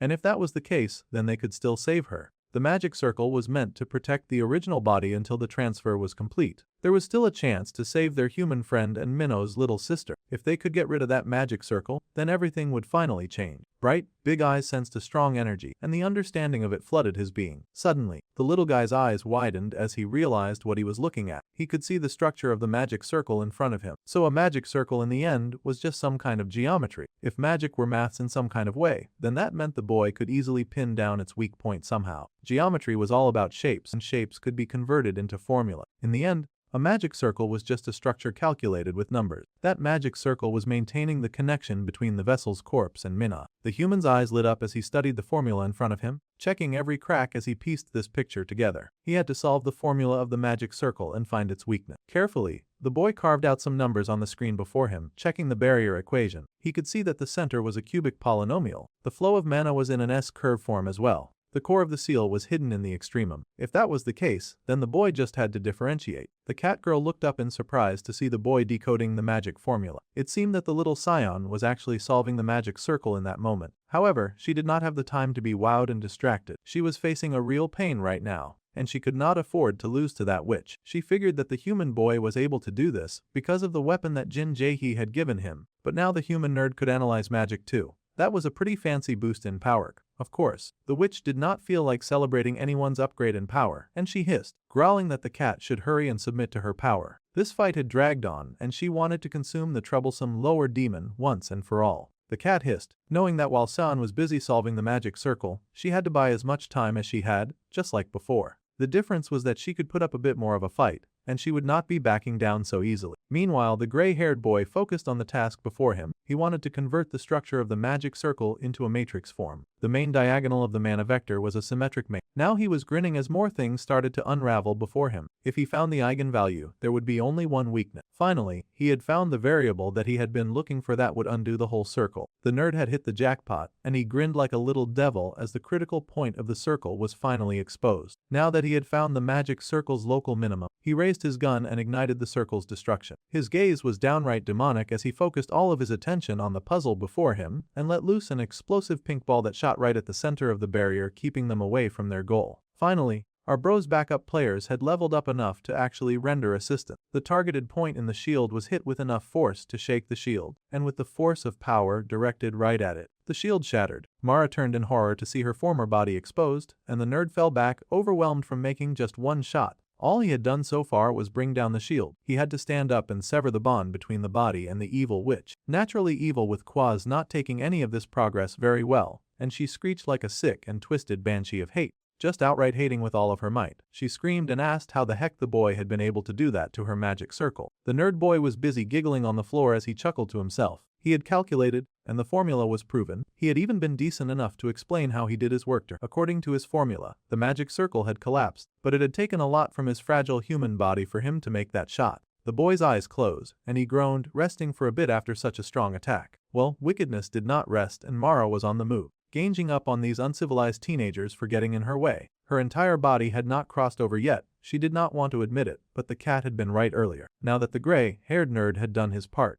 the rest could be handled by the cat girl, who leapt forward. Street raced ahead, and the evil witch asked the cat what she was trying to do. Without any hesitation or explanation, the cat raised her claws and slashed the body before her. That was a woman of action who was not waiting around for the villain to win or fight back. Mara screamed in pain and turned her arms into weapons to attack Street. Wanting to pull the cat girl off her body, she managed to knock her off for daring to dig into her body, and Street hit the wall. One day, one of Lava's helpers would finally be able to finish the work that they had started against any of the villains that they fought. The witch, of course, ran to her body, refusing to let everything be ruined at this point. She shook her noble body, which she had totally been hating on a few hours ago, grumbling about how she could not risk losing even a single piece of flesh. The cat girl pushed her body up tiredly, mumbling about how greed grew like a tree. However, in the end, it could not bear its own weight and would eventually break. When it broke, filthy things would surely cling all over it. It seemed to be some kind of proverb, but the witch was not in the mood for wise saying. She cursed the low-class demon beast for getting in her way, growling that she would chew her to her bones. However,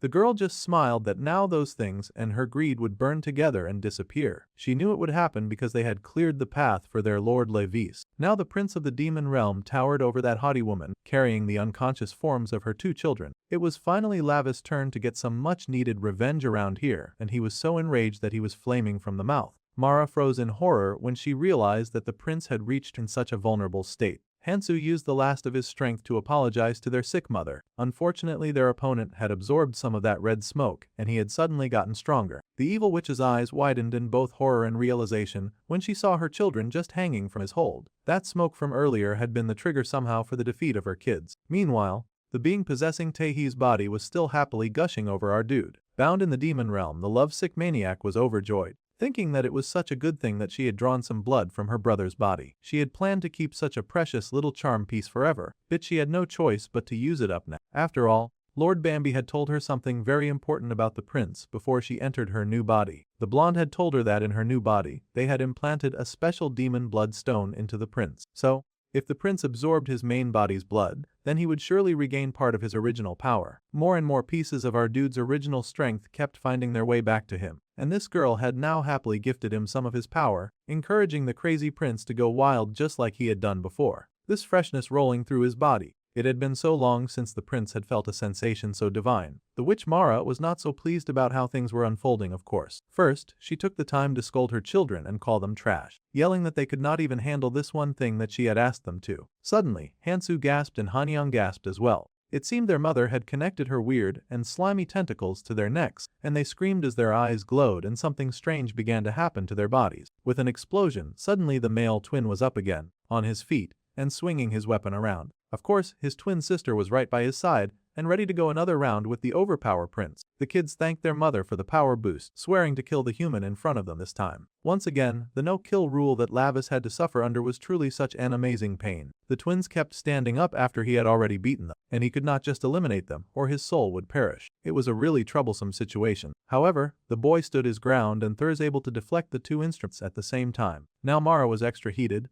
and she yelled at the jerk who called himself the prince of the demon realm. The crazy woman had to ask at this point why the boy was risking so much of his life for a mere human woman. She was not even his real little sighter. Yes, well, that much was true. However, the boy smiled as a fond memory stood out the most in his mind. In truth, the risk he was fighting so hard and doing so much as risking his life was because his sister's baking was just that good. The opponent was not having it, of course. Anyone would be heated if they realized that they were getting beat for such a stupid reason. Unfortunately for her, the prince doubled down on his nonsense. The cake that his sister had fed him was not a taste from the human world. It had basically been food from the heavenly realm. At this point, he was just saying anything, but truly Lavis felt that his sister had invented a new form of divine baking. Hansu could not believe that he had a stupid reason like that for fighting them. A demon should not care about food from the heavenly realm. This made the boy scoffed as he asked the siblings if they had ever even fed each other cake. They spent their whole life competing for their mother's love, It was likely that they had never tasted such sweetness before in their life. The twins did not seem to care and were extra annoyed that he was taking such a thing so seriously. In fact,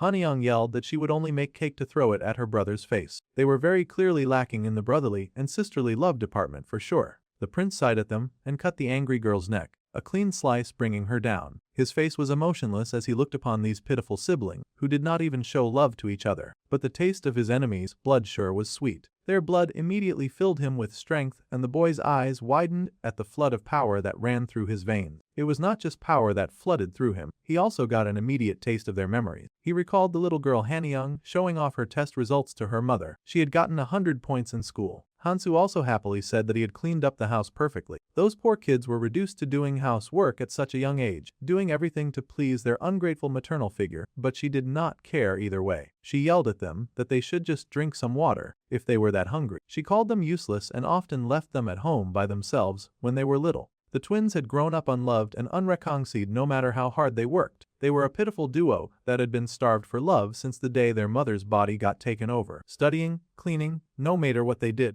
it was not enough to earn their mother's praise, and it made the two feel very depressed about their life. At some point at the Cafe Lala, the mother had watched some videos of women getting picked up by all sorts of handsome men, and she complained that her stupid children were ruining her chance of having men flock all over her and shower her with praise. She was even hating on an innocent couple that was just showing love in the same cafe. She complained to her daughter that she hated the woman being showered with love, and the daughter stared at the happy lady in the corner. If that was the case, the little girl leapt up from her seat and ran to meet that lady who was bothering their mum. Running as fast as she could, the little girl suddenly shoved the lady so hard that she spilt her drink. The poor innocent lady screamed out in pain, yelling because the drink was hot. She had no idea why she had gotten attacked out of nowhere, and of course the mother came rushing to retrieve her child. The angry woman cursed and yelled because her perfect white clothes had been ruined now. The mother sighed and apologized, saying that she could go and buy something that the other lady could go and change into. She quickly took her kids away from the cafe after ruining that poor woman's day.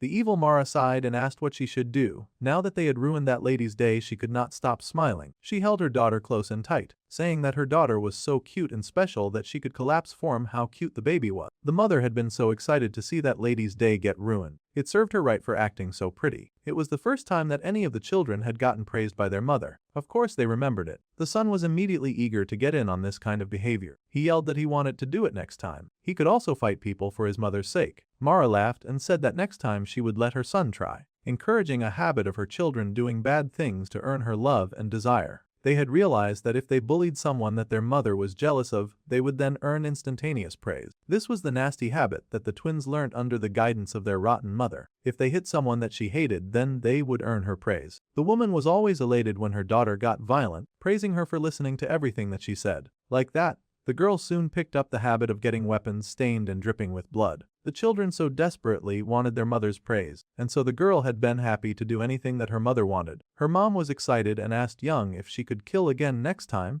and the girl happily agreed. If she killed the person that her mother asked her to kill, then once again she would get showered with praise. This was how their life functioned. They existed just to be her tools, serving her, worshipping, and treating her twisted abuse like it was love. It was actually quite sad to witness. Prince Lavis lapped up their blood, their emotions and their memories, chuckling that these kids had really been raised well. The daughter yelled and screamed, telling the boy to hurry up and die. The twins needed him to die so that they could hurry and earn their mother's praise. They rushed ahead, competing to see who would be the first to kill him. The mother, shameless witch that she was, also screamed for them to hurry up and kill her enemy. It was such a pathetic sight, but they were really the true face of demon, a bloody and very sad mess. At this point, he acknowledged their worth to be killed by his own hands. Immediately, Lavis unleashed and Hansu's arm went flying. As hybrids, these two did not count as, which meant that he could kill them. Mara's eyes widened when she realized that the color of the boy's eyes had changed. In fact, it was like he had once again become the ferocious beast of the battlefield, just like his crazy uncle Barkin. Kansu hit the floor, screaming in pain and agony. He could not believe the amount of pain that he felt from losing his arm. His sister yelled that he should have been careful, but it was just big talk because our dude Lavis doubled back to beat her up too. He laughed, guessing that they were worried because they were siblings. It was cute that they could show at least this much care for each other, though the boy quickly started blaming his sister for his misfortune, yelling that she had gotten in his way and that she should have done better.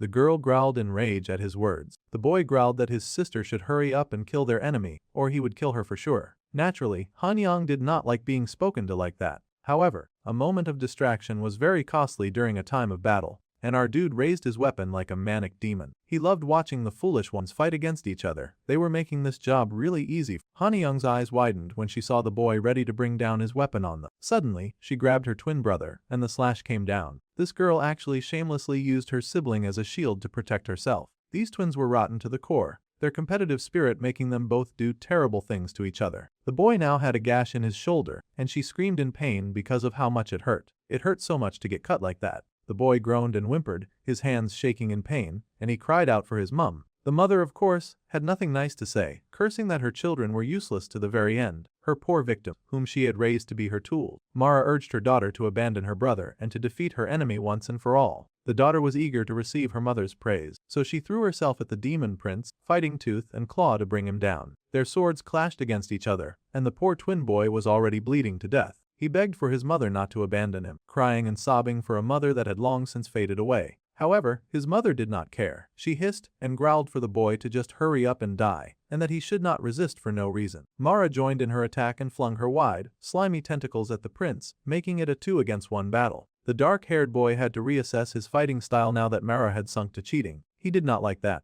He had dealt with at least one of the twins, but it was annoying to see that the transfer between the two bodies was still taking place. Minna's body was almost taken over. He needed to speed things up around here. If he wasted any more time, he would soon lose his sister and her precious baking along with. Now that was the kind of thing that the prince found completely unacceptable. He was not ready to say goodbye to her miracle cake. He did not know how long this body could hold out as he kept pumping more demonic power through it, but he needed this body to endure a whole lot more so that he could somehow save his sister. He needed to take a gamble. With that, the boy grabbed the weapon before him, and he pulled it right out of the girl's grasp. Han Young had, of course, not expected her opponent to suddenly and so bravely grab her weapon with his bare hand. Immediately, his arm wrapped around her slender waist, and his hand grabbed her head, biting down hard on that blood within her. The twins made for pretty good nourishment with all of the stuff that had been stuffed into their blood. If the main character needed extra power, then the best place to find that was inside their veins. The girl screamed in pain as she was feasted on by the dark-haired boy, but he was not about to let up. He drank deeply from her veins, and Mara hissed and cursed when she saw that her enemy was getting stronger. Yeah, two could play the cheating game, and he was done with watching her boost up her kids just to draw out the fight. Once he had drained enough blood, he let the girl's body fall to the ground, and she fell like a heavy sack of potatoes, unmoving and weak. By absorbing as much blood as possible up to this body's limit, Lavis was able to boost his strength and bend in preparation for a charge. His power would now be boosted all at once, and the boy raced forward, his gaze laser focused on the enemy in front of him. His arm stretched out to take her down, and she unleashed all of the disgusting power that she had to offer, screaming that the boy should not come any closer to her, as if he was just going to obey her and let her do whatever she liked. He cut through her summons and cut down all of her slime, slicing through it like a whirlwind of sharp demonic blades. The evil witch screamed, yelling and wailing, wondering why her enemy would not just die. Well, he had a lot of stuff to live for, and that included the heaven-sent cake that his little sister could make. It did not matter how much disgusting slime that she could summon. The boy raced forward and fought the demon in front of him with a growl deep inside his throat.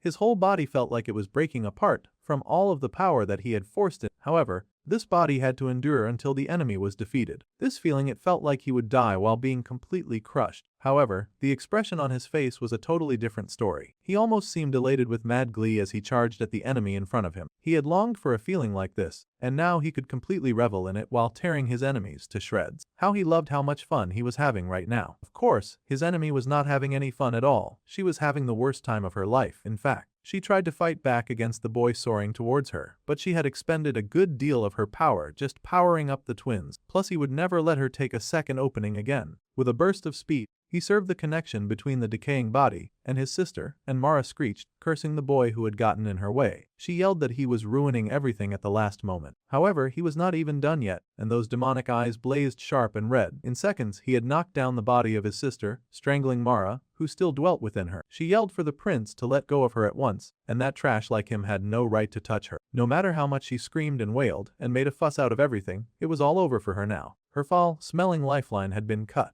Then the Witch of Greed began to panic, yelling that she could not die, especially not at the hands of the son of her greatest enemy. She refused to let go, wailing and screaming. However, Lavis gave her his final warning. If she left Minna's body on her own right now, then he would let her live. That was the best that he could do for her right now. The woman was shocked that she was even getting a second chance. The boy scoffed that he was Lavis Vindica, and he swore it on his father's honor of the great demon king, but only if she left his sister's body alone. The witch's eyes widened, and she thought to herself that the prince was afraid that she would not leave this body, and he thought that she would self-destruct instead. The witch then grinned. It was a shame to leave this body, but as long as she lived, she would find another one. In that case, she started grinning like an idiot, saying that someone of the great demon king's bloodline would not lie on their family's honor. She asked him to first drop his sword. If he dropped his weapon, then she would do as he wished. For now there was no other way. That devious parasite was clearly up to no good, but the boy let his weapon fade away. His blood sword dripping to nothing on his fingers, he stepped back, telling Mara to leave that body now. The witch of green hissed but agreed to leave as she pushed to her feet.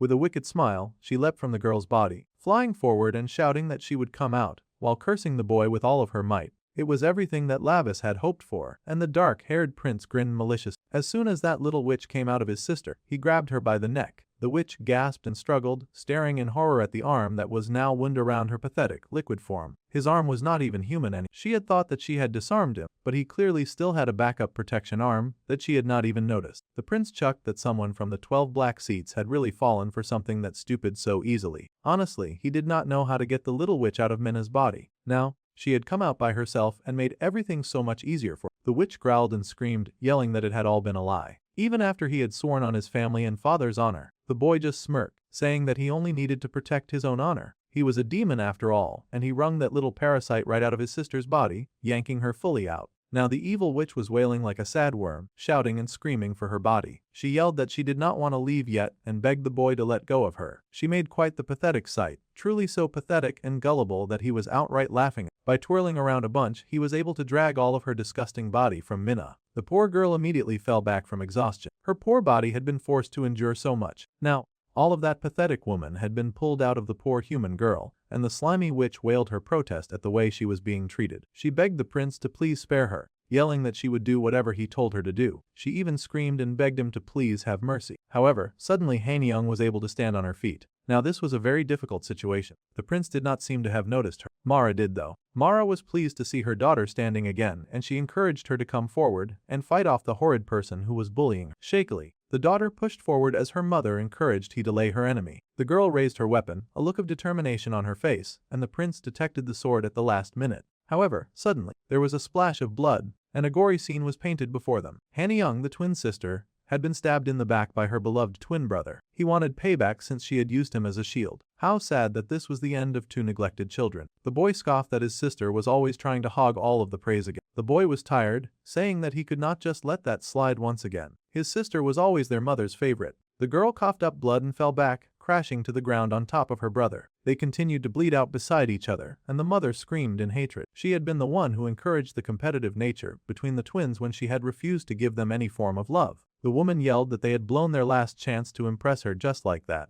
Meanwhile, Lavis was sick of hearing it. He had to hear those kids idolize their mother over and over again, but the entire time their mother was trash though. She was a pathetic worm that would die like a joke, just like her two children. The demoness begged for her life, screaming and pleading. She promised to leave this girl alone and move to someone else. She begged in the name of the fact that she had once been like a sister to his mother. That was rich considering that she had tried to kill him earlier. She laughed that it might be hard to believe, but it was true, and he could ask Aeneas to confirm it. She used to be someone precious to his mother. In fact, she used to talk to her like she was an older sister. However, it was time for the old witch to face the music. Her children were dead, but even in this moment, she was thinking only of herself. It was so unfortunate that those two had died for a selfish thing like her. The greedy witch did not care. She figured that she could always have more brats who would do her bidding. She begged for the prince to listen to him, but he was done hearing her talk. One slash through her neck was all that it took. The woman gasped in pain and shock, horrified that all of her begging had come to nothing. She had honestly been too much of a threat to just let live, and now she faded away to nothing. The prince though tit was such a waste for someone who had once been in the 12 black seats. The demon coughed and screamed as her head fell to the floor. She, of course, used her last breath to curse Lavis Vindica, hating him for humiliating her like this. Now she would die at the hand of Aeneas, brat of all people. She hated that the most of all. She yelled that she would never accept this and swore to kill the boy. However,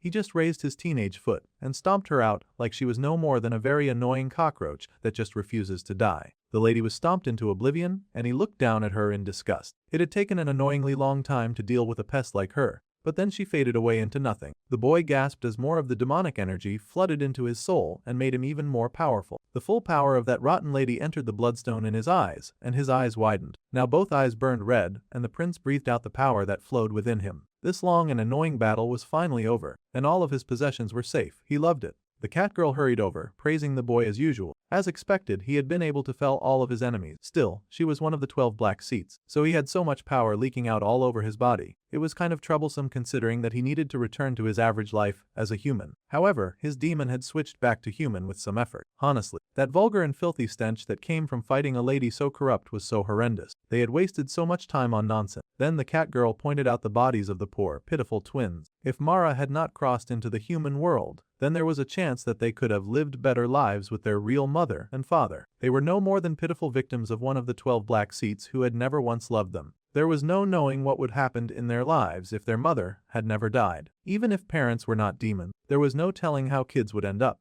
Children could still die because of their parents' greed, just like how poor Minha had almost died today because of their father's action. Meanwhile, Taehee's body was still watching everything unfold like a happy fangirl, giggling and blushing over the situation. Now that the battle was over, it was time for her to get out of here. However, the prince told her to halt immediately. He had noticed her presence, and he had a bunch of questions to ask. The girl was horrified and squeaked, hiding at once. It was kinda too late to try and do that when he had already noticed her presence. They had already seen her, and she had seen his demonic energy, so she should hurry up and come out. The girl cried and yelled that she had not seen anything, but it was too late to pretend. Besides, the prince already knew who was possessing the girl's body. It was a demoness named Belzia. The Bluenet gasped, recognizing the name of the famous weapon maker for the demon realm. Yeah, she was also the youngest daughter of House Murtano, who had been showered with every bit of affection and love, and rumored as the first weapons-making prodigy born in 3,000 years. It was indeed that Belzia, and the prince immediately demanded that she explain just why she had followed him all the way there. The weapons master wailed that Bambi had asked her to. In fact, she was the prince's present. Surprise was over, so now she was going to run away. The girl suddenly leaped out of the window just like that. Among the noble ladies, the most wild and shameless one was she, and she was also infamous for being the Dark Prince's stalker. However, right now she was totally wearing Jin Jaehee's face as well. The prince growled as he knew exactly who to blame for all this. Bambi was once again messing with his life, and he had put Belzia's soul into Jin Jaehee's body. This was very annoying for the prince. He yelled to Street, saying that once they got back to the demon realm, he would give the Bluenet the blonde demon as her subordinate, and she was instructed to work her former master to the bone. The Bluenet wondered if she could really dare to do such a thing. However, she was kind of intrigued and asked how long she would get to play with her former master. The boy responded that she should mess with him forever. The prince sure had a lot of grudges to hold with his blonde friend. Later in the demon realm, the sun rose high in the sky, and the demons there were just whining and dining and enjoying some time spent together. The prince's purple-haired uncle was being energetic about something, saying that he had been scared for a moment. His nephew had been very audacious when he had decided to just suck blood to solve his problem. That had been premium television. His sister sighed that it was truly cruel, but she was still curious to hear more about what her son had done when battling his enemies. With the power of the blood he drank, the brother informed his sister that her son had then cut through Mara's tentacle and stomped on her head. It was so brutal, and his uncle groaned that he could not say any more, even though he was clearly enjoying himself. The demon queen giggled about how unfortunate her former hater was. Her brother sighed that if his sister was going to be happy about it, then she should quit pretending to be polite. It was not like she was hanging out with strangers, so she should not be smirking with only her lips. The queen protested that she was not happy, and she scolded her brother for using Lavis like a plaything. She wanted him to stop now. He had executed Mara, who had escaped to the human world, so that was enough. She could not have a single day of peace because of that boy in the human world. The uncle pointed out that the tea that she was drinking right now was that very rare delicacy sent by the House Roydeds, and she had been sipping that beverage this entire time. The lady sighed that her drinking this tea had nothing to do with it. The uncle sighed and then said that he was just joking anyway. Now that Lavis could use his true power, the sister did not have to worry. She should relax and keep drinking her tea. The queen paused to glare, calling the names of her brother, his little blonde servant, and her husband. She had the feeling that the three of them were definitely plotting something. But the uncle insisted that the great demon king was not aware of his fooling around. Still, the demon queen pointed out that there was no way the blonde could slip a blood stone into her son's body without his father noticing. He was a king, and he had not become king by being an idiot. Well, she had a point, and her eyes widened when she wondered if her son was being used to catch Morgoth. Her brother beamed and gave her the okay sign of a perfect score. The queen was horrified by this admission and immediately tried to strangle her brother. How dare they use her son so recklessly as bait for such a powerful monster? The purple-haired demon wheezed, saying that the prince had wanted to catch that guy too. Besides, an uncle would not just sit by and watch his nephew fail to fulfill his dreams. The woman growled and yelled that she should have killed that dude 1,000 years ago. The man yelled, saying that it hurt so much. As all of this was happening, Bambi just sipped his tea. He sighed and wondered if siblings were not just people who wanted to kill each other in a past life, and then they reincarnated to meet again under the same parents. The blonde set his cup down and thought deeply about their current situation. Morgoth, the target in question, was the one who commanded death. He was also known as the demon god of the end, who returned all existence to nothing. When the winds of death blew, the celestial realm, the demon realm, and the human world would all go out one by one. It was rather terrifying to think of. The cruel architect who sought to devour the human world and reshape the demon realm was, of course, Morgoth. He was a very serious foe that needed to be dealt with immediately, and the blonde put his knuckle under his chin with his most serious expression. Wherever that guy was right now, he should just wait a little longer, because Lavis was coming for him. Meanwhile, the boy in question gently put his younger sister to bed. He had brought her to safety, and he watched her as she lay unconscious. Jung Minho, he had repaid the debt for borrowing his body by saving his precious little sister. Suddenly, the door opened, and someone yelled, asking why a kid who was supposed to be at the dorm had collapsed. Their mother ran in first, calling out for her children and asking what had happened. The boy just said something about how the girl had gotten hurt in the practice room. The mayor contestant, of course, stated, yelling about what the boy was doing to the precious body of a soon-to-be superstar. He yelled and asked if Minho was the one who hurt his sister. In fact, he yelled and asked if the siblings had planned this together to ruin him. The mother was horrified by such an accusation, asking how they could say something like that.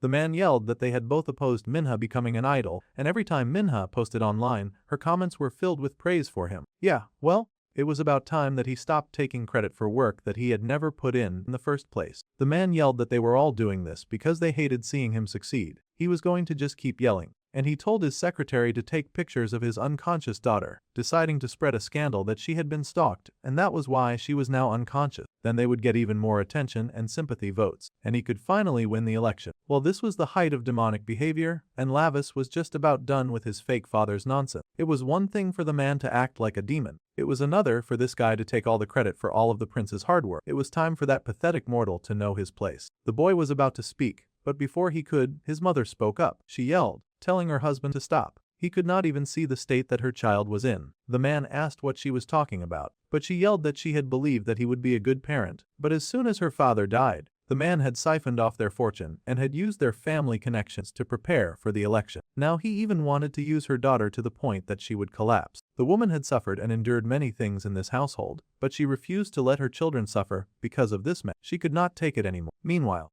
the man yelled back that he was the one who took in a woman who ran away from a poor man after having 2 kids. He yelled that her father had thanked him for looking after her. He yelled that the woman had eaten up her ex-husband and now she wanted to kill him too. It was accusation after accusation with this unhappy couple, and the man yelled that his wife was very ungrateful. Well, the son had heard enough. Every word out of this man's mouth reeked. He almost could not believe that man was even human. It was hard to tolerate any more disrespect. It was a shame that the boy could not kill humans in the human world, but breaking a bone or two should definitely be fine. Once again, before Lavis could react, the mother yelled at her stupid husband, telling him to shut up. She even called him trash, and he was heated, yelling and asking what she had just called him. Even the demon prince was shocked. The man was trash and his attitude was trash. She did not want to hurt the kids again. She worried about them losing 2 fathers, but a hypocrite like him could not become the mayor. He was a horrible liar who used good people for his own benefit. The man cursed and said awful things about his wife, but she yelled back that she was not on his leash anymore. From now on, she would be the hand choking on his neck. Obviously, the more she spoke, the more enraged he felt.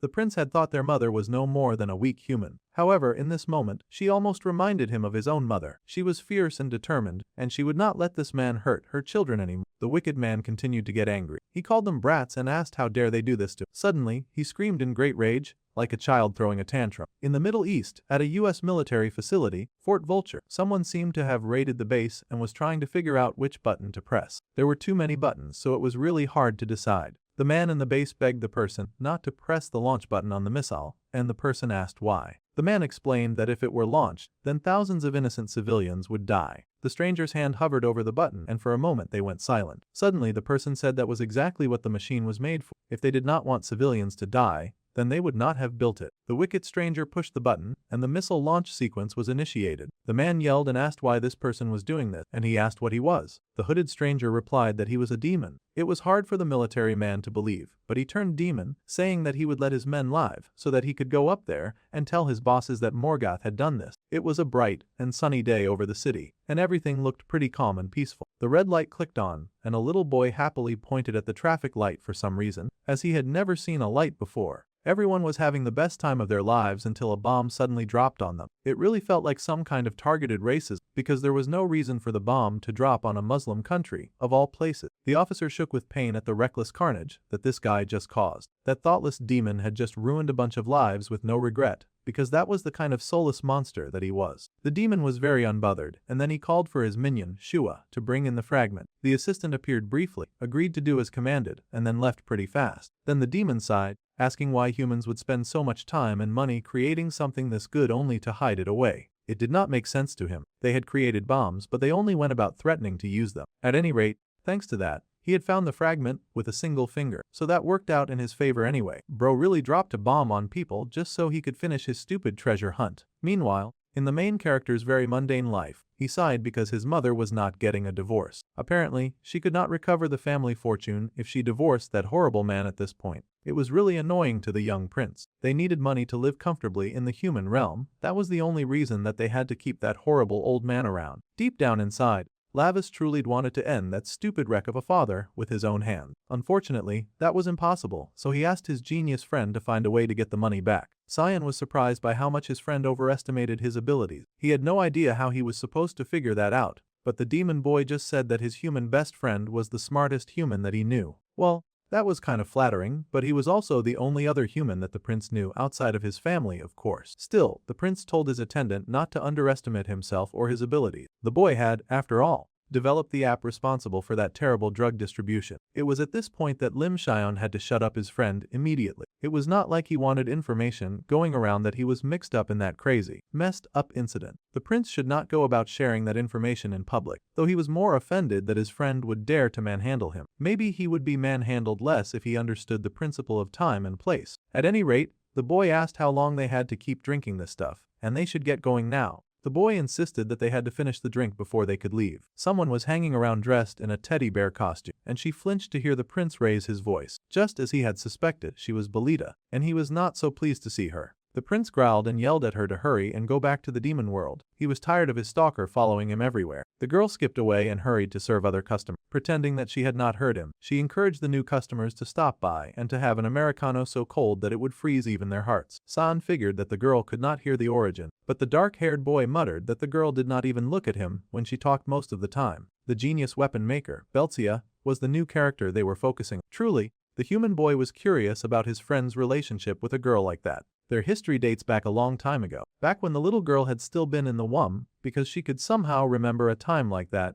The great demon king gifted her father an unquenchable flame. Borin was in the casting room when the girl was burned by the flame before he could even open his eyes. The baby had, of course, screamed from that very unsavory experience. Some mad demons had shouted and chanted that the baby should burn in the flame granted by the great demon king, saying that the flame would guide the girl on the path that she must take. The fire had burned the girl's flesh and the whole world turned red around the poor, screaming child. It had, of course, been very hot. Anyone would expect that much from a figure. Then the great demon king Gamodare was consulted, and the masterpiece that had been promised was finally complete. He was given the mouth of Cocytus, and it held the power to absorb the false oaths of traitors, and it would also deliver punishment by returning them as shards of ice. It was a work that transformed the piano into art. A masterpiece born from the genius of the Murtano family. Count Valgir had clearly come to the great demon king to boast about his youngest daughter, and the praises that he sang could fill the entire demon palace. Now that the king had seen the work, he could see that the praise was well deserved. This mouth of Cocytus would remain a masterpiece in the demon realm for ages. This young demon's skill was truly second to none. The little girl took the praise with barely an expression on her face. She was cold as most demons often. The king sighed that he had to envy Lord Valdero for having such a genius in his family line. Meanwhile, he had birthed a little menace that only gave him headache. The man bowed, saying that hearing the king speak weighed heavily on his heart. The king sighed that it was merely the grumbling of an old king. The lord did not have to pay it any mind. he would accept the gift with gratitude. The future of the weapon development in the demon realm would now rest in the hands of the Murtano family, so the king was counting on them. Later that day in the demon palace, all the windows shone bright with light, and the Lord Valger escorted his daughter out of the palace, asking if she had heard the praise from the king himself. The noble great demon king had loved her work and her father beamed with pride, but still the daughter remained cold with barely a smile on her face. She was really the greatest masterpiece that their family had ever made. Suddenly, they paused when they heard a sound coming from the hallway. There was grumbling and arguing between two people, someone complaining of pain and another saying "I told you so." It seemed the queen was wrestling with her son and yelling that things would be difficult if the future great demon king turned the nobles' territories into a sea of blood every time he got into an argument. He could not just kill every demon in the demon realm, he had to learn the brilliant skill of negotiation for goodness sake. A king was supposed to be a figure of forgiveness and generosity. The prince yelled that this was hogwash. Forgiveness and generosity sounded like the kind of nonsense that would tarnish the dignity of the great demon king. That spoilt brat yelled that a great demon king should have no mercy. The queen could not believe the nonsense that her child was spouting, and she threatened to take him to his merciless uncle so that he would uselessly beg for forgiveness where he would find none. The boy yelled that he hated his uncle so much. It was a display lacking nobility, poise or grace, very disgraceful indeed. However, that was exactly the moment when the young Belcha had noticed Prince Lavis for the first time. She stared at that boy being choked out by his mother and instantly fell in love. Many nights later, at a different castle, the young girl was hard at work. She had on her big black smith gloves as she looked through her work. Her father had called her a masterpiece, and the flame led her to become an alchemist. Through lots of hard work and diligence, for 300 years, the girl had handled fire in the casting room, and she had crafted all sorts of magic weaponry, creating items through study and alchemical research. However, someone mentioned to the Lady Belcia that it was so unfair. Corsi ate 3 whole demonic fruits that the count had granted us this time, but she had eaten it all by herself. She sent the ginger away, saying that she had to clean the stables, and then that greedy pig went and ate all of their gains by herself. Corsi, of course, was not going to take such slander without defending herself. She growled that she had not done it on purpose, it was an accident. She really thought that she had to clean the stables. The dark-haired lesser demon had thought that if she did not clean up, then the Lord Teton would curl her tail and hang her from the ceiling. However, that was no reason for her to gobble up the fruits by herself. She should have eaten only 2 out of the 4, but she went ahead and consumed all 4 like a bottomless pit. The noble lady sighed and said that Zhuang could have the one that was given to her to make things fair. Corsi protested. She did not want to deprive their sweet Lady Belcia of her own fruits and earning. That was just something that happened yesterday, and the dark-haired demon whined because she would not be getting any today. She wanted Zhuang to eat 1, but she also wanted 1. The noble lady could not care less and encouraged the pig to go ahead and stuff herself on the available fruits. The orange-haired maid wailed and hugged the head of their sweet young lady. The count never takes such a cute and lovely lady to a party, and it was such a shame. Keeping this beauty locked away in the casting room every day was surely going way too far. Their misses were so sweet and wonderful that their love should be shared with as many people as possible. The dark-haired noble smiled, saying that if only her father rose to the position of a black seat, then he said that she could leave this place. In other words, the sweet young girl was a tool crafted to uplift her father into the right position. The dark-haired helper smiled and said that she hoped that day would come quickly so that they could show off their wonderful young lady. They should take their Lady Belcha to the great demon king's castle to see the prince, Lavis. Now that definitely got a reaction out of her, and the young maiden smiled so sweetly at the thought of getting to see the prince. A blush painted her cheeks, and she read through her study books with way more enthusiasm than before. To her, living in the casting room and listening to the stories of the maids' lives, their jealousy and their friendship, and their love stories, all of that was something that made the sheltered little girl feel somewhat alive. That was, of course, until the day the pain came, like a scorching pink fire burning away her joy. Born in the foundry, the young noble daughter lived locked inside the foundry. As time passed, she mostly spent her time creating weapons and new items. Of course, her knowledge of the demon realm's alchemy accumulated, and her powers grew stronger with each passing day. At some point, the young girl lost control of her own alchemy. The girl screamed as her eyes suddenly lit up, and the fire that had lived within her, guiding her all this time, suddenly started to consume her. The girl full-on wailed and yelled out her pain and agony. She was suffering from this torture that came from inside her. Her 2 maids were distraught, and they called out her name, not knowing how to help her. The girl cried out to Zhuang and Khosri, stretching out her faltering hand to them, but she warned them not to come close, already being able to predict the disaster that action would bring. The burning did not stop, and unfortunately, her just reaching for them was enough to roast her poor 2 friends on the spot. The poor girl had only just tried to protect them, but that had proved very futile. It was indeed a very hard time for the young princess. She was already on fire and in pain, but now she had also roasted her 2 friends alive, the only friends that she had. Their skin melted from their bones in front of her face, and her eyes widened in horror as she saw it happen. The poor noble lady wailed, for help, for assistance, for anything and anyone that could come to her aid. Time flowed like molten iron after her breakdown, making the flames rage even fiercer, and her heat burned even stronger until it melted her friends away, leaving just their skulls behind. The girl sobbed as she stared at the broken remnants of what used to be her only friends in the world, tears falling from her violet eyes. In anger, in pain and regret, the young noble wailed to the sky. From that point on, demons with weak power were no longer allowed near the foundry. Her father took care of the cleanup process, of course, and the little noble lady was left by herself, even lonelier than before. Her father smiled with pride, telling his daughter that she had now become the flame itself. He was proud of her fast growth and development, but it was really hard for her to feel any form of joy at the situation. The girl spoke to her dad,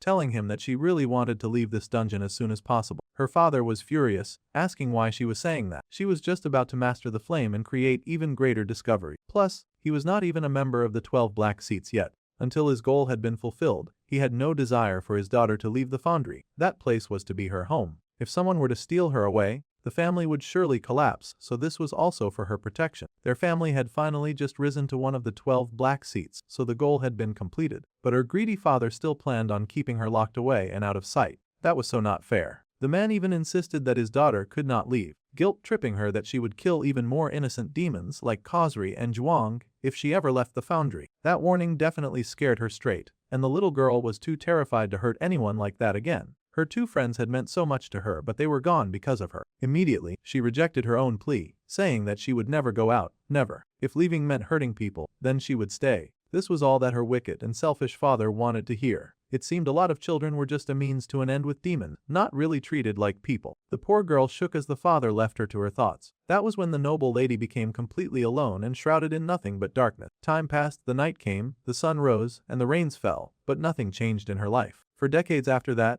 only the order forms placed in front of the foundry by her father were the traces of living things that she could encounter. Everything was quiet all the time, and her world was full of darkness. She never heard or spoke to anyone outside of her father, and he did not visit as frequently. That way, all of her memories were no different from piles of scrap metal, and the traces of her being alive were burned away and vanished. Just as even the reason for life and existence began to fade away, the more time she spent working in silence, the rains fell again, and they brought with them an unlikely visitor. It was Lavis, of course, breaking rules as usual as he snuck into places that he was not allowed. He had his blonde friend with him, of course, and the blonde wailed that he was the idiot for following around this lunatic. He had got completely soaked because of him. The prince just told his attendant to stop whining. He needed a weapon worthy of the one who would one day become the great demon king. However, father absolutely refused to allow the boy to have a weapon, so he was going to sneak into the foundry and get one himself. With all of the chaos that Lavis causes as a child, it was no wonder that his father wanted the boy nowhere near any form of demonic weaponry. He had heard a tale that there was an alchemist who lived inside the foundry, and they could make exactly what he asked for, so he had to try to ask for a super cool weapon that he could wield. The whole thing sounded rather bogus to the young blonde, but he did ask his master what kind of weapon he wanted. The boy grinned and said that he wanted the most perfect sword in all of the demon realm, so his friend should hurry up and look for the alchemist so it could be made. Meanwhile, Belcha had just noticed her two very unusual visitors. She had been alone for so long that she probably thought that they were just her hallucination. Bambi had only heard it as a rumor, so he was not sure what her name was. He started calling out random names, not knowing that the girl was standing right behind him. He called Verdi and then Belzi. After that, the genius alchemist was born in the house Murtano, which used to make nothing but torture devices. They secured a spot in the 12 Black Seats, so she was clearly no ordinary alchemist. Right now, she was crafting weapons for every demon in the Demon King's castle, except for the prince, and he could not stand that favoritism. He was the one who would one day rule all demons after all, and he deserved a perfect weapon. The girl stared in absolute confusion at these people who had suddenly broken into her house. It was like watching a very limited version of television. The prince grumbled that his blonde friend was being so loud,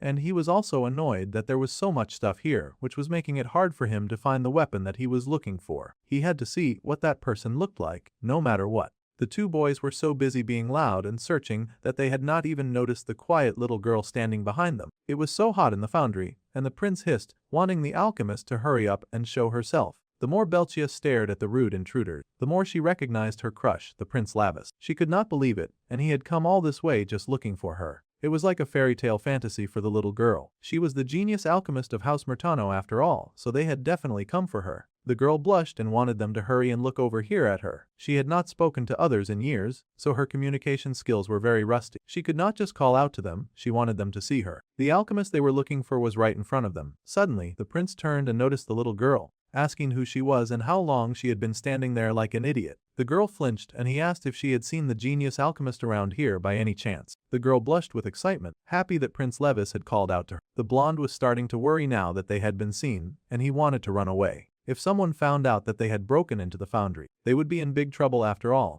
The prince scoffed at that idea. Even if the blonde wanted to run, he did not need to say his name so loudly. Now, people would definitely know that he was here. It was already too late to run. However, the girl managed to work up some of her strength and speak. She opened her mouth very carefully and confessed that her name was Belcha, and she was the alchemist that they were looking for. The two boys found it hard to believe that they had not expected such a great alchemist to be a little girl. They were looking for an old witch or something scary like that. The blonde even added that the rumor said that she looked terribly bizarre, and that ordinary demons burned to death just from looking at her. The little Belcha was kind of horrified about the rumor that had been going around about her. However, Lavis stepped up to check out this kid who was smaller than him. She was just a tiny little girl, which was why it was foolish to trust rumors. Well, if she really was the person that he was looking for, then he wanted her to make him a sword. The girl, meanwhile, was lost in her Delulu town. Her crush had called her Tiny, and Tiny sometimes meant cute, and cute meant lovely, which meant that technically her crush was calling her lovely. Her delusions were working full time in this moment, and the girl absolutely blushed,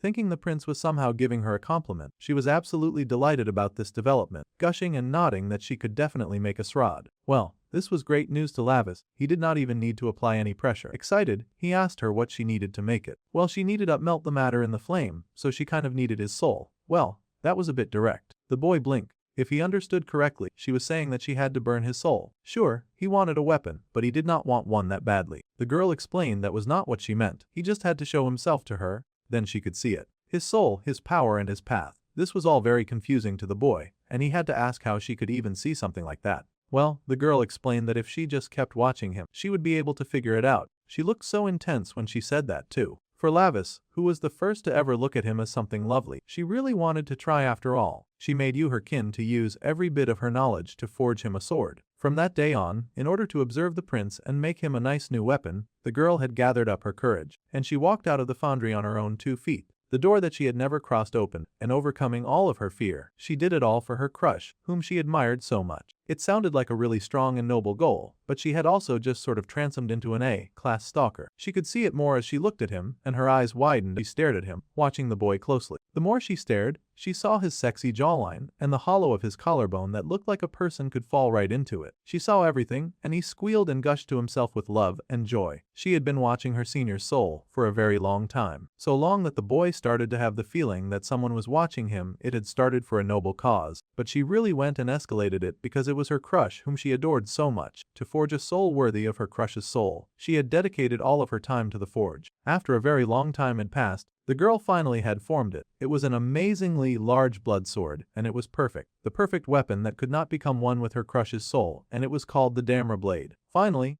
the girl had forged a sword made only for her crush, and it was a sword that she had poured every last bit of her knowledge into. Meanwhile, in the deep, dark castle that could exist nowhere but the demon world, the little blacksmith was so excited and dancing around with joy. She had finally crafted the perfect weapon for her sweetheart, and she was so excited for him to come and see it. She wondered how to give it to him now. She had spent all of that time stalking him, but now she was acting about to give him the weapon she had made. She was so embarrassed and worried that he would hate her if she did not like it, and all. Fortunately, she did not have to wait that long because her rude, boorish crush banged his way into her forge and demanded that she hand his weapon over already. At this point, it was time for him to collect. He had been waiting for ages. His impatience was good because now she did not need to work up the urge to find him, and he did not want to wait any longer anyway. It had already been 100 years, so maybe his patience was definitely valid. 100 years for a special item was crazy. The girl was so intimidated that her secret crush had come all this way himself just to get the item that she had promised. Still, she worried that he would not like the sword. She was the most skilled weaponsmith in the entire demon realm, and yet she doubted her skill just because she wanted to impress her crush. She worried that he would not be impressed with the blade's power, and then he would hate her. Belcha was busy overthinking herself into a deep pit of nonsense, and the boy scoffed, calling her name. Tomorrow he had to go and annihilate the traitors of Zyoganon. He needed a weapon for that, so he wanted his own fancy weapon made by her. Today was the day that he decided to collect, so he stretched out his hand and waited for his prize. The girl gasped as she looked at the beautiful face of the boy she loved most in the world. He had come all this way, and he had even said please. In that case, then she was more than happy to do anything for him. Her sweet crush had come desperately begging. Yeah, this girl was clearly delusional, but at least she had found something to make her happy in her very long and depressing life. She gasped that he desperately wanted her and then joyfully gave up the sword that she had made. It was to her pleasure, and she gasped and giggled, dancing around and asking what she should do in a situation like this. The boy was pleased to find that his fancy weapon was already finished. He could not wait to go out and cause havoc with it, too.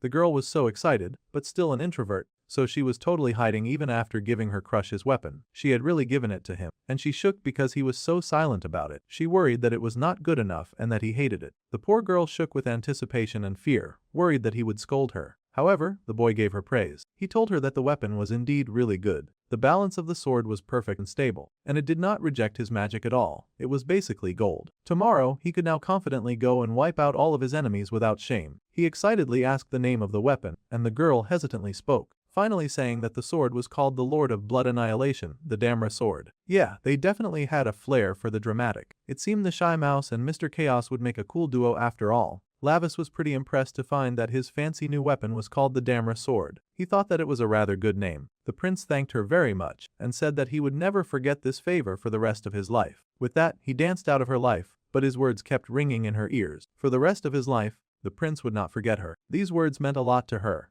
But of course, her delusional mind then twisted them to mean something entirely different, acting like it was a love pledge and the boy promised to look at only her for the rest of his life. That was not what he said, but unfortunately, people in love would always hear what they preferred to hear. Common sense stood no chance against people like that. The girl was brilliantly overjoyed. At that moment, the girl felt it for the first time in her life. For the first time, it felt like it was a good thing that she was burned into the flames, and the path that she had found in those scorching hot flames had led her right to her crush, and she desperately wished for her flames to only be used for him. The picture of the prince in her mind was of a dashing young man, and he continued to grow. As he grew, she remained his ever faithful cheerleader, pledging to only look at him for her entire life as well. She wanted to be together with that dude forever, their love bound in the heat of the flames. However, no touching was allowed after all. She did not want to hurt the man that she loved with these flames that consistently burned around and within her. Beltia would not be able to stand it if the lover of her life got burned away in her fire. She had already lost way too much to the heat of the flames. Well, her pining continued, and time passed, and now they were in the human world, continuing this nonsense stalking dance. The human boy sighed when he understood the kind of past that his best friend used to have.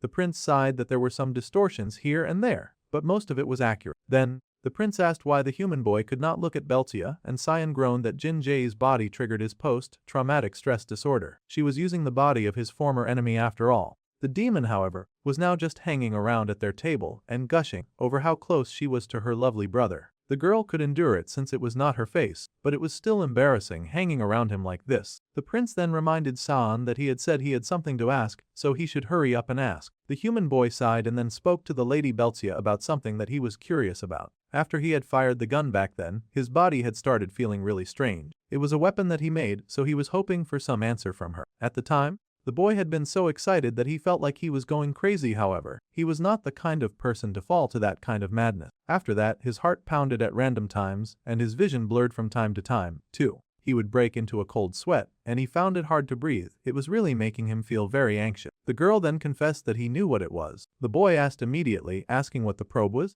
and if it had been controlled by magic power. However, Beltia just explained that it sounded like a panic disorder. This was shocking to the boy. Well, the girl explained that she felt like the human was just having some panic attack. The symptoms were the same after all. Also, Sion should probably know this, but he has a split personality now. The boy groaned and asked if it was because he had a body that could handle demon realm weapons, and his body was currently synchronizing with a demon right now. He was frankly handling this news rather well, but that was not the situation at all. The dark-haired lady said that a panic disorder patient should just go to the hospital and take some medicine instead of doing anything crazy or extreme. The prince then laughed at his human friend for underestimating himself. Then he asked if it was because of his fancy new split personality. The poor boy groaned. He had hoped that it was something different, but at least he knew there was a cure. All soul in the world possessed their own unique energy. Their energy, celestials, humans, and demons each had a different energy. If the body that held the energy was to disappear, then the remaining soul would, of course, vanish with. The little human was impressed that she could see all of that. The weaponsmith admitted that she could indeed see that, and the soul of the one who ordered a weapon. She found what kind of energy the soul needed, and then created a weapon suited to it. However, he could only adjust a weapon to fit the soul. She could not change or create the soul's energy. That was why it was really important for her to accurately understand the soul of the one who ordered the weapon that she was making. Then the human asked if it meant that he got excited after receiving the gun, because it was a weapon suited to his split personality. That seemed to be the case. The girl had matched the weapon to the energy of this other person, whom he had not recognized until it burst out. It was kind of unfair that this unknown part of him got a fancy weapon before he even got one. The poor boy was already rather sad to think that he had that kind of personality hidden inside of him. It was very sad news. The prince was kind of impressed. He had never seen Belchia talk this well, this smoothly, or this long with anyone when he was in the room. Unfortunately, since he opened his mouth, the illusion was broken, and she devolved back into the useless, blushing mess that she usually was around him. The girl wailed that she was at her limit now, though she had only lasted longer, because it was not her real face. Immediately she wore her pink bear head back, and retreated to the safety of the darkness behind the mask. Still, they had spent way too much time in the same space, and it was more than she could bear, so she just had to run away now for her own self-preservation. The prince yelled and asked where she was going. She was annoying, so she should hurry up and go back to the demon realm already. Obviously, she had no intention of listening to him and just scribbled away. The girl insisted that she would not leave, because her crush had said that he would be with her forever, so she would also stay by his side forever. She did not care if he asked her to go, she was not going anywhere. With that, she bolted before he could tell her otherwise. The human was kind of impressed that his friend was into this kind of thing, though Lavis growled that he had never said anything like that. He had just jumped to that conclusion by herself. It was so annoying, but this was all because of that darn Bambi. Feeling very heated, the prince leapt to his feet and yelled to the sky. He bet that his stupid friend was laughing at him, and he yelled at his friend to hurry and show himself in front of him. Surprisingly, there was a splash of magic in the air, and the blonde actually whooshed himself into existence at the prince's request. The prince was absolutely shocked that he dared to show his face, and the young Xion was also pretty in shock.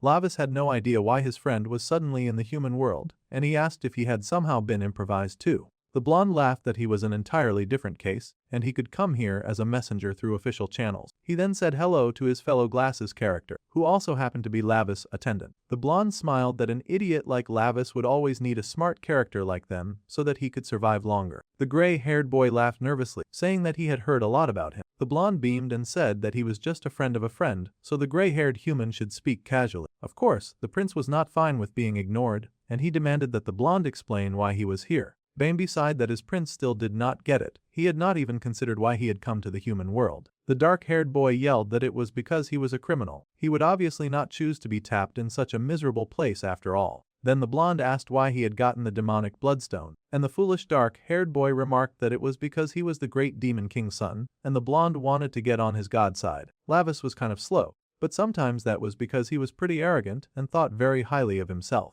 The blonde wondered if the boy ever thought deeply about anything, but clearly, he felt that his words echoed fact. The blonde sighed and told his stupid prince to keep thinking that way, and he would eventually die in that stupid human body. Lavis was not taking the insult, so he demanded that the blonde explain the scheme that was going on. Morgus, who had been imprisoned in the human world long ago, had now started moving. So, the Morgus plot arc was about to begin. The demon prince remembered that guy well, and his eyes widened. Reverse created circle. Morgus was trying to carry that out and to annihilate the heavenly realm, the demon realm, and the human world. In other words, this guy was a high-class criminal anarchist. A big, bright chandelier hung from the ceiling in all of its glory, shining bright and beautiful. There seemed to be a casino machine rolling a failing score, and the man at the machine groaned as he lost again. Gambling was a pretty tricky sin that often came accompanied by a lot of regret, as this green-haired dude was finding out. He yelled that he had been dumping his money into that dumb machine for 3 days. This nonsense equipment was giving him problems, and he yelled for the machine to give him back his money. Obviously, it was not going to do that, and his creepy assistant with chapped lips told him to calm down. The green-haired person was Namuja, and his dark-haired attendant happily offered up some chips if that was okay with the fussy green goblin. It was not much, but it should work to play a few more games. The green-haired dude did not even know who that guy was, but he was grateful for the extra cash. He even promised that if he won, he would pay the dude double. Happily, that gambling addict leapt right back into the fray, gambling like his life depended on it. The machine rolled again, and the weirdo held his breath as he waited and prayed for a jackpot to roll out. The man was so fixated on the possible win that he was barely paying attention to what the person beside him was trying to say. The weird stranger with the chapped lips explained to Mr. Nomura that he had something to tell him. That was 2 sevens down, and the green-haired guy did not care. He just needed one more 7 to hit a jackpot, and he was praying for some kind of win. All he had to do was match 3 symbols to win, and he would cash out. Someone else was yelling that it was so close and they had won a jackpot. All of their joy and celebration was, of course, ticking Nomura off, but he stayed with his machine, he prayed for success, he bet everything on getting what he wanted, while cursing the other guy for winning, of course. However, the dark-haired man informed the green-haired person that Lavis had appeared in the human world as a prisoner. So that was the reason the green-haired guy looked so demonic. It seemed that he used to be some kind of demon in the past as well. The demon paused when he heard this news, and now he turned his attention to the dark-haired guy hovering around him. This was dangerous and very important news. Suddenly, the green-haired guy pointed at the happy winner and yelled out the word pop. It sounded like an absolutely stupid gesture until the betting machine in front of that poor winner suddenly blew up in front of him. The man screamed and yelled, wondering what the heck had happened. The poor guy was now on fire, and he rolled around on the floor. The green-haired guy had come so close to a jackpot, but he did not even care anymore. He just stood up and walked out with his dark-haired attendant following closely behind him. The Prince of Hell showing up was kinda something that ruined his whole mood, and he didn't even care that the casino was panicking while they rushed and tried to put out the fire on the poor man, who was in pain. The green-haired demon groaned, muttering that the jackpot never worked out for him, so he was kind of sick of those machines. Now, he wanted this dark-haired stranger to tell him a bit more about the Prince of the Underworld suddenly showing up in the human world. He wanted to know where that guy was being held. The dark-haired guy jumped to answer immediately. It seemed to be the pathetic lord of the Hilt clan. That guy had escaped with his life, and now he was going about causing even more trouble. The prince had told the demon to spread word that he was here, so the evil villain was happily telling as many demons as he could, hoping that he would find a powerful one to end the prince's life once and for all. Right, he had passed on the news to Mr. Namuja, just like the boy had asked him. Meanwhile, in a nice and quaint corner of the neighborhood, the boy was sitting and having a bit of a drink while gossiping with his blonde friend, with whom he had a love-hate relationship. Apparently his father, uncle and the blonde had all teamed up to find a way to banish the prince to the human world, but it was all a ploy so that they could handle the threats that were bubbling in this dimension, especially Morgath. However, the prince was not satisfied at all. If he was the one supposed to stop Morgath, then why did his enemy still retain all of the powers he had in his original body? There was no way a demon imprisoned in a weak, lowly human body could be able to stop someone like that. The blonde chuckled and said that their opponent was not exactly a normal demon anymore, either. It had already been a few hundred years since he had been imprisoned, but in that time, it looked like the man had managed to remodel his body into a human-demon hybrid, kind of like the twins that they had fought before. So now the demon Morgath could use both demonic power and human energy a bit more freely. It was a very interesting situation. That was why Minho was also being remodeled with a bloodstone like Morgath. Exactly, Bambi was so proud of Cyan for easily figuring that out, and he ruffled his hair with a smile. Then the prince groaned and asked why it had to be him. The blonde attendant explained that the dark-haired troublemaker was the only one in the demon realm who could stop Morgath. The prince found that hard to believe, considering both his parents were considerably stronger and older than him. However, the attendant explained that if a child of the great demon king came down to the human world through official means, it would give the Celestials a pretext for war, which was why they had added the prisoner restriction. The Celestials would not think that a war was starting, and they would stay within their own lane while they cleaned up the Morgath situation. It all felt very nice and easy. This was their way of implying that this had nothing to do with the celestial realm, and it was just demon business. Still, the prince was not satisfied, and he asked why no one had told him from the start. Well, Lavis was hardly the most subtle person. If he had known that all he had to do was deal with Morgath, then he would have acted way too suspiciously when they were sending him away. Plus, Bambi bet that their Lord Highness would never agree to come down to Earth in a human body. The prince would throw a fit, refuse, and probably find a way to sneak off and deal with the issue using his own rules. The boy was annoyed because his friend was right. So, if he was understanding correctly, they wanted him, as some half-finished experiment, to stop Morgath and save the human world, while preventing a war between the celestial and demon realms. It all sounded very complicated, but that was the basic idea. If the demon realm troops descended to the human world, the Celestials would treat that as a war and rush it, so the boy would basically be getting no extra reinforcements either. The whole situation felt like rubbish. The blonde was so proud of the prince for somehow being able to understand the situation. He congratulated his usual idiot for being pretty smart this time. The blonde was lucky that Lavis did not just wipe that stupid smile off his face. At any rate, the main character was currently the first blood stone test subject, but the blonde had also made sure that he would be better than the opponent that they were going to fight, so the prince did not have to worry too much. Lavis scoffed and asked how he was supposed to trust that when he had struggled so much in his last battle against a stupid witch and her stupid babies. The attendant just continued to gas the prince up. saying that the boy had absorbed all of Mara's powers too, and he now had extra fighters to help him out. The human boy was not so enthusiastic about getting involved in a fight between demons, especially now that he had found that he had another personality. Still, the prince needed to know if his father had thrown him away, or if his uncle was sick of him now. This mission was like a suicide endeavor, so he wanted to know if his friend had betrayed him to take the Demon King's throne in his place. None of the current situation made any sense to the dark-haired boy, and he yelled, asking how he was supposed to kill Morgat, the most feared demon from their realm, in a body as useless as this one. The blonde protested, saying that he had sent adequate backup in the form of Beltia, and then goaded the prince, asking if he was scared or something. Yeah. Lavis was temperamental, but he was not stupid. It turned out he was kind of stupid because he did end up falling for that rage bait of being called the scaredy cat. As soon as Bambi knew that he had Lavis on the hook, he kept milking in the rage bait, laughing and pointing and calling the boy a scared brat. The boy fumed, growling in rage at the audacity of his friend. He knew that the other boy was just trying to provoke him with that cheap language, and then he yelled that, of course, he could beat Morgath. He would kill that stupid criminal with his own 2 hands. The rage bait had been absolutely successful, and the blonde beamed, pointing at the boy and grinning, telling him to be this life on it and give it a shot.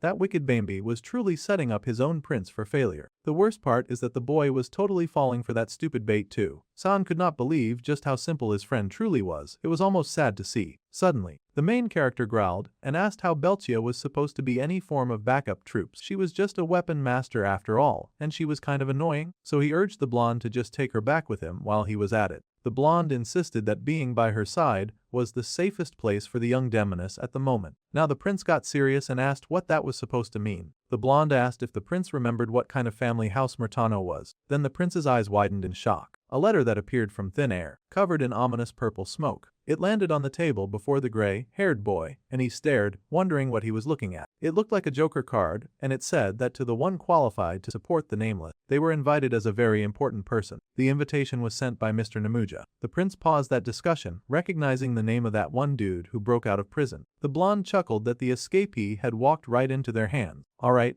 the blonde would leave them to handle the rest and head out, and the prince was surprised that he was leaving already. Reapers did not really get a lot of time to just hang around doing nothing, so he asked Sean to kindly press the seal once for him. The boy turned in surprise, but he saw the seal that was being indicated. He reached out to press it, but the prince yelled for him to stop. Unfortunately, the human boy had already put his hand on the seal, and a voice called out that he was Sean. The prince cursed in rage as they got registered and instantly sucked into the Joker's world, his stupid human friend screaming in fear. And just like that, the two disappeared into the envelope. The blonde looked at it and wished the two good luck, they would probably need it. Meanwhile, there was a burst of power and Lord, so shiny object. The boy looked around in shock, wondering why they were suddenly inside a casino. The prince was irritated, grumbling that he had told the boy not to press that stupid seal. He already had a headache because of Jung Taesik, and now they had walked into a huge pain. The little gray-haired boy shook and asked Minnow if, by any chance, they could earn money here and take it back to reality as well. His silly nerd friend had money on the brain when they should focus on staying alive.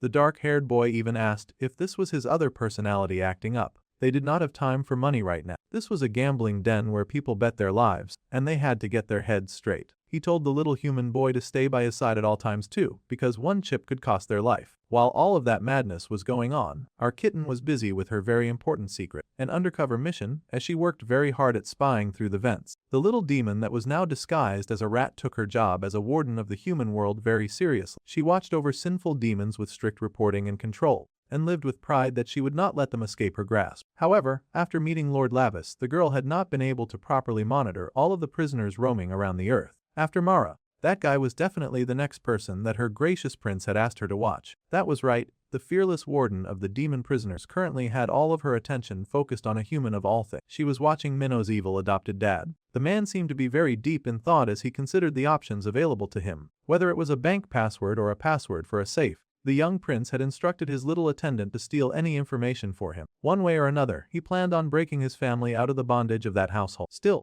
it was kind of sad that a warden of the human world was reduced to such pathetic chores. The poor girl had to sneak off with a phone twice her size, waiting for the dumb man to enter the password, just so that she could access it. Meanwhile, the man was pondering out loud. In a week, he would be called the mayor's wife of Unchan, and he cursed, hating that his wife was now holding him on a leash. He thought she was rather insolent for attempting to do anything like that. He wondered if the woman had some kind of dirt on him or something. Suddenly, his assistant burst into the office and yelled to tell his boss that the latest poll results had flipped. The man yelled and asked what his assistant meant, grabbing the information and looking at it. He cursed to see that the other candidate was rising in way more support than he was. It seemed the worker accident at their Haemyeong construction site affected the drop in the approval rating. That was to be expected when he refused to take proper care of his staff. The man growled and yelled that the staff had tripped and died on their own, refusing to take responsibility and yelling that there was nothing that he could do about it. He cursed and tossed the gadget to the floor in anger, wondering why all of this was happening at this point. His assistant apologized, saying softly that they were maintaining first place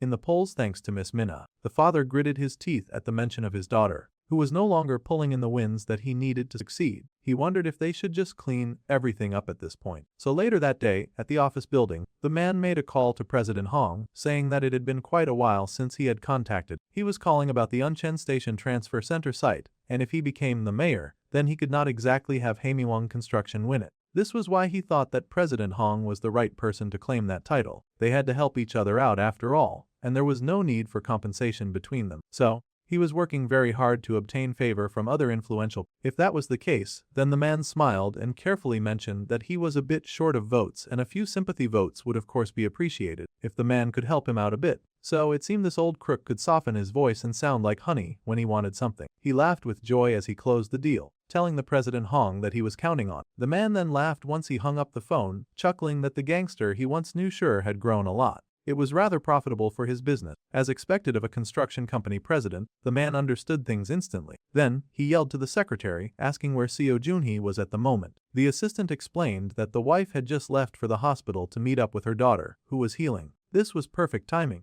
and that wicked man told the assistant to find their location and send it to President Hong. This man was ready to risk the safety of the two women just to earn some sympathy votes from the people. The warden of the human realm was absolutely horrified to hear what this man was planning. That dude was even more demonic than most demons in the underworld. She realized that Lady Minha and her mother were in serious danger now. Immediately, the girl took off with the phone that she had stolen, hurrying to find the prince and inform him of this right away. At the other side of town, night had settled over the city, and the reborn demoness Belcha took off her very hot costume. She sighed that everything had felt very hot, and it was much better to make weapons in front of a fire than wear that hot and sweaty costume all day long. Suddenly, the blonde appeared behind the girl, asked what she was doing, just hanging around and lazing about. The girl jumped in surprise, but as soon as she recognized Bambi, she immediately started cursing him out. She was already furious, and now she had caught him. In fact, she grabbed him immediately just to make sure that he could not weasel his way out of this confrontation. The blonde demon mused that people seemed to get really sensitive whenever they came to the human world, and he was wondering why that was. She was the second transferred demon to harass him today,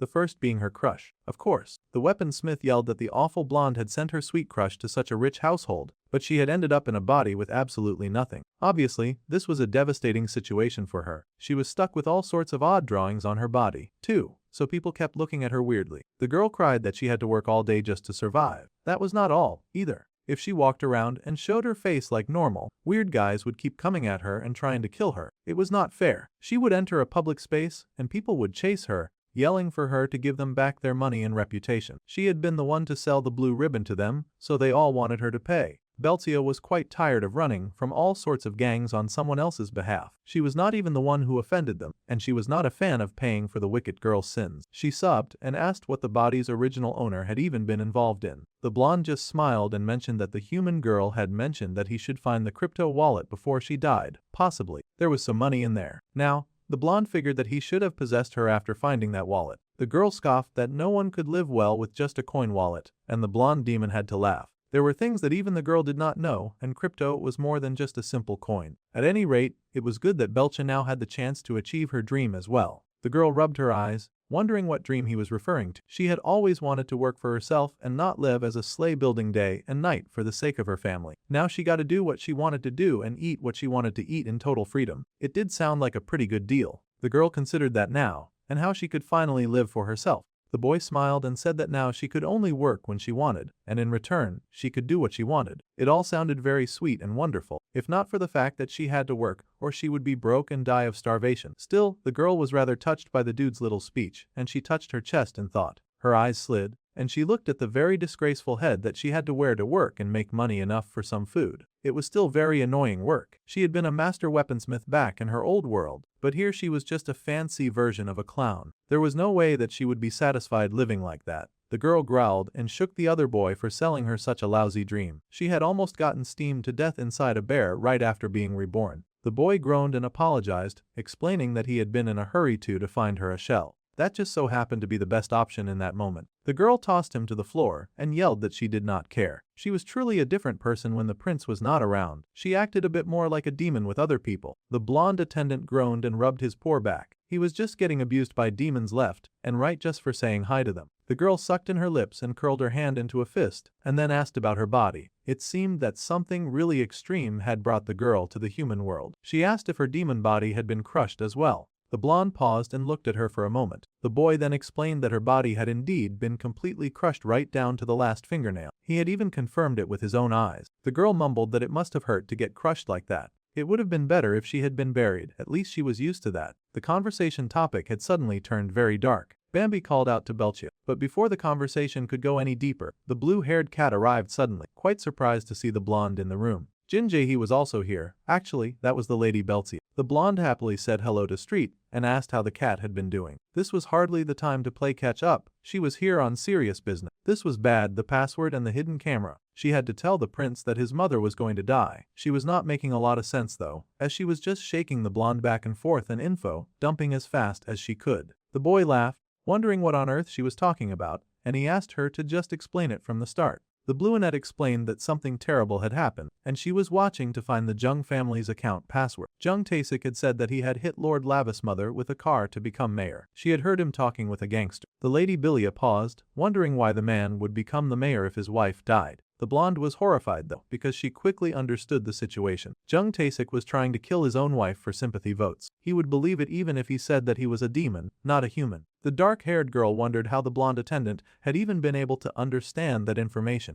The brunette explained that she could strongly sense her prince around here, but she could not find him. She needed to inform him quickly. Well, that was going to be rather difficult for the prince because the blonde happened to know where Lavis was, and he knew that the prince was way too occupied. There was no time to wait around for the prince to get back, so Street had to tell them where Lavis' mother was at the moment. If something happened to the prince's mother while he was out, the temperamental berserker might go on a rampage. She was probably near the Lady Minna's hospital by now, so they had to go immediately, and Belcha was told to come along as well. The weaponsmith was surprised, but she came along anyway. Meanwhile, Lavis was stuck facing his own problem. The green-haired demon prisoner had finally shown up, and he greeted the former demon prince. For the noble prince of the demon realm to come to the human world as a criminal, the green-haired monster grinned at the prince and his cowering friend, saying that he would enjoy devouring them very much. So, our dude found himself involved in a really big mess, and now he was confronting some green-haired bully who apparently knew him from his glory days. Honestly, Green Hair was kind of disappointed. The prince was looking different, and he had lost a chunk of dignity since the last time he saw him. He could not believe how scrawny the boy had become. He was basically a high schooler now. This was very hilarious. That was rich coming from someone who looked like leftover celery. He was in human flesh, and he still looked ugly as sin. He should not be talking about people's looks. The prince scoffed at the prisoner, saying that the goat should have reflected and repented during his time in captivity. But of course, demons did not usually swing that way. Escaping was not enough. Now this joker was causing messes like this even in the human world. Then, out popped the pathetic Lord Hilt, who announced that the human-looking boy could somehow use his demonic powers despite being trapped in a human body. It was great that the old Hilt had shown himself because Lavis was itching to pick up from where they left off and end the Hilt's stupid line completely. All they did was cause him nothing but trouble. Bauer was becoming the biggest thorn in his side, and all because that card had skipped the mandatory extermination day. The Origin was finding the whole thing very inconvenient. The old ghoul laughed, saying that this time would be different for sure. Well, the news about Lavis' power was important to Namuja, as this made his game even better, and he could make it even bigger. He wanted to play a good and fun game after all. He had not been winning lately, and he was in a really bad mood, but he had gotten the chance of hitting the jackpot of seeing the day that the little terror of the demon world would be trapped in a rather inconvenient situation. Bro was not about to blow a chance like this. With a flick of his finger, the crazy scarecrow-looking demon asked if they should start with some form of betting. The prince saw the spinning game piece heading right for him, with a sort of resignation and preparation in his body language. Fortunately, Namuja was someone that he had encountered before, and he was well aware that the demon had once been an executioner of the demon realm. Back then, the old scarecrow had not looked too bad at all, actually. He was a man with the power to erase Judge criminals without leaving a trace. Even vicious demons who resisted execution could not even think of escaping and often fell flat before the handsome devil that he used to be. Unfortunately, when a demon was handsome, successful and sadistic, things tended to spiral for them unless they were the main character. He had one day arrested Burza Koronai, who was charged with forced absorption of low-class demons, use of forbidden bloodline sigils, and unauthorized opening of hybrid ritual. Stuff that was just unacceptable. Namuja smirked at his latest pathetic victim, telling him that according to their demon realm law, execution would now be carried out immediately. The demon growled and protested, of course. Very few accepted death or punishment with open arms after all. He yelled that it was not right,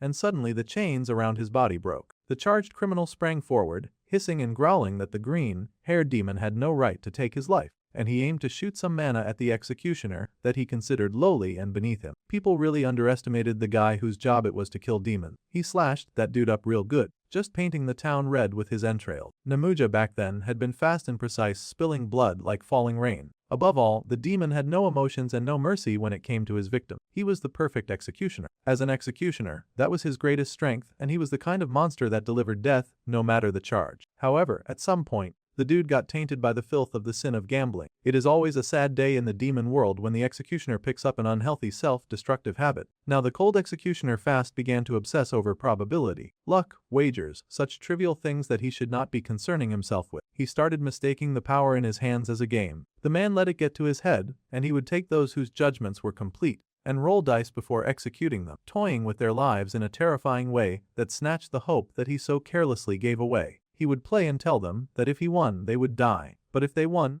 then he would spare their lives. It was the arrogance of one who held lives in his grasp, and those at his mercy were always willing to play his games. He began the madness of entrusting life and death to luck. First, the executioner would roll the dice, and if their total was higher than his own, he would let them live. The poor prisoner would watch the dice desperately, hoping to be spared somehow. Sometimes Namuja would roll a low number and grumble that it was not very high, his prisoner might have a chance. Now, it was their turn, and he would stuff the dice in their mouth and tell them to roll them well. The poor trembling demons on death row, who were already in a state of apprehension, would roll the dice with all the hopes in their hearts, and be shocked when the dice actually rolled a higher number. The adrenaline and relief that flooded through her veins were ecstatic, and they looked to the executioner to keep his word, even when it was just a difference of one. The game-obsessed demon would tell his attendant to free the prisoner on death row. The poor prisoner would cry and say their appreciation with all of their heart, thanking the Lord Namuja. However, the wicked creature would then point out that they had saved their life by 1 dice point, and so they were lucky. If Namuja lost the bet, he would release the criminal, and if he won, he would smile and cut off their head. It almost seemed like such a fair game, except that he was defeating the purpose of being an executioner in the first place. Most of the time, he dismissed his judgment as nothing more than just luck. However, what made the executioner even more despicable came next. It was the case of a trembling demon child, many children actually, to enjoy gambling with more lives. Namuja would force even those who did not know the rules of their world yet, weak and powerless beings, to gamble with him. This was where this wicked creature began to cross the line. Just playing around with criminal awareness was not enough for him, he started to endanger innocent lives. Namuja would read through what the children were being punished for, the first one being punished for unauthorized use of a dimensional gate and disobedience of gate orders. They were then sent to 100 years of magic confinement. A punishment like that was not enough for the bloodthirsty judge, jury, and executioner. He thought that kids these days were so cowardly, and they always somehow avoided heavy punishment. That was not his style at all. Then, he decided to make a bet, and the rules were simple. He told the child to flip a card, and if their number was higher than his, then he would cancel their punishment. However, if the child lost the game, he would die. It seemed like a great opportunity to get out of 100 years of confinement. However, the man was playing these sick and twisted mind games with innocent children who just frankly did not know any better. They could not realize that it was better for them to take their chances with confinement instead of taking a risky gamble that would end their lives. The first blue-haired little demon boy was wise and tried to refuse, saying that he was fine with the 100 years of confinement punishment. He didn't want to play any sick and twisted game. Well, the executioner was not having it, and he actually hit the poor child. He growled that the kid should have learned to refuse before committing a crime. He was not going to let the children choose their own fate, and he wanted to force them to play a game just so he could see the despair on their faces and chop off their heads. That sadistic maniac played the game himself and made it so that the child would lose, and he laughed wickedly, basking in the rush of winning an unfair game. He laughed and whooped with joy, but the poor child cried and begged. He had only just gone to the human world briefly out of curiosity. He did not deserve a death sentence. He would devote himself to magic until the end of his life. he just begged the executioner to spare him. Well, the executioner did no such thing. Deeply drunk in his disgusting ways, he killed that poor child unjustly. The vermin yelled that children had no backbone and that demons should bet their lives with pride, accept whatever fate he gave them, and then die without complaint. That was what he preferred anyway. The wicked creature grinned and told the poor child to blame his fate on his own bad luck. The moment the criminal lost the gamble, Namuja would then devour them completely like a monster. He would slit their throat and consume every last part of the criminals brought to him, whether old or young. Their flesh, bones, fear, and even their souls, that greedy monster claimed everything that they were. Devouring the weak was a strict taboo even in the demon realm, but the one who was supposed to punish crime began to feel pleasure in breaking that taboo and committing a crime himself. Namuja was no longer an executioner, and he had fast become a rather thirsty predator, a monster addicted to taking lives and evil gambling. One day, when the news of the green-haired murderer reached the majestic prince's royal ears, he had paused and listened closely to the rumor going round about the executioner. Immediately, the prince rebuked that green-haired menace and cursed him out. The demon's careless gambling nature had long since gotten out of hand, so the demon prince had to step in and handle the matter personally. He cursed the man, calling him disgusting. The prince's only desire was to shatter those filthy dice, snap that rotten wrist, and then return to him the very same death that he had so casually dealt out to others. Unfortunately, the laws of the demon realm were not so simple. Due to the judgment recorders that the gambling demon had latched himself onto, the prince was not allowed to kill him despite defeating the gambling demon. As an executioner under the government, Namuja could not be executed by a private individual. The prince was furious and asked if his title did not give him leverage over such stupid laws. Those horrible demons had watched this executioner abuse his powers, but they had done nothing to step in. The prince asked what the gambling demon had fed them for them to defend filth like this with all of their might. The gambling demon laughed from his place at their knees, chuckling madly at the prince as he said that it seemed he was fortunate today. The Namuja who had escaped with his life was like one who had once been a sword that enforced the law. Now the creature had become nothing but a corrupted execution wraith, staking his life on something as pathetic as probability, like a worthless discarded card thrown out from a gambling table. The man was also unreasonably ugly. In his human form, the man screeched, calling for the prince to hurry up so that they could play a game where they could bet their lives. That was the kind of game that made him drunk with glee after all. The prince was just as mad, though, and happily returned his energy, tossing game pieces around. He yelled that he loved this too. He wanted the mad demon to stake his life as well, so he could kill him once and for all. The boy normally could not kill the humans here, but an escaped demonic being was definitely something worth being on the table. Meanwhile, at another part of the city, a car was driving down the road, and the person inside informed the attorney that they had just finished Mina's admission procedures, and they were on their way to the law firm now. The attorney was waiting for the woman who seemed to be our dude's human mother. The woman was on her way to file the divorce papers and post them on social media. She would also be in a meeting with reporters to end this sickly marriage once and for all. Her husband was the kind of man who was obsessed with how others saw him, so he would not be able to make a move against them so easily if she went to the media. She figured that somehow they would be able to find evidence of all the vile things that he had done.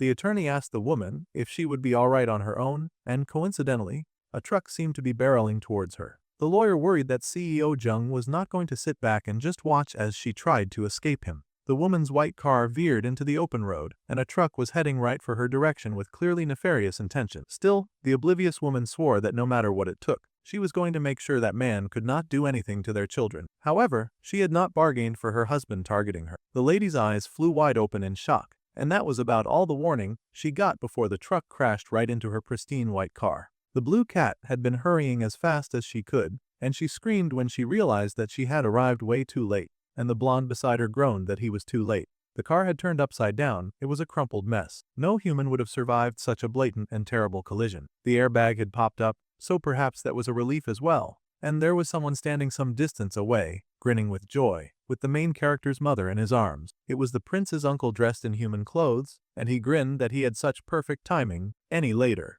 and the boy's mother would surely have been crushed. He flew above the rubble, much to the surprise of the other two on the floor. They wondered how on earth the Lord Varkan had even shown up. Even the cat was surprised to see him here. The great purple-haired demon just smiled that he had come all this way to visit his beloved nephew, of course. Meanwhile, his beloved nephew was having a hardcore battle with a lunatic. They threw the dice with such vigor, and it rolled across a purple glowing pentagram, the mad green-haired demon laughing with joy, saying that little Joe's third eye was smiling. He tossed some odd-looking purple balls at his enemy, but the boy sliced through them, making all of the M erupt in blood as he used his sword against them. They both really seemed to be having some kind of wild fun, and the bubbles burst, their red liquid flooding around our dude. It had been 300 years since they had met, and the prince scoffed that the executioner had not improved at all. The other demon just laughed that he'd been nothing but a fool back then. However, now he was very different. As expected, the demon had been able to roll snake eyes, and a large fish-looking serpent head was formed by his long train of bubbles, and they rolled around the prince, seizing him in a vice-like grip. The mad demon laughed, for he now understood that luck was nothing more than a flaw in an imperfect god. Or at least this was what he believed. The demon yelled that he had begun to grasp this thing called probability through the study of statistics. The boy hissed when the snake around him suddenly turned purple, as if it was seconds away from going nuclear. Just as suspected, the snake exploded into a huge purple blast like a bomb eruption. The mad Namuja watched the explosion with glee, and the poor scion called out to Minho in worry and fear. The mad demon laughed and danced, telling the prince that he had already calculated every possible chain probability between all of his skills. The demon had worked for 300 whole years, also that he could repay the boy for the humiliation of the defeat that he had dealt him. The mad demon laughed that he had worked this hard so that one day he could kill the man. The prince just scoffed, smiling but all right, as he muttered that it had taken the other demon 300 years to finally start using his brain. The number of possible outcomes for the sum of 2 dice was 11. The nerd realized that their enemies had calculated all the chain probabilities of that. The gambling demon got heated and yelled at the nerd, telling the boy not to dare mock him. It was not like Scion was trying to make fun of him. In truth, the young lad was completely amazed by the demon's monstrous tenacity and mental fortitude. This made Namuja even more hated, and he boasted with joy, eager to amaze the little boy even more. The cracked dice rolled and spun as the gambling demon threw them once again, and then he screamed with joy when he got a high five. Luck had fallen right into his palm, and he activated his powers with a flourish. For one who had mastered probability, failure did not exist. This was the demon's declaration as he prepped to launch another attack. He fled forward at the prince, who was waiting for his approach. Lavis raised his sword to block the next attack, and their swords clashed against each other as they fought harshly. When the gambling demon had heard that the prince had somehow fallen into the human realm, he simply could not contain his joy or excitement. To think that he would finally get a chance to show the skills that he had honed to the annoying menace that had dumped him in this accursed place like this. Namuja was more than happy to welcome the young lad to hell. They fought heavily, purple blasts meeting the red of Labis's sword, each fighting for their life, though Namuja was doing the most and fighting the hardest, because he was insane and he was drunk on the laws of probability. The prince leapt back, keeping a close eye on his opponent, who chased him like a man gone mad. That attack just now, the prince realized that if he had not absorbed Mara, he would not have been able to endure it. The demon opponent laughed, saying that this much was expected of the great demon king's bloodline. To withstand his attacks even while trapped in the body of a sinner, the demon Namuja was impressed. He laughed and asked the prince if he was excited too. After all, they were having this joyful, fun battle, and he figured it was exciting to wonder just how long they would be able to hold out, no matter what came up on the dice that he threw. Lavis snarled that he would be the one to decide the outcome. He was one determined, angry kid. The man laughed, asking if he should throw the boy's next fate then. Happily, he tossed the dice, the demon dice rolling and casting the next future. It was a jackpot, exactly what the demon had been hoping for. The boy wondered what jackpot meant, but he had just about a few seconds to consider that because Namuja then unleashed the jackpot explosion and the purple ball in his hold grew brighter. Jackpot was game over, and the executioner declared him dead. The explosion was huge, casting the entire place in purple light. The Prince Lavis doubled down as he fought against the huge blast, trying to nail him to the ground and take him to the world beyond. Somehow, the prince managed to leap back, creating enough distance between the blast that bounced after him in the form of multiple little purple spheres. Scion screamed in fear and cowered when the explosion happened, hiding as the purple blast filled the room. The opponent, frankly, was doing everything possible to look more like a pig in every frame. Not only had he lost his aura from his past life, but he had also traded every shred of beauty he might have had before for the laws of probability. Now he snickered that among these pathetic humans, there was one that he happened to like, and that was Julius Caesar. For some reason, Bro stood like a chicken as he complained about his love for the beloved emperor, who got killed by his friends because they just could not stand that guy anymore. Namuja said that Caesar was the one who said that the die is cast, and he liked that a lot. He liked a wild human stranger for one stupid line taken out of context. The prince tutted and asked how the little vermin had found a way to get stronger than when he was a demon. The man just laughed and said that he had devoured the lives of those who lost bets with him when he got to the human world. It had all been a very delicious gamble. Now our dude wondered if that method was possible. Perhaps it had happened because the demon had escaped instead of being imprisoned in hell or actually held hostage by this new human form. Honestly, those monitoring guys were so cheap, and they could not even do their jobs correctly if a guy like this was running around the human world, doing whatever he liked. No wonder they had such a huge issue now. Suddenly, the boy's eyes widened as an idea occurred to him. He asked Namuja if he had met Morgus by any chance, and the green-haired crazy dude laughed at the question. As it just so happened, the Lord of Darkness and Depression had come to him while he was escaping after breaking out. The green-haired demon was furious and asked how he had known that Morgus had been the one to release the mana shackles that had been placed around his body. Well, first of all, that idiot had just told him that. For a gambler, he really needed to learn how to keep his mouth shut because he was terribly bad at that. He just went about saying whatever he wanted. The evil green-haired dude yelled in rage, angry that this dude would dare to test him. He was going to raise it to double betting. With a toss, the dice that he wanted came out again, and the pentagram activated. Once again, laughing with mad glee, the cackling green-haired man unleashed the attack that he called Little Joe's Eye. The boy once again raised his sword to block off that onslaught of attack. He groaned as he fought, glaring murder at his opponent. Since this battle started, Lavis had to be on the defensive and had not been able to launch a single good attack against the gambling demon. No wonder Namuja was happily laughing like a madman. In this battle, he had every feeling to feel rather all-powerful, considering that the prince was not trying to hit back. However, even if the demon had studied probability, the prince guessed that the demon could not have won every game. The green-haired demon did not really feel like answering that question. He said that there was no meaning in the victories of pathetic beings, classifying everyone who was not him as pathetic. Once again, the man tossed his dice, but there seemed to be something wrong with the result this time, and it did not satisfy him. Snake Eyes looked up at him, and he was clearly hesitant when he called out the attack, shooting that at Prince Lavis. Just like before, the prince got wrapped in a colorful snake made up of little explosions, and the prince looked up with his bloody face, then asked if this poser had then killed everyone who gambled with him, regardless of whether he won or lost. If that was the case, then he was not even respecting the rules of the game that he had started. However, the demon refused to point-blank answer to that question and just insisted that he was the one to devour them all. That was all that mattered to him. Once again, he tossed his dice and got a 5. It seemed these rolls were really throwing him off compared to his confidence from the last time. Still, the gambler remained as enthusiastic as ever and tossed the high 5 at the prince, slamming into his enemy and producing a large purple blast. However, this time, something went wrong, and the green-haired ugly creature stared at the prince in shock. This time, the prince looked down on the pathetic creature doing battle with him, and he pointed out that the other was surely starting to realize it by now. Something was wrong with this stupid game that he was playing, and things were not working the way that he had planned. The demon hesitated, unable to understand it because he was sure that the dice that just played would give him the upper hand. The dice he had thrown had come out in the exact same pattern twice in a row. That was almost impossible. Statistically, it was messing up his calculation. The prince smirked and then called to his own nerd, asking if such a thing was possible. Sion yelled out from the safety of his corner that when rolling 2 dice, the sequence for 3,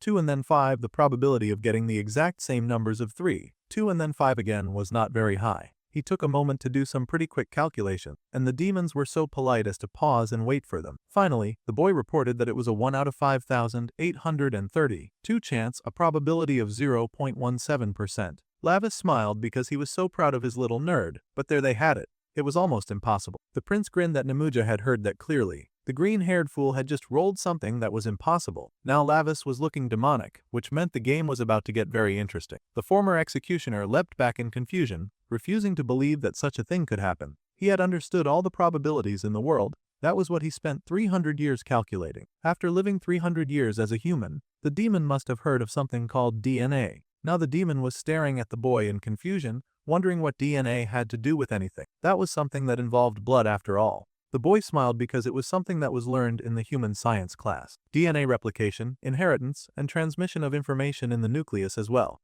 In other words, the memory of fighting within his blood memory could somehow be replicated. The poor fool had no idea what the prince was talking about. All of this sounded quite insane to him, so he was kind of struggling to keep up. However, the demon suddenly realized that the red light that spread when the boy had drawn his sword was apparently blood. The reason Lavis had not been dodging certain attacks was that he had been working to spread his blood everywhere. For some absolutely crazy and logic reason, his blood membrane and DNA had caused the same pattern to repeat every time Namuja played with his dice. That sounded insane even to the gambling demon, and he grew up in hell. The green-haired ugly pig cast his dice once again, and the boy chuckled, knowing that it was time for the gambling demon's jackpot explosion. He grinned as the dice did indeed roll his prediction, and the poor green-haired fool cried out in horror at the patterns repeated. The prince laughed, saying that he would not spill his noble blood for nothing. He raced forward, blood dripping from the tables and platforms. His blood had something called immunity. This meant that his blood remembered attacks it had received once, and that immunity would not allow for something like that to happen again.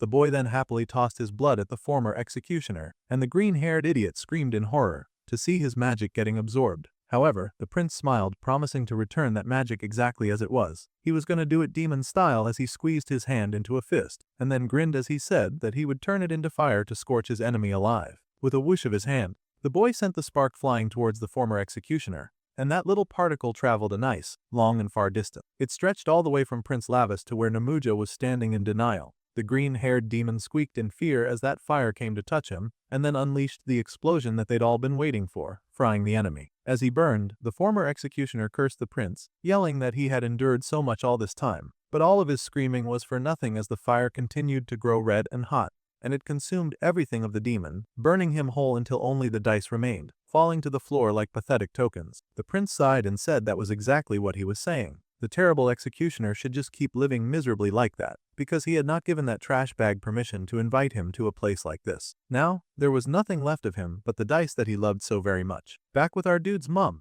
the other two were still praising the purple-haired demon lord for his great timing. If it were not for him, the lady would have died instantly for sure. They had all gathered in a room after the very eventful evening, and the young prince asked his purple-haired demon uncle why he was dressed like a human. The uncle scowled and asked if he should somehow go around the human realm dressed in demon clothes. He would get arrested immediately. Still, the boy could never remember a time when his uncle wore clothes at all. The dark-haired blacksmith mumbled that the image was gross, and the older demon protested, scolding the girl that he would not go easy on her just because she had a sad story. He even threatened to pull something out so that she could not adapt to her new body. The girl just shamelessly accused him of being the strongest pervert in the demon realm. The man scoffed, saying that the girl called him dirty for not wearing clothes in the demon realm, but he was wearing them now, so they should be satisfied and praise him already. However, the girl still pouted and called the man a dirty pervert, infuriating the uncle, who looked ready to throw hands. He leaped at her and she screamed as well, raising her arms to defend herself as they fought, and she yelled for the purple-haired demon to hurry and go away. The blonde with glasses chuckled,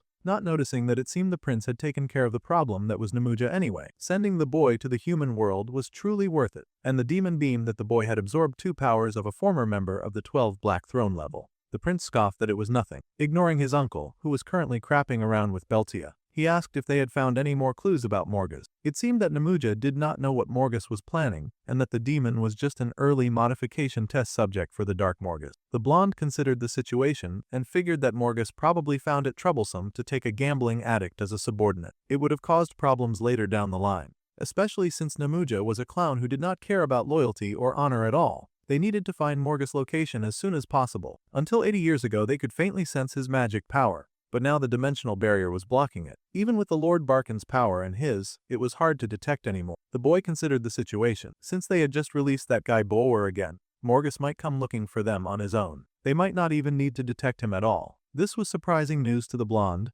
and the uncle and the blacksmith kept scrapping in their little corner. Putting this conversation aside, the dark-haired boy yelled at all his demonic allies, asking which one of them was going to deal with the demon Jung Tasik, who was in the way right now. That man was currently more troublesome than any demon in our dude's path, especially since he kept trying to send his human family members to the hospital or the grave. Also, that stupid, greedy human was blocking the access to all of his mortal money. Well, first, the blonde pointed out that it was never lavish money to begin with. However, Street had been kind enough to leave a small gift. There were call records and videos of Jung Tasik hiring President Hong for murder, and she had slipped that into the woman's hands, so she hoped that his wife would make good use of it. However, the little cat demon had given the evidence to an unconscious woman. Anything could happen to that flash drive while she was out like a light. Well, the boy was impressed for now, and he congratulated his little servant for working so hard on this problem. The girl happily beamed and said that it was just the basic. By the way, they asked Bambi if he would be leaving soon. He had said that he could only hang around them temporarily after all. Since that was the case, the dark-haired boy growled that his demonic best friend might as well take his stupid uncle and the annoying stalker with him.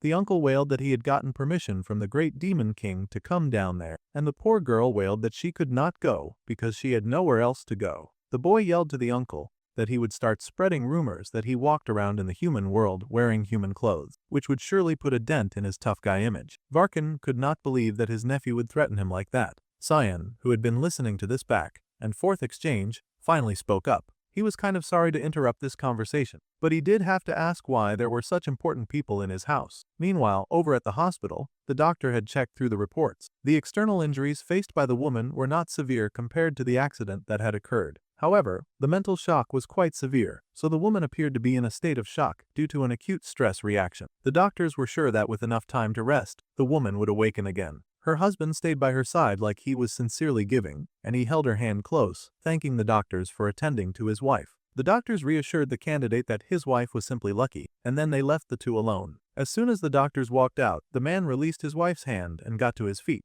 He had to admit that they truly were lucky. Both the son and the mother had such surprisingly long lives, unlike their father, of course. The man looked down at his wife in disdain, asking if she remembered when they had first met.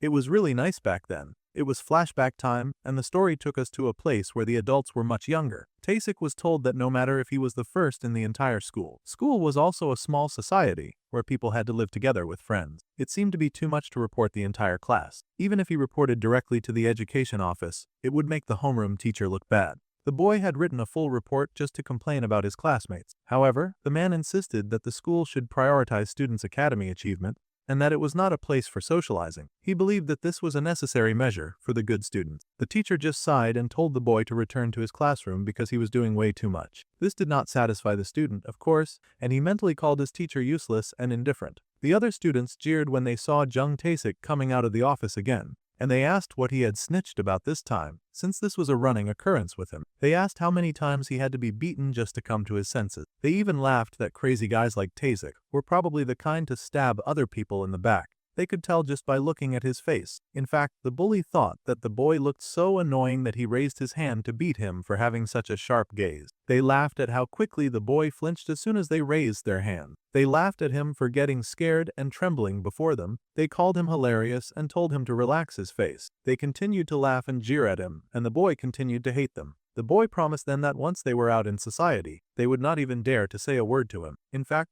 the boy was so upset that he started swearing vengeance on the whole school, saying that they were not worthy to attend the same school as him. However, it did not take long for something to catch the angry boy's eyes. He saw someone whom he believed was the only one on the same level as him. It was two girls happily talking to each other. Of course, one of them was Seo Ju-hee. The poor, oblivious woman happened to be the only daughter of Haemyeon Construction's CEO, and she represented Unchin City. She was pretty, and he thought that her looks were good enough. The man glared, saying that the girl should have just stayed quiet and waited back then like a good little doll. Instead, she had gone ahead to get married to someone else. He had quickly heard the news back then that the assistant manager Park had married the boss's daughter. This was unthinkable news to Taisik. Apparently, they had been friends in high school, but they were surprised that such a rich woman had married an orphan. The boss opposed the marriage because of the man's background, but they ran away together, and it caused such a huge scene. The gossip continued to talk about how it was a romance, and the more he listened, the more the man continued to growl like a dog. The man growled that he had given up medical school, even though no one had asked him to, and he growled that he had come all this way just to marry her. He was really an entitled dude acting as if the man owed him a favor. He treated her falling in love with someone else as a betrayal, and like that, the lady had abandoned the wicked man and even had a child with that orphan. Actually, she had gone ahead to have 2 happy children. This loser had actually somehow stalked her everywhere, cursing and hating as he watched them together. He swore from that moment on that he would never forgive her. While the woman was living happily with her one true love, the man had done all kinds of dirty things and focused only on getting promoted. No one had asked scum like him to go that far either, but the man had promised President Hong that if he won this contract, the scummy man assured President Hong that no one would look down on him as a gangster anymore. The president sure liked what he was hearing, so he asked team leader Jung just what he had to do to get the contract that was being dangled in his face. He would do anything that the man wanted so that he could finally hold his head high too. The scummy man laughed, saying that he just needed the man to take care of one person for him. The president caught on quickly about what the man was asking, and he asked if he wanted this to be a death thing. The scummy man grinned that Har would truly appreciate it if the president could kill the target, because then he would finally be able to take over Haemyeon Construction, and if it went well, they could even share it. The gangster laughed with a huge smile, thinking that Jung Tae-sik was very bold to go after such an ambitious plan. However, he was ready to do it, and the man smiled. All this time, the scummy man had felt that someone who was not even worthy was lucky to be beside Ju-hee, and he could not stand to see it. Now, he was going to get rid of him. Bro was such a hater that he had orchestrated the death of Minho's father. Now that the dirty deed had been done, team leader Tae-sik was contacted because they were now in the same boat. The poor father of the Hare's 2 children was now deceased, and they were holding a very depressing funeral for him. Tae-sik was told not to forget the deal that he made with the construction company, but that evil man in glasses just watched over the crying mother and children. He glared like some kind of evil beast, exceedingly excited that the woman who had once grown up like a flower would not be able to survive on her own with 2 children. It was now time for him to return her to her place. This was what he believed. Anyway, Seo Junhee would now be his. Back then, the sweet heiress had insisted that she could raise her dear Minho and Minna on her own. However, her father could not allow his dear daughter to raise 2 children by herself.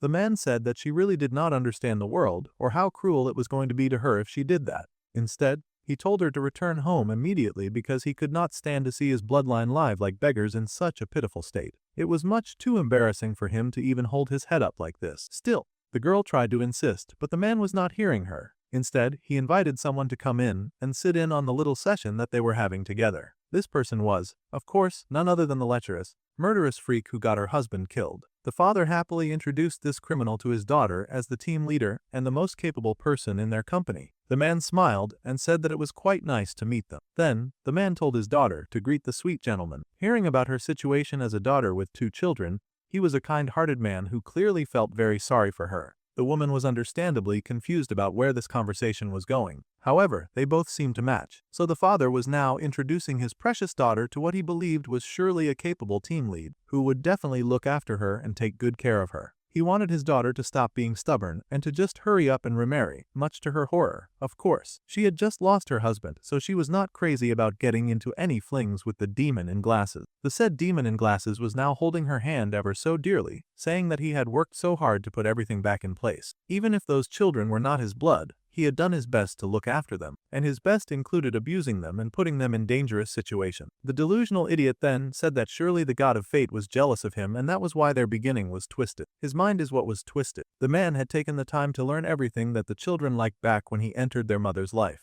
He learned that Minho likes console games, and he even did an open run for it in his life. Finally, he got it, and he was excited to give it to the boy, just to hear the boy sobbing that he just wanted to see his dad one more time for his birthday. It was a normal reaction for any child who had recently lost their father. The sweet mother assured the little boy that his father would congratulate him on his birthday from heaven, so he shouldn't cry. The boy then begged his mother not to forget dad, just because of her new husband, which was another usual fear that kids had when their parents got remarried. The child begged the mother to always love their father, and the woman teared up, saying that she could never forget their father, and that she still loved him so much, even now. Well, naturally, this enraged the local psychopath because he could not believe that they would dare to have feelings for someone who had only recently died. The man was absolutely bonkers. He wanted them to forget their father immediately, and he growled when he realized his new wife was still fond of her old husband. He complained that the man he killed kept getting in his way, when she had clearly never fallen out of love with the guy. The man growled that he had taken in the kids that she had after running away like trash, and those filthy things dared to stab him in the back.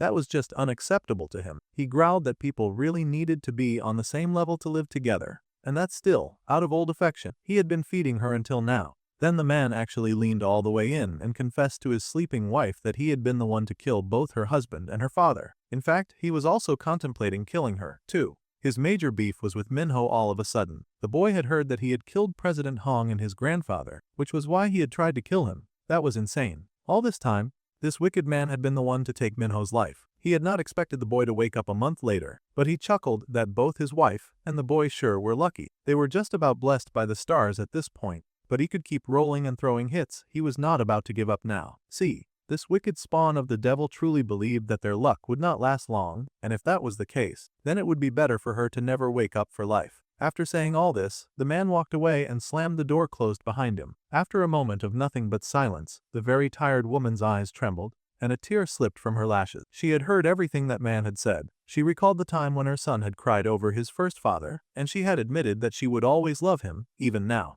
Taesik had, of course, been absolutely furious to hear this, and he stormed away with all the presents he bought like a kicked, angry lion. The woman had gently told the boy that his father was watching over him from heaven, but now his new dad was here to protect him. Of course, the evil Taesik had not stuck around long enough to hear that. In fact, the woman added that if her sweet little Menno kept crying, she was sure that his new dad would feel sad. Well, it didn't take long for him to upgrade from sad to murderous. It was very important that they did not upset their new dad after all. The little boy sniffed and rubbed away the tears from his eyes, and the woman smiled gently, explaining that their new dad loved them a lot. But clearly, she was so wrong about that. She even encouraged her children to love their new father as much as they loved their biological father. That poor, sweet woman was absolutely not prepared for the devil that her new husband would turn out to be. He had taken absolutely everything from her husband, to her father. He had tried to take her son, and he was the reason their daughter was now hospitalized. That evil man had been nothing but a plague on her life, and she cried because of Jung Tae-sik. He was the sick disease that had infiltrated her life and ruined every part of it, and she cursed him on her sick bed with hatred because she had heard every last thing that he had said.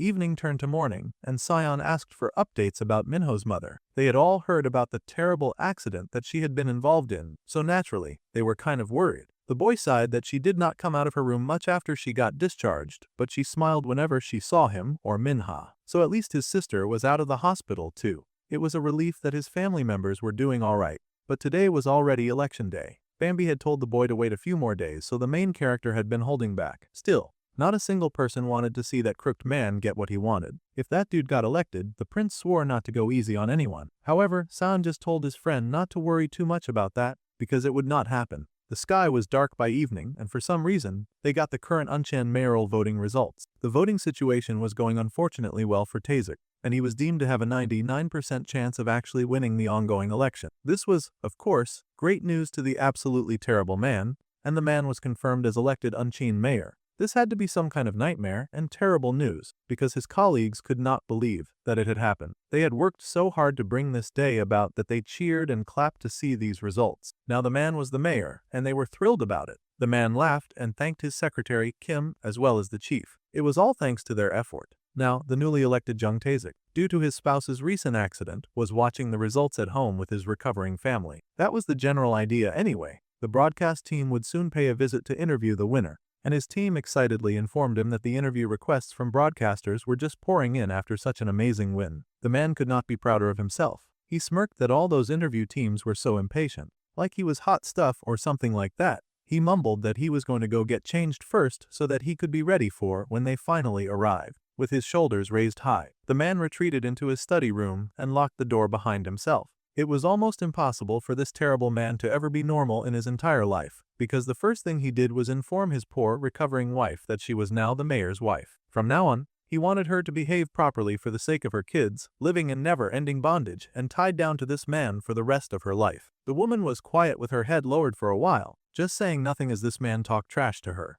The man was annoyed and asked her what on earth she was doing now. He asked her to hurry up and start acting like a good wife, so she should bring his tie. The lady remained silent and still. Suddenly she pushed to her feet and stood all the way up. The man was already practicing his stupid speech, planning on telling the citizens of Unchan that, rather than joy, he would accept this result as a heavy responsibility, and that he would not neglect even the smallest detail in improving citizens' lives. Coldly, his wife congratulated Tae-sik on his win. She held up a tie that she had bought to celebrate his victory. She had even got it in her favorite color. The man smiled with pride and stood tall, letting her put the tie around his neck. With that disgusting look on his face, he had declared that now that he had become mayor, he asked if she finally felt like being obedient, like she was some kind of dog. However, she confirmed that this sicko would not be doing the interview that he was so looking forward to. That idiot was so confused, he wondered what on earth she was talking about, and that was exactly when she tightened that tie so hard it stole the air from his lungs. The man growled as he fought her, asking if she was crazy or if she thought that she would somehow get away with this. However, Jun-hee was dead serious. She had never been more serious in her life, and she said that she had already told him once before that she would strangle that neck of his. Now she could finally make good on that promise,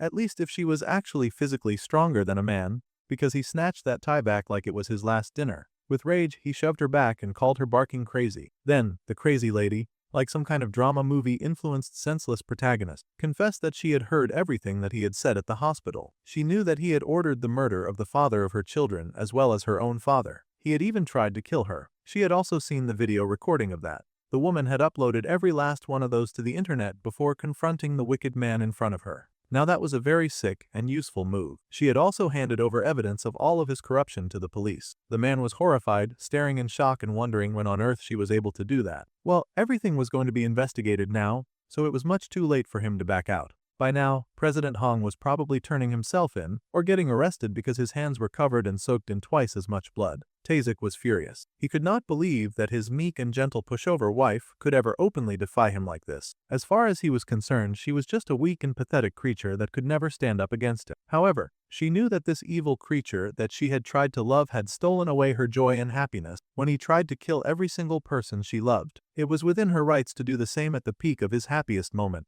The man was furious, but the news just broke in to ruin his life. A construction businessman by the name of Mr. A reportedly received a murder order from the elected Jung Tae-sik. The man rushed outside, cursing and swearing as he could somehow stop the news, but sure enough, it was his business partner, Mr. Hong, who confessed to killing Seo Jung-won, former CEO of Haemyeong Group, and his son-in-law, Jung Wisik. He had done all this at Tae-sik's request, of course. The newly elected mayor was furious and screaming. He grabbed all of his plans with rage and slammed them to the floor, screaming like a madman. Within seconds, he had broken the television screen in front of him. Someone tossed the car keys to the floor, asking him to take them. It was his wife, and she admitted that she was barely holding back on finishing what she had started, but she had to think of the children first, so he could not go to jail. If he got caught like it would be at least 20 years of him rotting in jail. She did not want to see him in prison, eating 3 meals a day. After everything, she had spent a decent amount of time caring for this evil man, so she was giving him an escape route. She told him to run and to live his whole life on the run for the evil that he had done to her. He should live like a filthy cockroach in a place where no light reached. The man shook with rage, growling that he would never let this go, and he would not forgive her anytime soon. He even threatened to kill her. However, the shameless rat still grabbed the car keys and ran out of the house like a cartoon villain, much to the shock of his aides. As he ran, the woman swore that he would never enjoy anything that he had achieved, and she hoped that he would live the rest of his life trembling in fear of when he would be caught or crushed. In fact, she hoped that he would live like a fugitive for the rest of his life. From tomorrow, she would use everything to hunt him down, and she would watch his every move. She was not giving him grace by not handing him over to the police. She was giving him the nightmare of spending his whole life afraid. From now on, that evil rat would regret for the rest of his life, for the sake of the people who had been used by his filthy hands to harm others. The lady swore that she would hold his leash forever in a loving embrace and never let go. Well, the wicked man raced to the garage, cursing his wife and growling, wondering where on earth she had even gotten the video that she used to blackmail him. The man was so wicked and possessive that he swore that even if he died, he would drag him down with him. Suddenly, someone showed up in the garage and chuckled, asking what a little cockroach was doing scuttling around all the way down here. The man paused, having no idea who he was talking to. The man froze, asking if the person was part of the police, and he begged to be allowed to explain his side of the story, when clearly he was just trying to think of a way to manipulate his way out of it. He even promised to give them anything if they helped him. Unfortunately, he was talking to Lavis' uncle and the demon Varkan. Well, he tended to have a wicked sense of humor. For one thing, the dude was unnaturally tall. The bro stood at heights that were just not normal for most people. Without saying anything else, the purple-haired demon smiled and slimed that man so hard his glasses rocked right off his face. The man got kicked all the way across the room, and the demon chuckled. Just as he expected, he had a good eye for people. Minho's mother was truly wise. The man groaned and held his cheek, cursing at this man who stood before him. In typical mad Chihuahua fashion, the man was furious and he yelled that he understood it all now. The man screamed that clearly they had teamed up to send him to his death, which he totally deserved, but they had worked mostly independently. Varkan really could not stand listening to the man's barking, so he smacked him again. Human laws were too weak to deal with guys like this, so Varkan was going to deal with him personally. Being that soft-hearted was a weakness of Minho's mother, but he could make up for that just fine. Still, the little swordsmith was nearby, and she said that since he acted as her crush's father for a short time, she could give him a special-looking gift. The wicked man trembled as the creepy-looking mask was raised to his face, and he asked what on earth they were doing to him, scared and terrified. Well, it was too late for him to be scared now. Belcha had made a little object to kill Varkan, and its name was the Ognal breeding mask. As anyone could imagine, it was downright awful. The man screamed in aching pain as worms popped out of the mask and started eating his face while he was clearly still alive. His screams of agony were music to Varkan, of course. The wicked loser screamed for them to get the mask off him like he was pushing around some of his weak underling, while Varkan ran a completely different camp around here, and a magic pink collar wrapped tight around his neck was made from magical energy. The purple-haired demon let him know that he had nowhere to run anyway, so he would be taking the corrupt man back with him to the hell that he made. The man screamed for someone to save him, but it was about time that someone dragged his raggedy behind to hell, so there was no one coming to save him at all. Bro was really kicking, screaming, and fighting the whole way into the underworld, but he got dragged through the portal, and the door closed behind him. Belchia watched the whole thing happen in her little oversized clothes, looking nervous and all. The hell managed by her pervert uncle, Carnifica, was a place where people could not die and had to suffer forever. Then, she wondered about her pervert uncle and if he still had Ognal. She recalled in the past when she used to find Varkan sleeping half-naked among the bushes during her little lava spying sessions. She was really one to talk,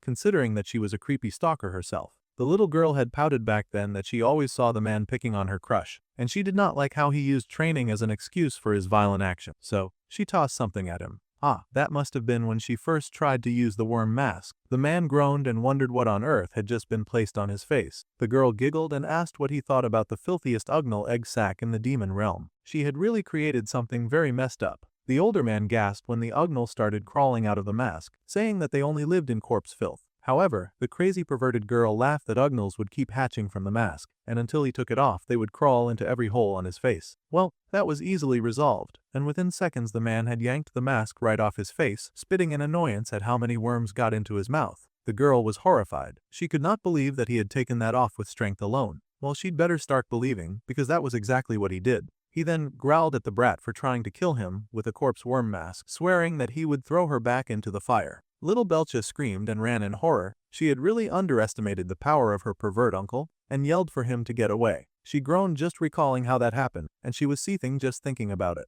There had been no calculations for that brute being able to take off that mask so easily. Suddenly, she gasped because now that they had taken care of his scum father, she could go and find her dear and sweet Appa. She activated her tracker and raced after him, using the tracker to guide her to her crush. Later that night, the moon was high in the sky, and Junhee tiredly looked at the dear picture she had of her first husband. All of the bad things were over now, and she promised her dead man that she would protect the children no matter what. Tears fell from her eyes, and she asked her darling sweet husband to continue watching over them, calling him a name of great affection, honey. Now that his death had been avenged, he could hopefully and finally rest in peace. So, our dude's stepfather was having the worst time of his demonic life. He just had a worm mask snap his dad to his face, and he was getting dragged to the gates of hell, so he was not really into the current situation. It also did not help that when he was dragged to the underworld, all the demons went ham, just banging away on his body. Bambi noticed that Varkan looked pretty happy just watching that dude get beaten up, and the purple-haired demon just grinned. He chuckled that there was nothing so special about happiness, and having the one that he wanted by his side, being able to watch, was the measure of true happiness anyway. He called out to these workers to break even more ribs because he was having the time of his life. Bambi looked suspiciously at the dude who seemed to be acting uncharacteristically nervous, but he was not going to dwell on it.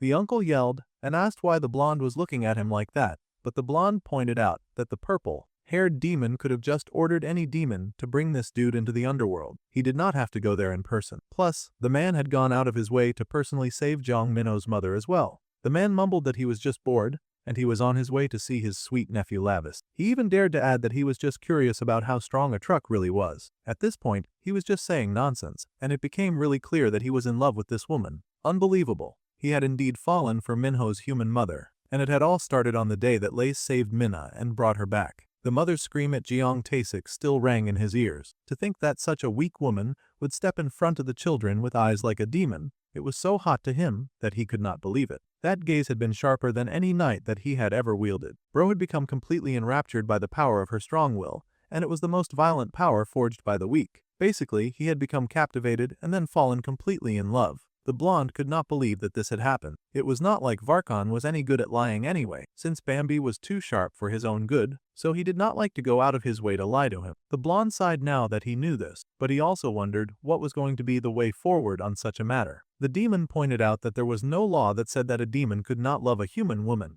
but everyone also knew that a demon who loved a human could not live in peace in the demon realm. They would always be thinking of their fragile partner, stuck living their very short mortal lives. However, Varkan did not even care. He just declared that he would be the first to defy that rule and break the stenotype. Bro was talking in every way like a real lover boy. Bambi could not believe his behavior. He scolded the older demon, saying that it was arrogant speaking, but the purple-haired lord just smiled and told the blonde to watch and see. They would soon see whether he had arrived at arrogance or transcendence. Meanwhile, the kids were walking, and our main character asked his friends how they had gotten hold of the evidence to bring down Jeong Taesik in one go. The little Shion ruffled in his hip pocket and admitted that back when everyone was busy fighting at the house, Bambi had given him something to use. The blonde had handed him something that he got while Belcha was beating him. He said that if the little nerd used the odd-looking mask, he could find things that he could not see before. Using it, the boy was able to access places that he could not before, and he used it to access the dark web. The little Shion had been quite caught off guard when his hidden persona surfaced again.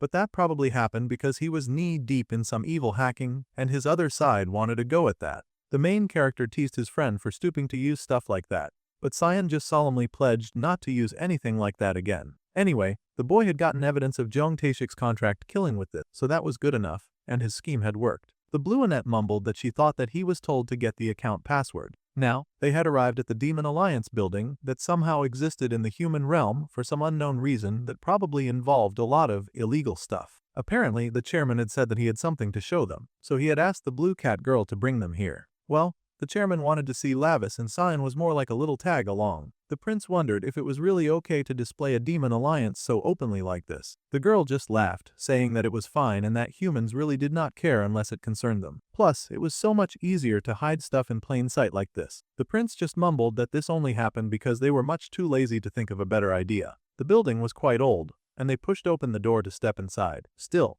this was the group that was supposed to be representing the demon realm, so he was surprised that they did not seem to have a lot of money. However, Street said that they actually had a lot of money in the human realm, but the chairman said that it was too much trouble to move the location. At this point, the chairman was likely the chief of Lazy, and the prince wanted to know who on earth held that position and what noble family they were from. The chairman turned out to be someone who was human. Now this was a huge surprising fact. Lavis stepped inside, and the building did look much cleaner on the inside than the outside. They stepped inside to see an old woman just happily sipping tea. The woman smiled and said that she had heard so much about him from Street. The boy looked at the old woman and concluded that she did not look very ordinary. Then he went ahead and rudely asked how many centuries she had lived. One thing about the demo prince was that he was always going to speak his mind. The woman chuckled that she was indeed very ordinary, and she had recently passed her 70th birthday. She also told him not to misunderstand. Then he asked why she had joined the Demon Alliance as a human. She chuckled that the story would not interest him anyway. But if he was curious, then she would tell him later when the opportunity arose. Right now, it was urgent, so she had brought him to this shabby place to look for something over. The group in the room turned to what she was pointing at.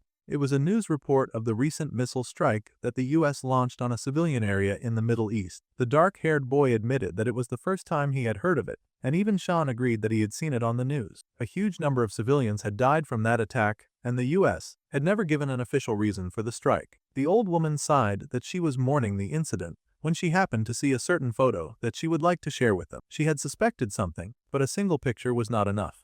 So, not long ago, she went to meet the victim from that photo herself. This cued a flashback scene of that very unfortunate time and disaster. There had been people screaming in dismay from the aftermath of that bomb coming down and ending so many innocent lives. Rescuers were running from place to place, trying to salvage and save as many people as possible. One man was crushed underneath the rubber, and the rescuers tried to reassure him, telling him to hold on just a little longer. They even promised to get him out no matter what. However, the poor man begged for them not to pull him out because his poor child was still inside of that rubble. His child was currently desperately holding on to his hand. The moment that he was taken out, he would have to let go of the little baby, and the child would surely be crushed by the collapsing wreckage. It was terrible to be a parent during the time of war. The rescuer urged the man to remain calm no matter what, asking calming questions like the name of his child. The poor man cried and mentioned that his child was called Karim. Then, the rescuer bent by his side, reassuring him. If Karim were from this town, then he likely knew Al-Amma school in the next village over. The man truly did know the school. Then the rescuer softly said that his son was there, which was kinda shocking because the man, who was currently getting crushed by a really large stone, had no idea what that had to do with his current situation. The rescuer explained that his son's school had been hit by the missile strike. They did not even know if the boy was dead or alive. The man was so desperately wanted to run to him right now, to dive into those flames and save him, but he could not move. Instead, the rescue team closest to the school had already been dispatched to handle the situation. Their families might be going through their own hell somewhere else right now. There were currently rescuers diving into the flames and the rubble in different parts of the town, all of them working hard to save as many people as possible. Straight down the shortest path, they all ran to the closest life that they could still save. If the man had ignored his instinct to go and save his son right now, then he would be turning his back on his comrades' trust and on the life of every other citizen. With all of his might, the man raised the large rock right off the terrified man, his arms shaking as he lifted that rock with all of his strength. That was why right now, he was going to save this man here in Karim, the ones that his hands could reach. Bro was moving like a superhero, and he told the man beneath him to please believe in them. All they needed right now was for every victim and survivor to believe in the rescue team, as well as believe that their loved ones were doing okay. The man stared in awe at this man superhero who actually was able to lift the large rock by himself. But more importantly, he should not dare let go of that hand, despite clinging to him. As long as they did not let go, then a child would never let go of their parent's hand. With that mighty speech, they revealed the tiny boy hidden underneath the rubble who was still desperately clinging to his father's hand. And the father cried in relief as the large rock fell to the ground, away from the father and the son. The rescuer panted deeply, his body shaking from exhaustion as he watched the two hold each other dearly. The tired field worker struggled to catch his breath, while also asking if the child that he saved was okay. The boy woke up, holding close to his father, and the man burst out into tears. The man happily thanked the rescuer with joy in his eyes, thanking him so much for saving his child. The man was also thrilled, glad because the other man's thanks was all that he needed. Suddenly, there was a huge scratching sound, followed by the splash of blood, and the rescuer stared in horror because something had pierced right through his chest and seized his heart. It was a creature that could not possibly be human. The rescuer had no idea what was happening to him, but a cloaked figure had just stashed his heart like a purse. The poor man fell to the floor, and the cloaked figure stood menacingly over his body, holding that heart in his hand. The man cried tears as the life slipped from his body, and the devil who had stolen his heart cheered because it had finally claimed a fragment of responsibility. After witnessing that very depressing scene and story involving the very demon that our dude was supposed to hunt down and kill, the little nerd became very passionately upset. Sion was enraged to see that kind human get taken advantage of in his lowest moment. It was so clear that all the man desired was to definitely abandon everything and go save his own son. Even then, he did not let go of Karam's family, and he had helped that child survive. He had sacrificed so much just for that evil monster to gut him so wickedly like a fish. The rescuer had devoted himself only to the citizens. The nerd could not understand how this could have possibly happened. The demon prince watched his friend fume with a thoughtful expression on his face, wondering if he had ever seen Sean look so angry before.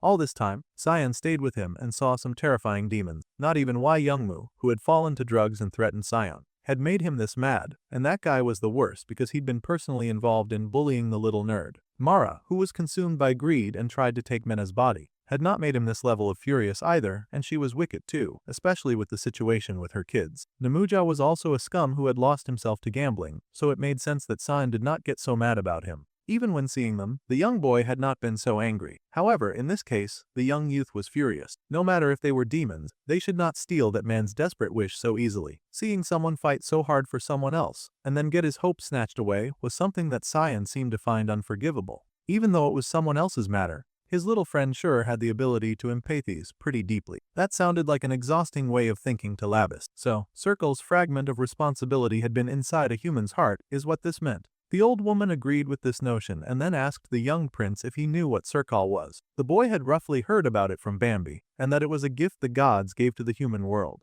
The old woman smiled and said that it was correct. In fact, she was so proud of his depth that she was going to tell him a very old story. The primordial god had created 3 worlds. At the moment of creation, the heavenly realm was given brilliant light. However, the demon realm had only pitch black darkness. Perhaps that was what troubled the god's heart. Out of the spirit of equality and fairness, the demon realm was given the tears shed by the god. Instead of light, they were given comfort, and to the human world the god gave a mirror. Now this was an interesting choice, but humans could not shine on their own like the heavenly realm, nor receive the god's tears like the demon realm, so the god had given humans a mirror to reflect one another. That mirror had then somehow split into 7 fragments and scattered among humans. These shards were responsibility, sacrifice, faith, truth, memory, dignity, and acceptance. These fragments could not be seen by human eyes. Even if they had formed, they could not be touched. These were the inheritances that humans passed to one another. For example, something like this next story was a good example. There was once a father who fought against raiders threatening his wife and children. He suppressed his instinct to survive and chose responsibility, and it was an unfavorable battle. But who won was not the important part. Only one thing mattered, and that was the fact that the child was watching the father. Like looking into a mirror, the child merely watched her father defend her and her mother. However, before long, the fragment of responsibility began taking root in the child's heart for some reason, and it could not be seen or touched. It was simply a trait that was passed on. So, the child ran forward, and the moment that fragment shone the brightest, she grabbed the axe from her father's hand and clobbered that villain in the head. This was the kind of moment that people called a miracle, which also explained how that rescuer had been able to lift that mighty rock with nothing but willpower and the miracle of God. Humans had lived like this for thousands of years, from generation to generation, each of them passing down invisible inheritances from parent to child so that they could grow stronger and more powerful, creating little pockets of hope in everyday life. However, now Morgus was going about stealing that inheritance like it was his birthright or something. The demon's aim was to change the essence of those brilliantly shining fragments so that brilliant miracles could never happen again. He was clearly a hater through and through. The first fragment that Morgus touched was the fragment of dignity, and he had stolen that during the Second World War, because, of course he had. There appeared people who arbitrarily classified human lives, treating them like objects and calling them by numbers instead of names, recording them as digits instead of faces, and treating them like expendable objects of war. It was an era where lives were calculated in efficiency. At that time, humans began asking if their fellow humans could even be classified as another human being. It was the first time that happened. They wondered if it was okay to remove another human being from the planet for the sin of being different. It was a terrible sin that slowly grew into the kind of crimes that are frankly too evil to be listed. But everyone knows what happened during that time. They created excuses and ideas, plans that made them believe it was perfectly okay to eliminate anyone who was different. The moment doubt turned into certainty, and they became normal, the fragment of dignity separated from humanity, and Morgus targeted that very gap. His greedy hands reached in and widened the already growing carnage, feeding the darkness into the world until humans got drunk on it and started moving crazy. It was an era where twisted beliefs turned humans into monsters, and countless lives vanished at the end of the gun barrels. In the middle of it all, he easily profited. What the demon stole was not just a single fragment of order, but it was humanity's ability to pass down humanity itself to the next generation. The very possibility of humanity was snatched away, traded for war, guns, and violence. So, the fragment of dignity that fell into Morgus's hands, and he took that once beautiful, shining shard and then had its pure essence twisted, so that its very nature became the complete opposite. Only then did the Demon Defense Association realize that the beginning of the end had begun, and that the human world was approaching a perilous end. They honestly should have done something way earlier, but they really waited for this giant mess to blow into a full catastrophe. With the information that they had gathered now, they could guess that Morgus already had 2 fragments in his hands, which was Sion's belief. However, the blue-haired cat girl revealed that the fragment, stealing armed robber, had actually snatched 3. It was confirmed earlier that the masterclass thief had danced his way into snatching the fragment of acceptances as well. The dark-haired boy pondered this situation and wondered why the demon realm and the heavenly realm were just watching this happen. The old woman sighed that humans were extremely weak compared to demons and celestials, but there was a reason that they could continue existing between such amazingly strong bodies. It was simply because human beings were neutral. Whether this place was full of humans or completely empty meant absolutely nothing to the demons and the celestials. Sion was so depressed to hear that these people did not care about them at all. That was kind of harsh. However, if the human world did collapse entirely, that would be a whole new problem, because both sides would then try to claim it. It would launch the dark and the light into war, which would bring about the absolute chaos that Morgus was so hungry for. The demon realm was an unstable location right now too. If war broke out, it would practically mean mutual destruction. That jerk Morgus had always been troublesome in so many annoying ways, and the prince asked in annoyance if the old woman knew why he'd been sent there. She just laughed and played the old woman card, saying that she was merely a human being after all. There was no way that she could dare to understand the intent of the demon gods. The prince scoffed that she said that, but those legs of hers were far from ordinary. The woman then laughed and said it was expected that the prince would discover her little secret. Ripping open her orbs, she revealed a scandalous piece of information that rocked the world of those present. It seemed that the prince had been able to recognize the absolute aura just bleeding from her legs. These were legs that the Lady Belcha had been so kind to make specially for him, since that girl had the tenderness to just go about making anything. When she had heard that the Lady Belcha had descended, she was so overjoyed. The prince pouted and asked when Belchia even had the time to make something like that. The woman chuckled and said that she had prepared a welcoming ceremony perfectly suited for the Lady Beltia, though she wondered if the shy demon would like it. The prince was enraged. He didn't see why the little smith would get a fancy welcome party when he didn't get one. Well, frankly, he had not brought any gifts, nor did he make the old woman a fancy demon leg. That being said, the woman chuckled and told the prince to forgive her for not thinking of it. Anyway, while they searched around for traces of the troublemaker Morgus, they wanted the prince to please deal with the runaway demon's problem. The prince growled that he could handle that just fine without being told. Honestly, Morgus was such a great pain, and he thought that half-hearted power would not be enough to face Morgus. He needed greater strength and more power, and he was not going to get any of that by sitting here talking to the elderly. So the prince got to his feet and told his lackeys to come with him. The little human boy was the only one who respectfully bowed to the old woman before leaving. The old woman chuckled with a small smile to see them go. She cracked her eyes open just a bit, hoping that their dear prince would please think kindly of the human world. That's it for this episode. Until next time.